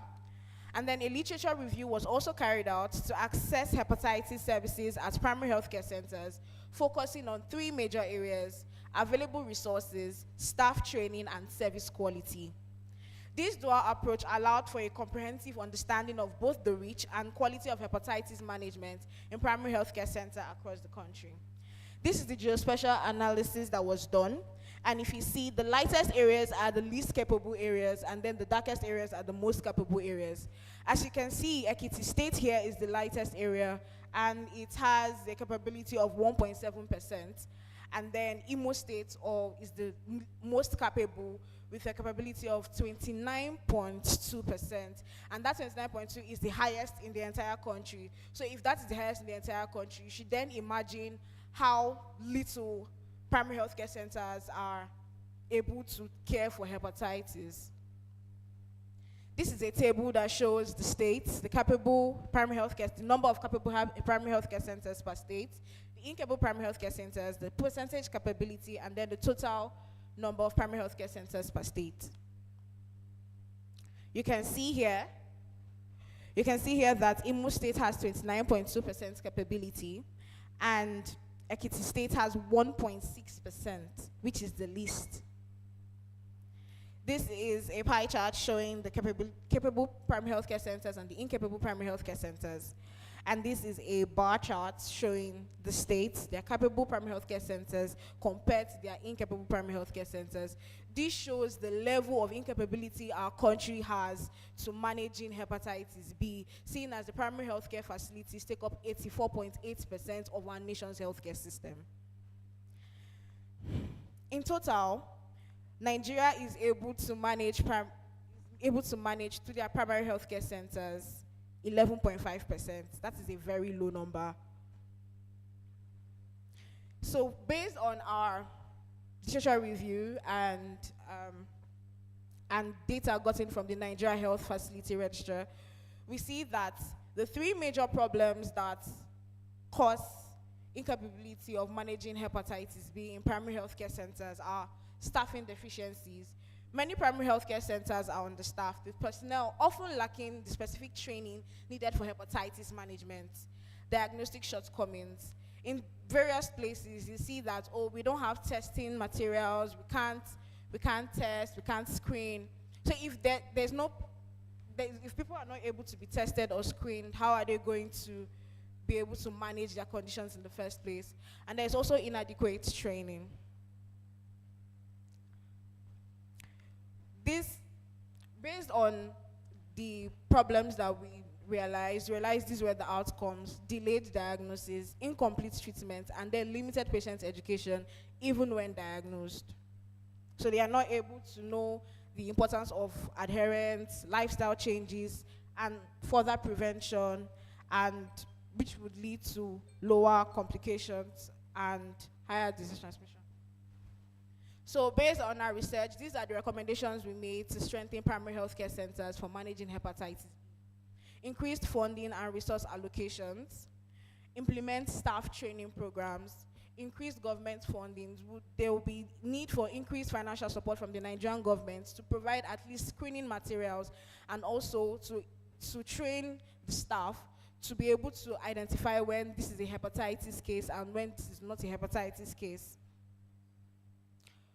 Enhanced community awareness and patient education. People need to know what to do to prevent, what to do when they have, and how to manage themselves. Establish a monitoring and evaluation system. This is to help to ensure that, okay, what we've put in place is actually working. Public-private partnerships, just like it's done for USAID for the HIV cases. We propose a public-private partnership where the screening materials and treatment materials are subsidized for people that can't afford these treatments. These are our references. Thank you very much.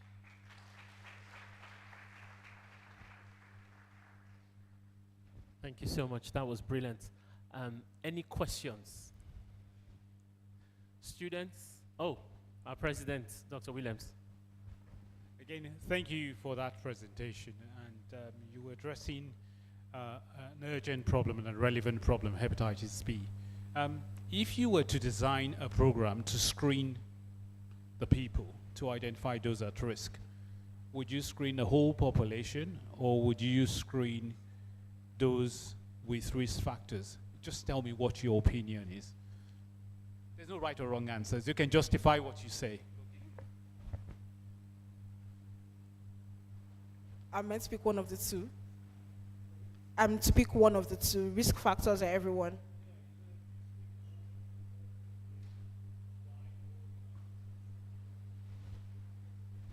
Okay, so it depends on the available resources. So if I have resources only for those that are high risk, then I'd go for them first because they are most likely to contract it.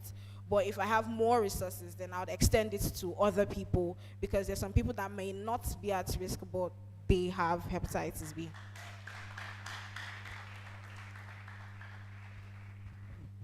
Okay, so go read up screening tests and the criteria for screening. Any other questions?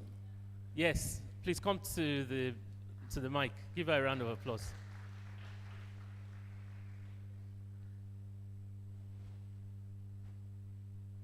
So yeah, students, we want you to engage you. This is your show, right? Thank you very much for your presentation. I quite enjoyed listening to you. Oh, sorry. My name is Folashade Olajuwo. I'm a final year medical student. My question is, you talked about incapability to manage hepatitis B at public health centers, and then you said 1.7% in Ekiti, 29.2% in, I can't remember the state now. My question is it based on the 3 things you had listed as the problems you identified in your study? Are these capabilities or incapabilities based on either or all of them? And if it's all of them, how did you come to these statistics? I mean, 1.7% of what? Is it that we do not have facilities to test, or I just need to understand. So thank you very much. Okay, so So how we got our percentages, we went to the Nigeria Health Facility Register. If you go to the Nigerian Health Facility Register, they have categorized how institutions are able to care for cases based on those major 3 factors. So these are according to the percentages that each gets, but because these are very high percentages, that's why those 3 factors were picked. Now also, percentage of capability, how we calculated this, we got the number of primary healthcare centers that could provide hepatitis care, and then we got those that couldn't, and then we did a ratio, and then we got a percentage. Does that answer your question?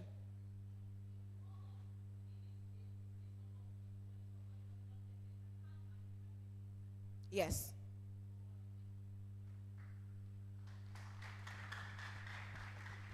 Thank you so much, Chidima Onwuta, for that. Another round of applause for Chidima. Next up is David Akoki. I hope I got that correct. He's going to talk about meaningful student engagement. Aha. Students versus faculty perspectives.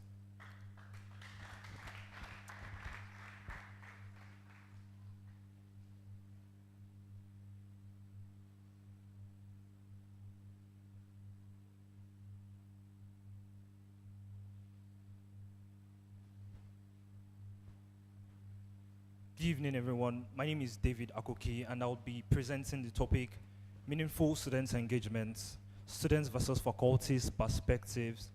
So this topic was born out of an attempt to find out what students and faculty members of the College of Medicine, University of Ibadan, thought of active participation of students in the process that shaped them to becoming doctors. And here are my collaborators, and here's the outline I'll be going with. So over the last decade, medical education has moved from the teacher-centered traditional approach to allow for more collaborative and student-led approaches, and this emphasizes meaningful student engagement. So in the definition of student engagement, it can be quite hard to pin a definition because it has different theoretical underpinnings. It can be psychological, psychosocial, behavioral, but this definition defines it as time and effort students commit to educationally purposeful activities and the institutional practices that foster such involvement. It is a very important concept because meaningful engagement has been linked to academic success, increased well-being, and enhanced self-directed learning, and is also a marker of program quality. The World Federation of Medical Education uses student engagement to access the quality of medical programs, and also it is used in accessing institutional excellence. Particularly, the Association of Medical Education in Europe started an Aspire initiative which provides a standardized criteria for assessing student engagement, and it looks at student engagement in policy making, evaluation of the program, and delivery of community services. However, what is meaningful varies across different populations, so students and faculty members have different opinions of what is meaningful. Therefore, it makes it important to do this study where we access the perception of students and faculty members on student engagement. Particularly, this is a very novel study as it has never been done before in Nigeria, especially using the AMI Aspire criteria, which is the standardized metric that the Association of Medical Education in Europe uses to award for excellence in student engagement. So to answer this question, we employed a cross-sectional study design, and it was carried out at the University of Ibadan and University of Ilorin between June and August 2024. The mains formula for finite populations was used in calculating the study's sample size, and the study tool was a questionnaire designed after the Aspire criteria through a 21-item Likert scale, and participants were students between their second and final years in medical school at the University of Ilorin and University of Ibadan. Faculty members were, however, they were sourced from University of Ibadan. They were faculty members of the University of Ibadan. students were recruited through convenience sampling, while faculty members were recruited through total population sampling. However, we had a 43% response rate among faculty members. Ethical approval was obtained from the UIUCH Ethical Committee with this number, and the data was collected via Google Forms and analyzed through SPSS version 27. So to the results, there were 555 participants, almost equal participation from both University of Ibadan and University of Ilorin. However, there were 64% of our participants were male, student participants were male, and 36 were female. Most of the students were within the 22 to 26 age group. And also for faculty, they were predominantly male, with about 71% of them being male. For about 45% of our faculty respondents, they had about 18 years or more experience in teaching.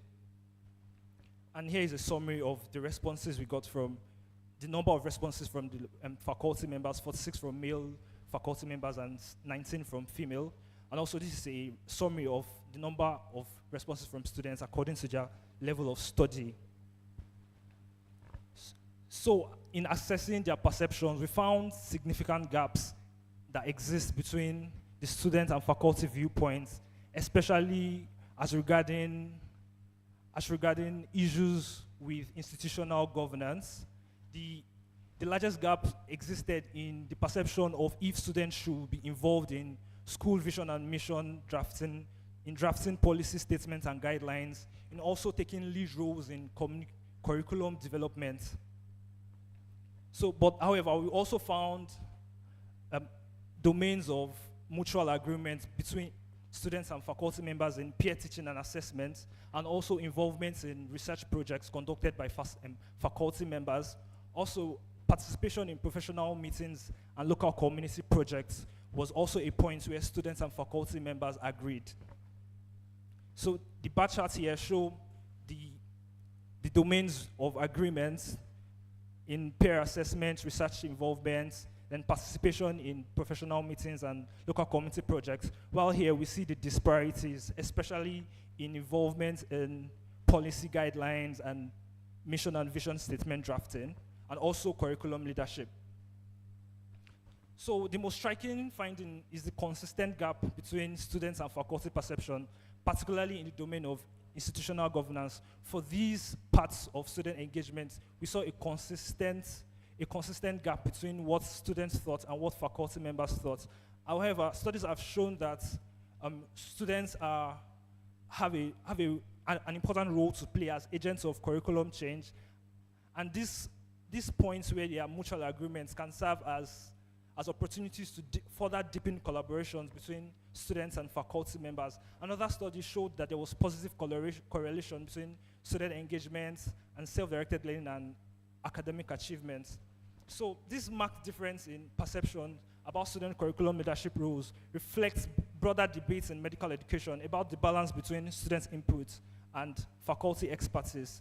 Then faculty's lower support may also stem from the concerns about maintaining the educational standards or the professional requirements required to take these roles.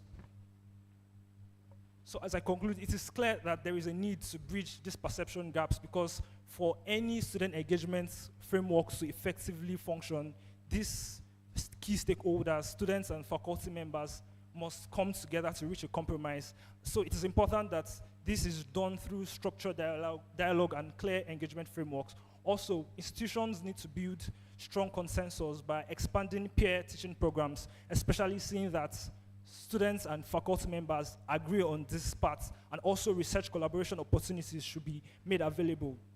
The ultimate goal is to create a more collaborative educational environment that benefits both the students and faculty while maintaining high educational standards. So these are my references. Thank you so much.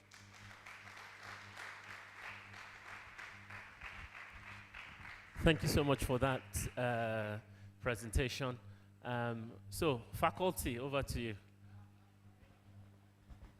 Yeah, thank you very much for that presentation. It's different from the others, it's qualitative, trying to look at the differences and similarities between what the students perceive and what the teachers do. How do you think you can bridge the gap? What strategy, something simple, do you think would help improve or reduce that perception or the gap as perceived?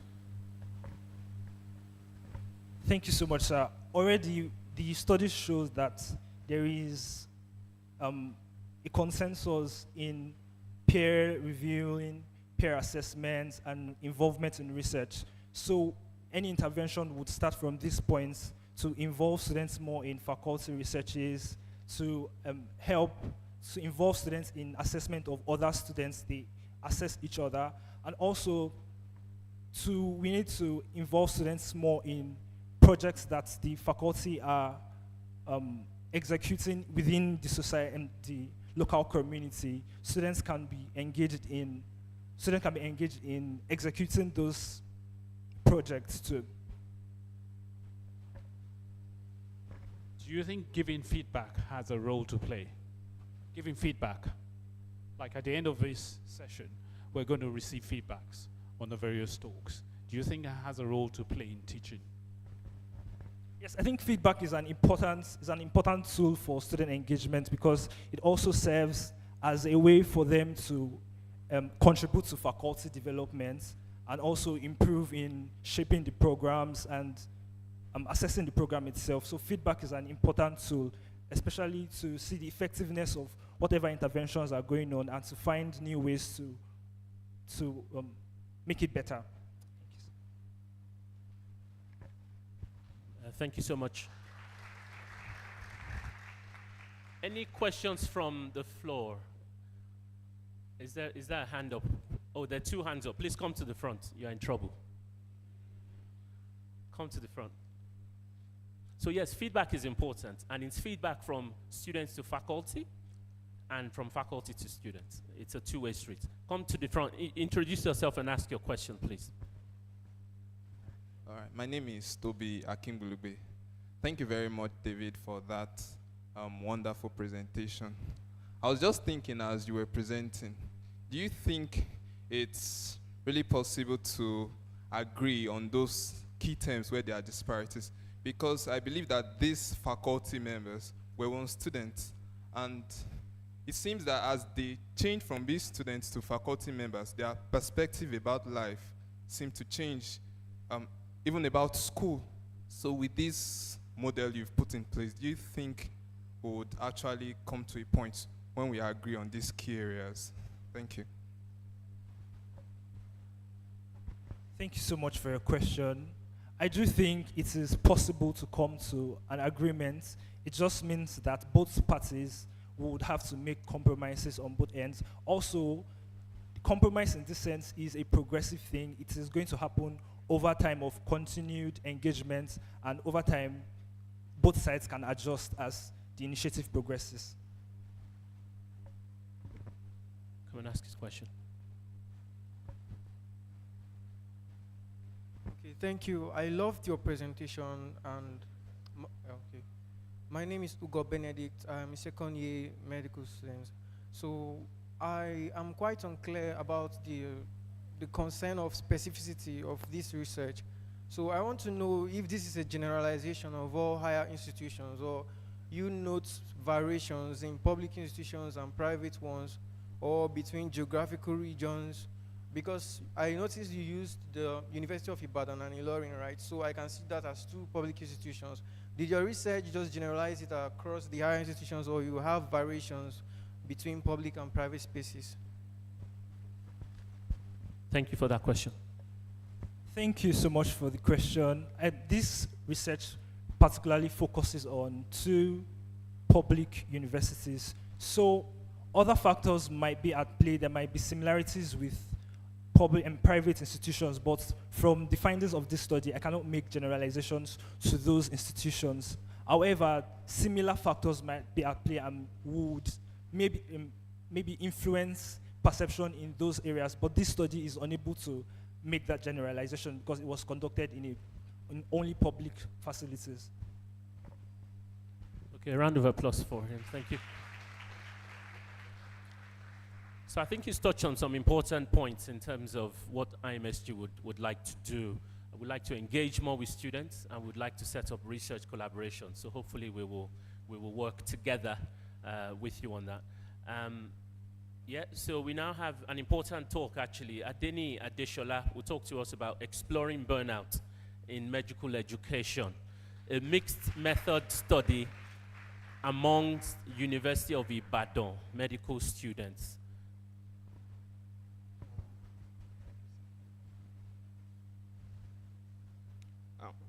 Good afternoon, sir, and good afternoon, everyone.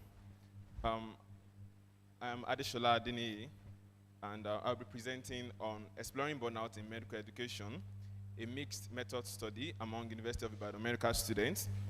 These are the authors, and I'm Adeni presenting. So, introduction. The World Health Organization defines burnout as a syndrome resulting from chronic workplace stress that has not been successfully managed, and it is usually characterized by exhaustion, depersonalization, and reduced professional efficiency. Medical education is a demanding and rigorous process that requires students to balance a heavy academic workload with clinical rotations, extracurricular activities, and personal commitments. In Nigeria, this situation is particularly serious as medical students who, apart from prayers of medical education, they also have to grapple with worsening socioeconomic situations like we have currently. Despite limited research on burnout among medical students in Nigeria, no studies have specifically investigated the factors driving burnout or offered recommendations to enhance well-being of these students. This single-center study addresses this gap by comprehensively examining the prevalence of burnout, the availability of institutional support, the key drivers of burnout, and also to provide recommendations to improve the well-being of medical students. On our methodology, we used a cross-sectional mixed method study, was carried out among undergraduate students, among the University of Ibadan medical students, with participants comprising of medical students from second to sixth year. We excluded the first year student because we see them as still taking foundational courses in science, foundational science courses. Quantitative data was collected via a self-administered online survey with a response rate of 51%, that is 355 participants. The questionnaire was adapted from the Oldenburg Burnout Inventory, adapted for students, and the multidimensional scale of perceived social support. The qualitative component of the study involved a focus group discussion, which comprised of 11 randomly selected students across the second to sixth year classes. On analysis, percentages, mean, standard deviation were used to summarize the variables, and also the OLBIS, that is Oldenburg Burnout Scale, has two subscales, which are the exhaustion and the personalization scale, and we used it to categorize respondents into 4 groups: non-burnout, disengaged only, exhausted only, and burnout. Also, the MSPSS scale also tried to assess the perceived measure of social support, that is from friends, families, and if there is availability of a significant other. And we also got ethical approval from the UI UCH Ethics Committee with this IRB number. So from our results, we have a mean age of 22.63. Then majority of our participants are between the 18 to 22 age group. The male sex had more turnout with 59.2%. Level, most of our participants were from the 500 level, where we have 24.8%. Majority of participants were Christians, 85.6%, and majority also stay within the school accommodation. Then for the burnout classification, from our study, we realized that 81.1% of the College of Medicine students, UI, MBBS, we have 81.1% of students who are experiencing burnouts. We have just 6.2% who are not experiencing burnouts. 7.3% are just disengaged only, while 5.4% are exhausted. Also, from the passive level of social support, we also realized that we have a measure of College of Medicine students with high support from the family. As we can see, we have 68.2% of support from family.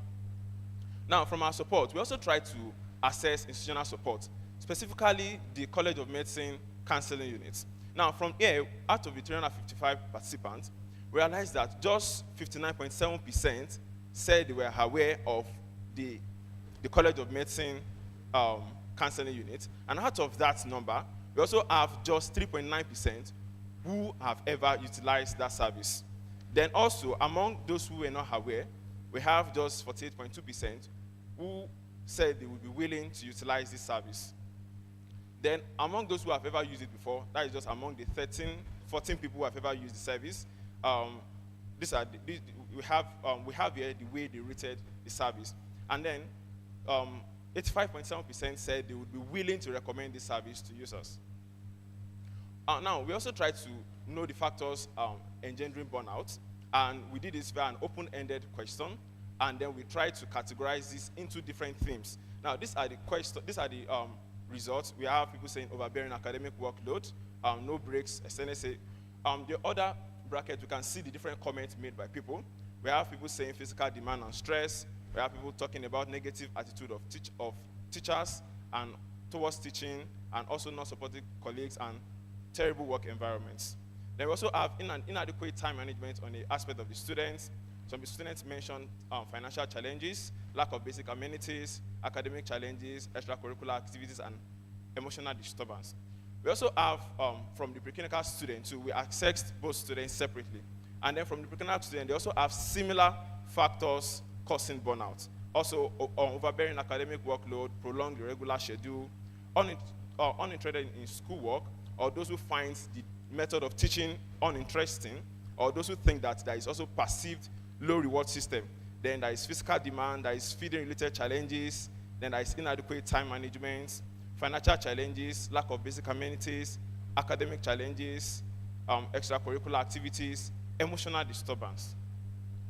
Now, from our results, we saw a statistically significant association between burnout and sex. Particularly, we realized that the female gender had 91.7% burnout, while the male gender had 73.8%. Also, for the level, we also realized that there is also an increase of burnout as you ascend the classes, and this is also significant. Also, we also did a focus group discussion, and from our FGD, we categorized FGD into 5 different themes. Now, from the themes, the first theme, what the student thinks about burnout. Now, someone said, I believe it is prevalent in ComUI. I believe it is more prevalent now because our coping mechanisms here now are too few and far between for us to cope with what is happening here. Also, another theme, we explored the different supports that we have aside institutional support. Some people mentioned friendships. Somebody said that one of the ways she coped was not living in the school facility. Also, another theme was to also assess the availability of institutional support. Somebody mentioned the sponsor a student program or the scholarship that was being run under the previous administration as a source of ease of financial stressors. Also, somebody mentioned that the College of Medicine, college counseling units, there is a college counseling unit, but the availability of that or its assistance is very different from people utilizing the services. I mean, not perhaps have the exact details or how many people utilize the services, but I want to believe it's not a lot because sometimes it feels ironic to reach out to the college service because they are giving me a problem, and then they also expect me to still come and meet them. It feels like a toxic relationship of some sorts. Even I have not utilized the service, even at times when I feel at my lowest. That was a comment from someone. Now, the various factors associated with burnout also, someone said, I think lack of break contributes greatly to the factors. The fact that people have to run through most things without breaks. Someone also said, I think one thing that contributes to burnout is the drive for medical students to be globally competitive. You just want to do everything, and you want to be that student who knows how to do everything. Now, another person said, I don't know why, but sometimes we write tests, and I expect that, let me just see my results and deal with whatever comes after it and move on. But the results of those tests are not released. So some people believe that is also a contributor to burnout. And then the next one would be there are some aspects of this training that comes with unnecessary stress. For example, standing for 14 hours in neurosurgery. And the last one, recommendations on improving the well-being. Someone said that there should be breaks. Someone said that there should be less toxic environments. Somebody said that please let them release our test scores on time. Another person said, what I will add is that, for example, like the college does have a support in it. I think they should do better with publicity and make it more accessible to students, perhaps providing more information on how to reach them. From our results, one significant finding was the alarming rate of burnout, which was 81.1%, and this aligns with a study conducted by one of our lecturers here, Dr. Anyide, in psychiatry, where we have 84.6% of participants who met the criteria of disengagement and 71.0% with exhaustion. This result is also in line with the study in Cyprus, which found a burnout of 18.1%. Our study is notably higher than what we have in Cyprus, which was 18.1%. Ours was 81.1%. Schleicher et al. Also said 65.9% of medical students experience burnout. Our findings reveal significant gender disparities in burnout, with female medical students experiencing notably higher burnouts, which is also in line with the study previously conducted by Kilik et al. A clear progression in burnout emerged across academic levels, rising from 72% among second-year students to 90.4% among 60-year students. This upward trend aligns with multiple studies that document increasing burnout prevalence as students advance through medical education.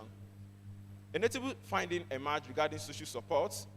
Despite the high burnout rate, 59.2% reported strong social support. A striking disparity emerged between awareness and utilization of additional support service. While 59.7% of students knew about it, just 3.9% have ever utilized the service. Despite Chang's et al. Emphasis on vital role of counseling services in improving student well-being, these institutional support systems remain largely untapped. This underutilization may stem from a complex dynamic that is, students appear reluctant to seek help from the very institution that they perceive as the source of their academic stress. Conclusion, the striking high burnout rates discovered at Ibadan Medical School carry profound implications for medical education across the nation. As a leading institution, the experience at the University of Ibadan College of Medicine likely reflects and influence patterns throughout Nigerian medical schools. These findings emphasize the critical need for comprehensive interventions that are culturally attuned to address burnout in Nigerian medical education. Such interventions should encompass thoughtful curriculum reforms to create more balanced learning experiences, alongside enhanced support services that recognize cultural sensitivities. Additionally, improvements in infrastructure could help mitigate environmental stressors, while targeted support for female medical students could address their unique challenges. On this acknowledgement, we acknowledge Professor Adeolu.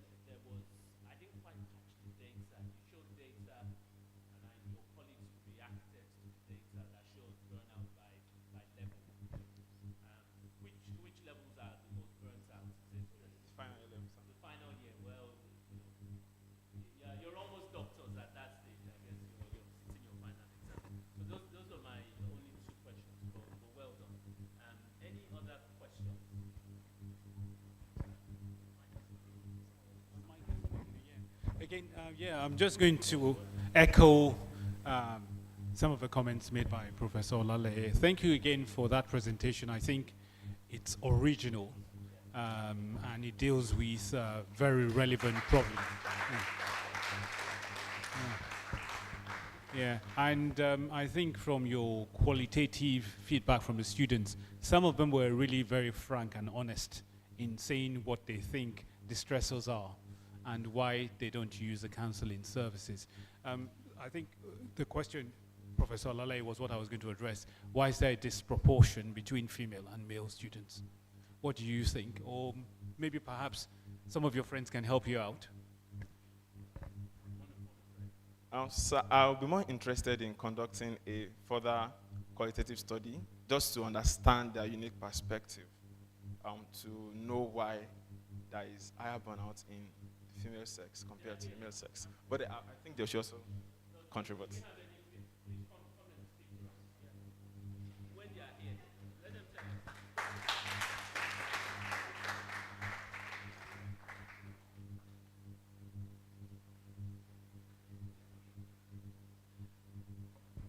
Good evening again. My name is Falasha Deolajuwo. So while Adeniyi, thank you very much for your presentation. It was very enjoyable.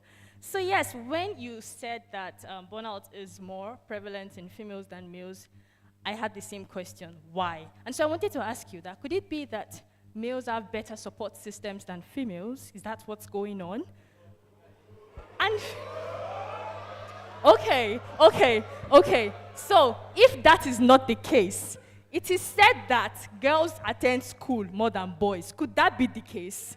Thank you, ma.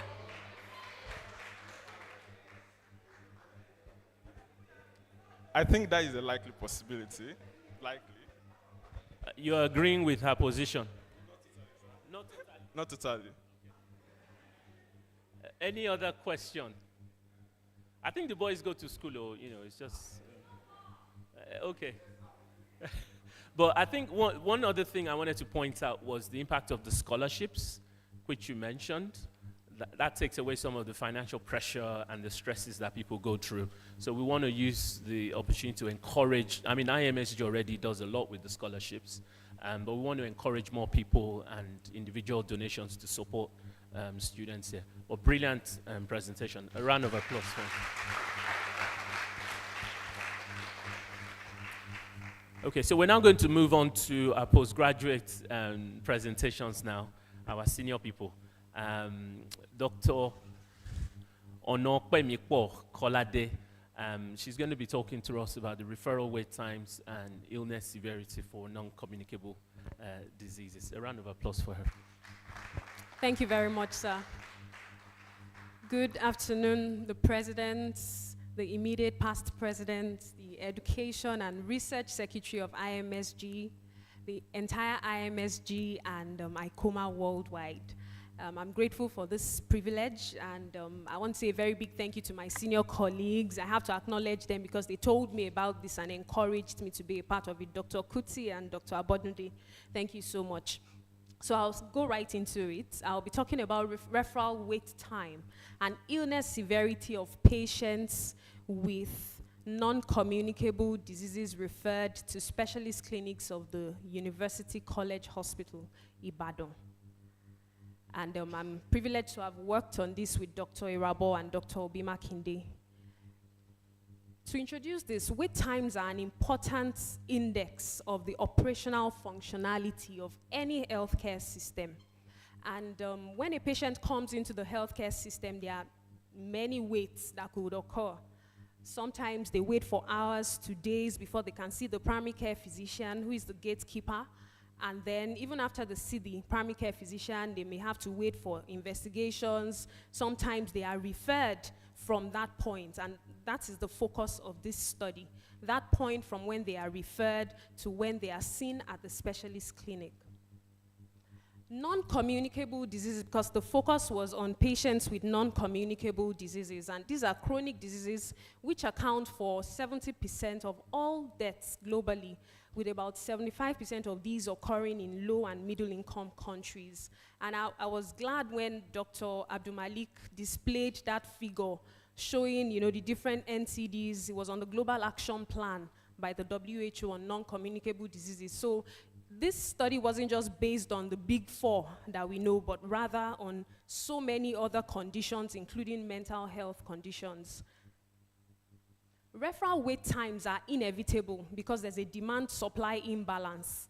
So there's no way we are eliminating wait times because, for example, now in Nigeria, we know that our current doctor-patient ratio is like 1 to over 9,000 patients.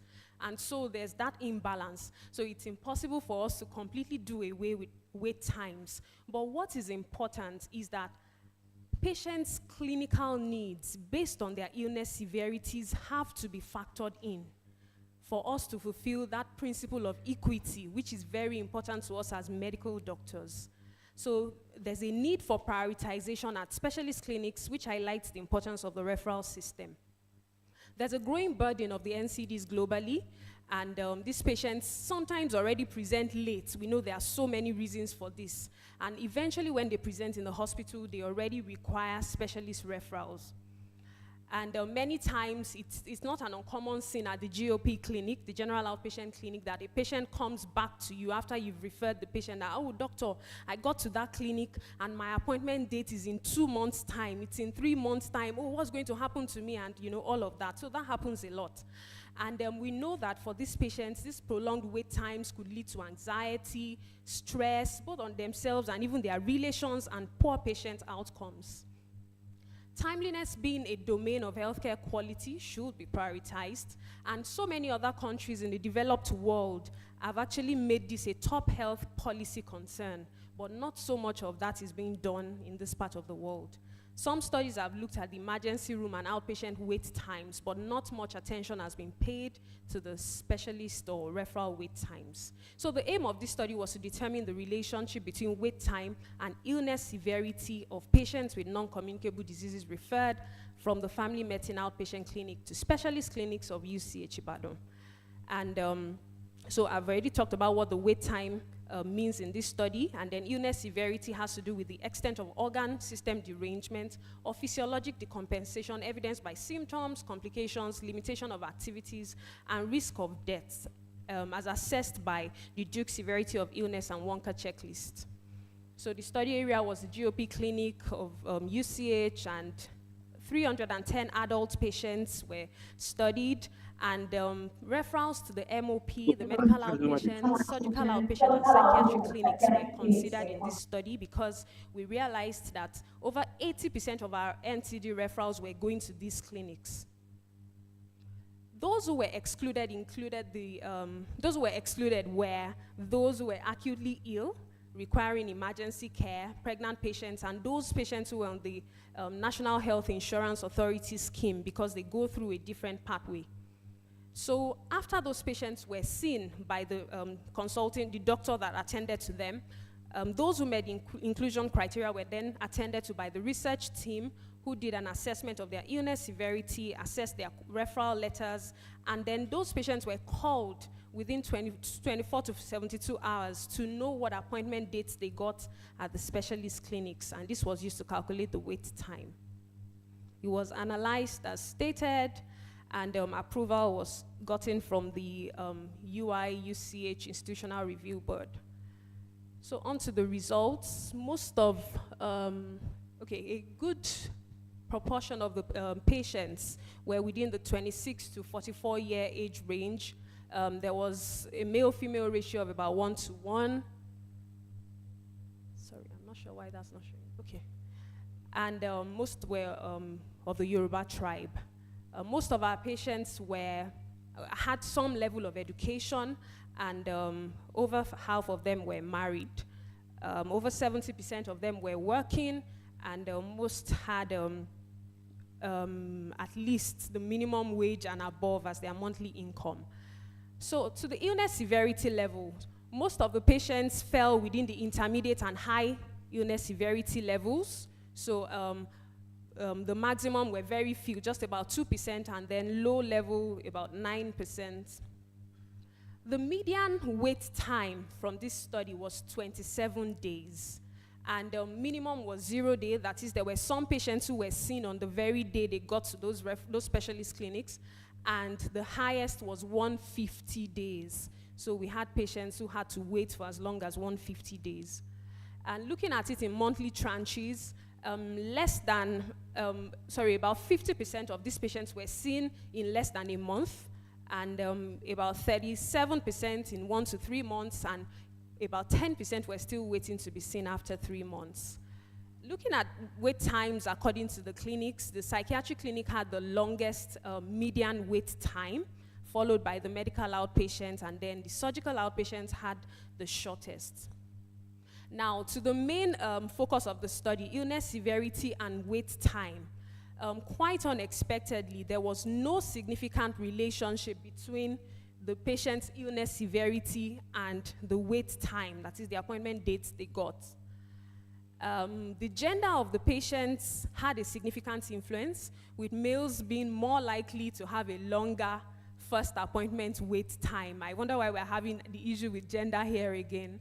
And other socio-demographic factors, religion, age, marital status, ethnicity, level of education, and monthly income did not have any significant impact. There were some other variables that were considered. If you had an acquaintance working within the hospital, like somebody you know, a relation, somebody that could help with your referral process, was your wait time shorter or not? And this was actually found to be statistically significant. So those who knew people had shorter appointment dates. There were some other factors considered because we'd see them as confounders. For example, the receiving cadre of staff. So if it was a nurse that assigned the date to you versus if it was a doctor, because we realized that there were variations in some of those clinics, did it really matter? Then the number of the consultants in the receiving specialty, because usually you'll be told that for each clinic, they accept new patients based on the number of consultants they have in that unit. So they consider that in knowing the number of patients they take per day.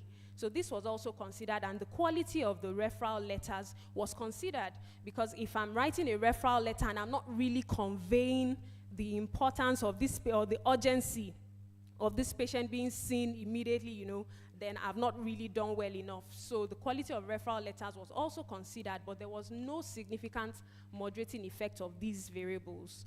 And those are tables speaking to what I just said. So on to the discussion. Over 80% of the population had intermediate and high levels of illness severity.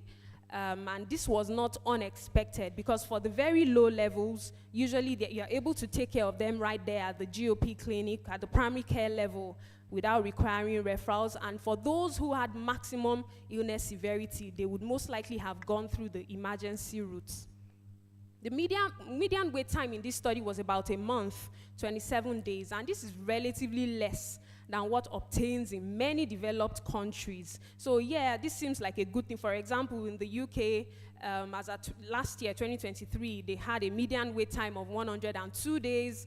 Canada, I think about 100 as well, as at last year. But we have to, you know, whilst we are rejoicing about this, we need to consider the fact that they have proper emergency services in place. So even though the patients have long wait times, if something really goes wrong and they need to be seen urgently, there's 911, they are rushed into the emergency, and we just don't have all of that luxury here. There was no significant association between wait times and illness severity, even when the quality of referral was controlled for. And this might suggest a disconnect between the levels of care, with the referral letter just being a requirement for entry to the secondary level of care. Because usually if you go to any of our specialist clinics here, you are bounced back to the family medicine clinic to get a referral letter. So could this be that we're just considering this as an entry requirement? Are we really looking at the content of the referral letters? Patients who had no relations in the hospital who were able to help them with the referral process had longer wait times, and this might be a reflection of the Nigerian man-no-man factor. Limitations of this study were that the assessments of illness severity and quality of referral letters were done within the scope of primary care. Viewing this through the lens of the specialist doctors as well at the receiving end might actually give some more insight. And then it was a single center study, so it might be a bit difficult to generalize this. And a survival analysis wasn't done in this study. If this had been done, we would have actually seen the effect of these prolonged wait times on these patients. Recommendations. Firstly, continuing medical education on writing referral letters that would be helpful in prioritizing patients based on illness severity and needs. and a review of the current referral pro forma to include a segment that shows the level of urgency to aid easy identification at the receiving end. So for example, in some other parts of the world, I realized that they will have urgent, maybe semi-urgent or something like that, routine referrals, urgent. So at the receiving end, they know, but our own referral pro forma doesn't currently have any such indication. And a review of the referral and triage system is expedient to ensure that patients' illness severity levels are duly considered in assigning appointment dates. In conclusion, our findings revealed a concerning disconnect between wait times and patients' illness severity, and this has significant implications for patient care, safety, and outcomes. Prolonged wait times for critically ill patients can lead to delayed interventions, increased morbidity and mortality. On the converse, unnecessarily short wait times for non-urgent cases may inefficiently utilize resources. And this highlights the need for healthcare providers to reassess and refine our referral and triage protocols, ensuring timely care for those who require it the most. These are references. Thank you so much.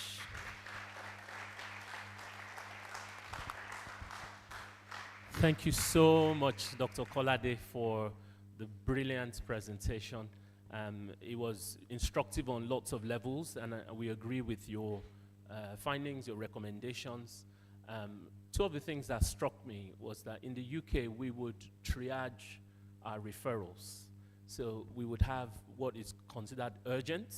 So I'm a cancer surgeon, so we have targets. Within 2 weeks of a cancer referral, a possible cancer to secondary care, I need to see the patient. We may not see them at 2 weeks, but at least there is a guidance threshold to say this person could possibly have a cancer. Within 2 weeks, the system sees them. Then there's the semi-urgent, 4 to 6 weeks, and then there's routine. I just want my nose straightened or something, and kick that in the long grass. So there has to be a way to triage, and you've mentioned it in your recommendations.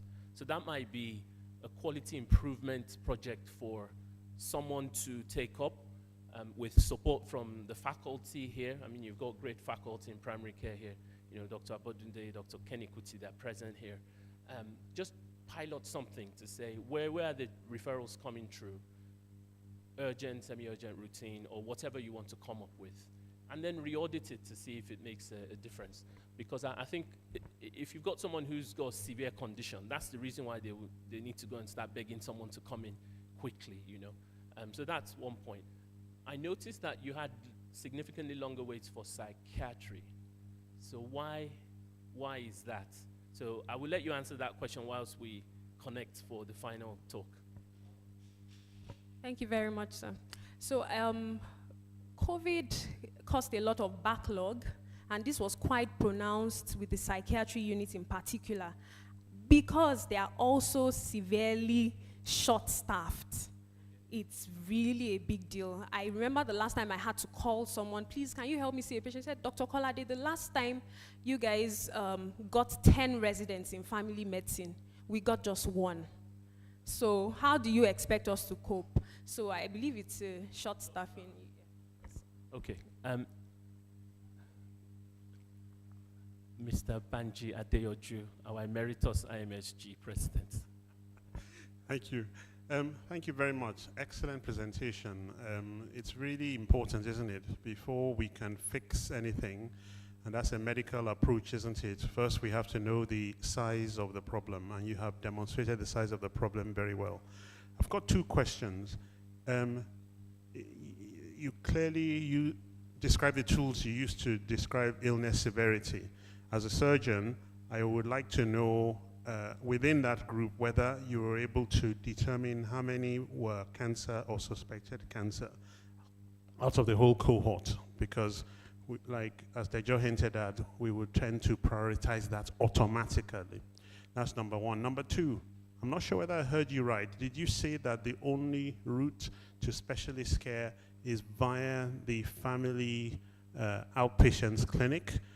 And is it the case that our tertiary care consultants are not getting or receiving referral letters from all the various private hospitals around the place who are staffed by medical staff and therefore able to make a decision about where tertiary care is immediately, tertiary referral is immediately indicated. Thanks. Thank you very much for the question, sir. Yes, so the tool actually included the diagnosis of the patient, or at least what the referring doctor was thinking, was considering as a differential. Yes, so we were able to see the ones who had cancer or other conditions. And as regards the referral to specialist clinics, if a referral letter comes into UCH from an outside facility, if it's properly addressed to that specialist clinic, then yes, the person goes there directly. Unfortunately, most of the letters that come in just have the medical officer, UCH, or something like that, nothing specific. So such patients have to be rerouted back to the general outpatient clinic in family medicine to get a referral letter to go to the specialist clinic. Thank you, sir. Please a round of applause for Dr. Kolade.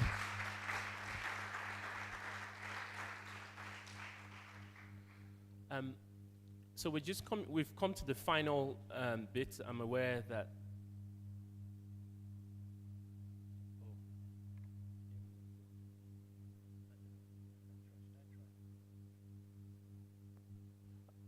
are we able to connect to the...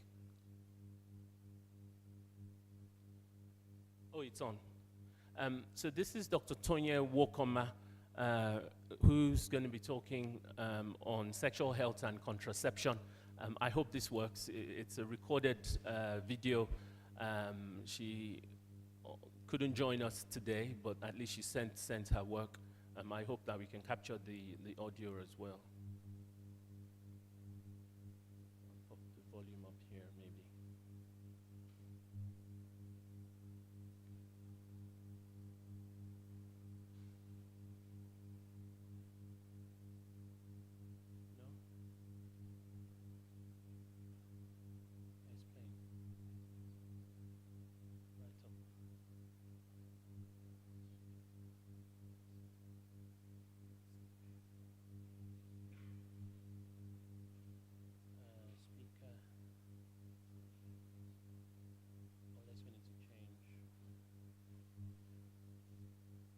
Are you getting any sound from the IT end?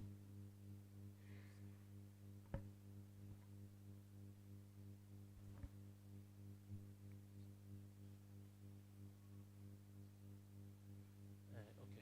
Should I?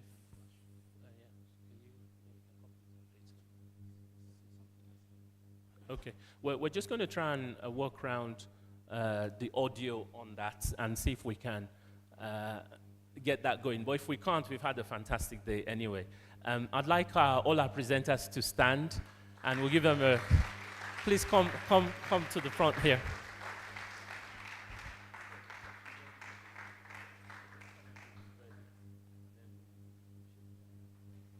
Okay, so the IMSG executives will... we're going to give the verdict on the presentations. I think there were fabulous presentations. I'll let Mr. Adeoju speak to you about.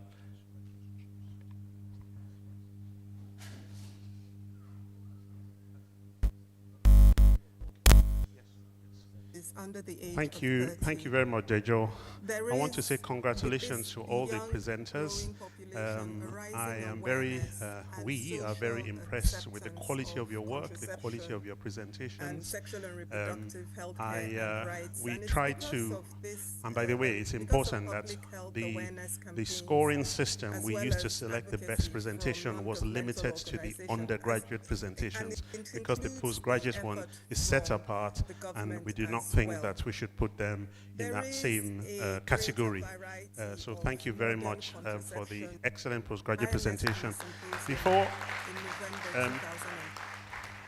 I announce the what we regarded as the best presentation, I want to encourage all of you, all including the postgraduate presentation, to consider writing this up and consider submitting it for peer-reviewed publication with the Journal of Global Medicine.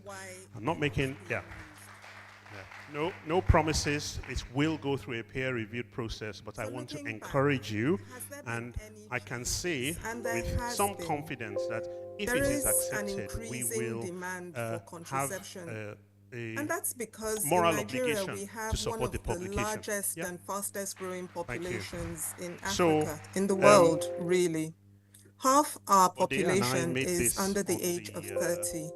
quickly There up is, when with Dejo this asked us to young, step up to growing this plate. population, a So we rising awareness. scored each presentation for marks out of 5, content, delivery, relevance. Suspension and we did it bridge. independently and conferred at Influence the in end. contraception So it has at been the through IMSG. a peer-reviewed, structured process.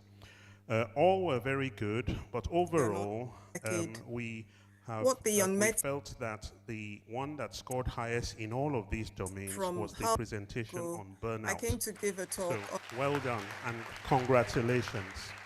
Congratulations. There will be a certificate presented to on each the and every history and one of you for milestones this in presentation so contraception that you at have the something in IMSG your symposium portfolio. in And there will November also be 2014. a financial Again? gift to you for this. And in fact, I'm told, I'm no longer the president, by my president, that there will be a financial gift to each and every shortlisted presentation. All of you. Thank you very much. Thank you very much. I continue to be amazed, especially at the digital literacy, because I've been seeing the UMSA communications with Dejo, and I can see, even from the presentations, that it's impressive that no question in my mind that our alma mater continues to be a leader. And well done to you all. And well done to you. So we're going to give the journal. This is the first online, this is our 2024 edition to each of you. So I'll ask our president, our IMSG president, to please hand it to each presenter. Pictures, please, for each of them, and a handshake.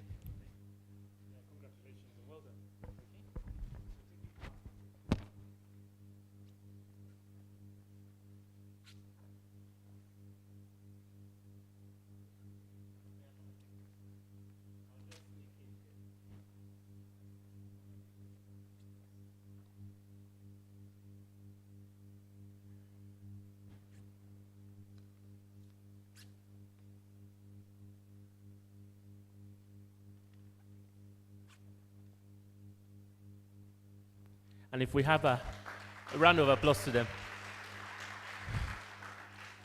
So our best presenter, please come and take a picture with us. Adeniyi Adeshola, Exploring Burnout in Medical Education.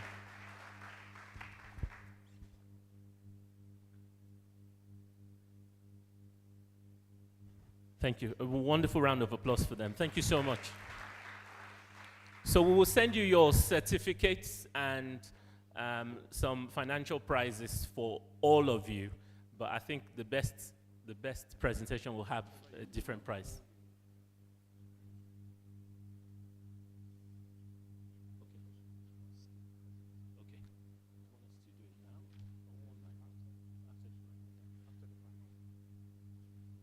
Oh wow, okay. So yeah, I bring you greetings from Hull in the UK, and this is our world famous suspension bridge. So what I thought I might do would be to see what changes have happened in the last decade, what the unmet need for contraception is, if any, and what the consequences are of having an unmet need for contraception. We'll discuss very briefly what contraceptive options and methods are available, and perhaps the barriers to why they're not being used. So looking back, has there been any changes? And there has been. There is an increasing demand for contraception, and that's because in Nigeria we have one of the largest and fastest growing populations in Africa, in the world really. Half our population is under the age of 30.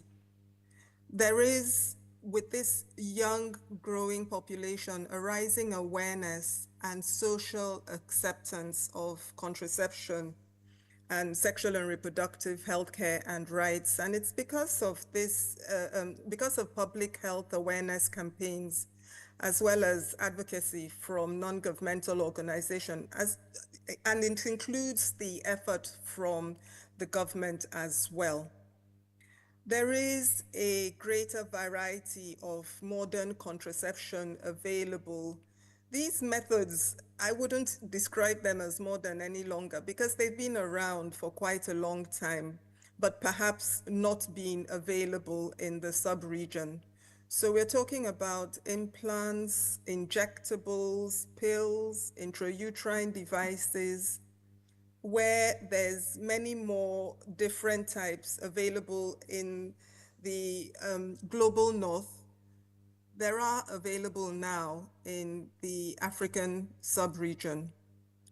However, our contraceptive prevalence rate among married women in studies that have been done is still quite low. It's increased in the last decade, again, as we've mentioned, but it's still below the global average. The government has made a commitment, and there are policy documents to support increased contraception prevalence through funding, through access, increased access and availability. So there's a national family planning blueprint, which again has been around for a long time in 2021, according to the studies that I looked at. So this is a huge burden on people aged between 15 and 24, engaged in at least one risky behavior, which was inconsistent condom use, non-use of modern contraceptives, multiple sexual partnerships, and early sexual debut. This then suggests that there is a lot to do with education and awareness to improve the behaviors that exist. This isn't very different to behaviors of young people in other countries, but it shows that there's more that could be done. What contraceptive options are available? More and more, the modern contraception, as they're described, is available in Nigeria and in Africa. And this includes the hormonal methods, so the oral contraceptive pills, including the combined oral contraceptive or the progestogen-only contraceptives, the injections, which are progestogen-only, or the progestogen-only implants. There is also the barrier methods, including the types available now. And then, of course, there is male and female sterilization. Male sterilization is more effective than female sterilization, but I couldn't find much documentation in the literature about the use of vasectomy as a method of contraception. And then, of course, the use of emergency contraception, of which there are oral tablets and the use of the copper intrauterine device. This graph, this picture, which I showed in 2014, just shows the efficacy of the different methods of contraception in a pictorial diagram, with the less effective methods at the bottom and the more effective methods at the top. However, if a method is used reliably and in the proper way, it is quite effective. We often know that life does stop people using some of these methods effectively. But there are other reasons why women may not be using the most reliable, most effective methods of modern contraception. So what are some of the challenges and barriers to the use of contraception? There is still a concern about safety of the methods. There are myths that abound about the safety of using these methods, as well as the fear of side effects. Women are worried about things like weight gain and other more serious side effects that can occur. Till today, women will look and wonder when I talk about using modern methods of contraception, they will reluctantly, they may agree, but it's more likely that they wouldn't want to use a method that is effective, and they may agree to use something like a condom. But this depends on the power situation in that relationship. Some women have cited in this study that their husbands have an opposition to using a method of contraception. And again, we know that this is very important for stopping the use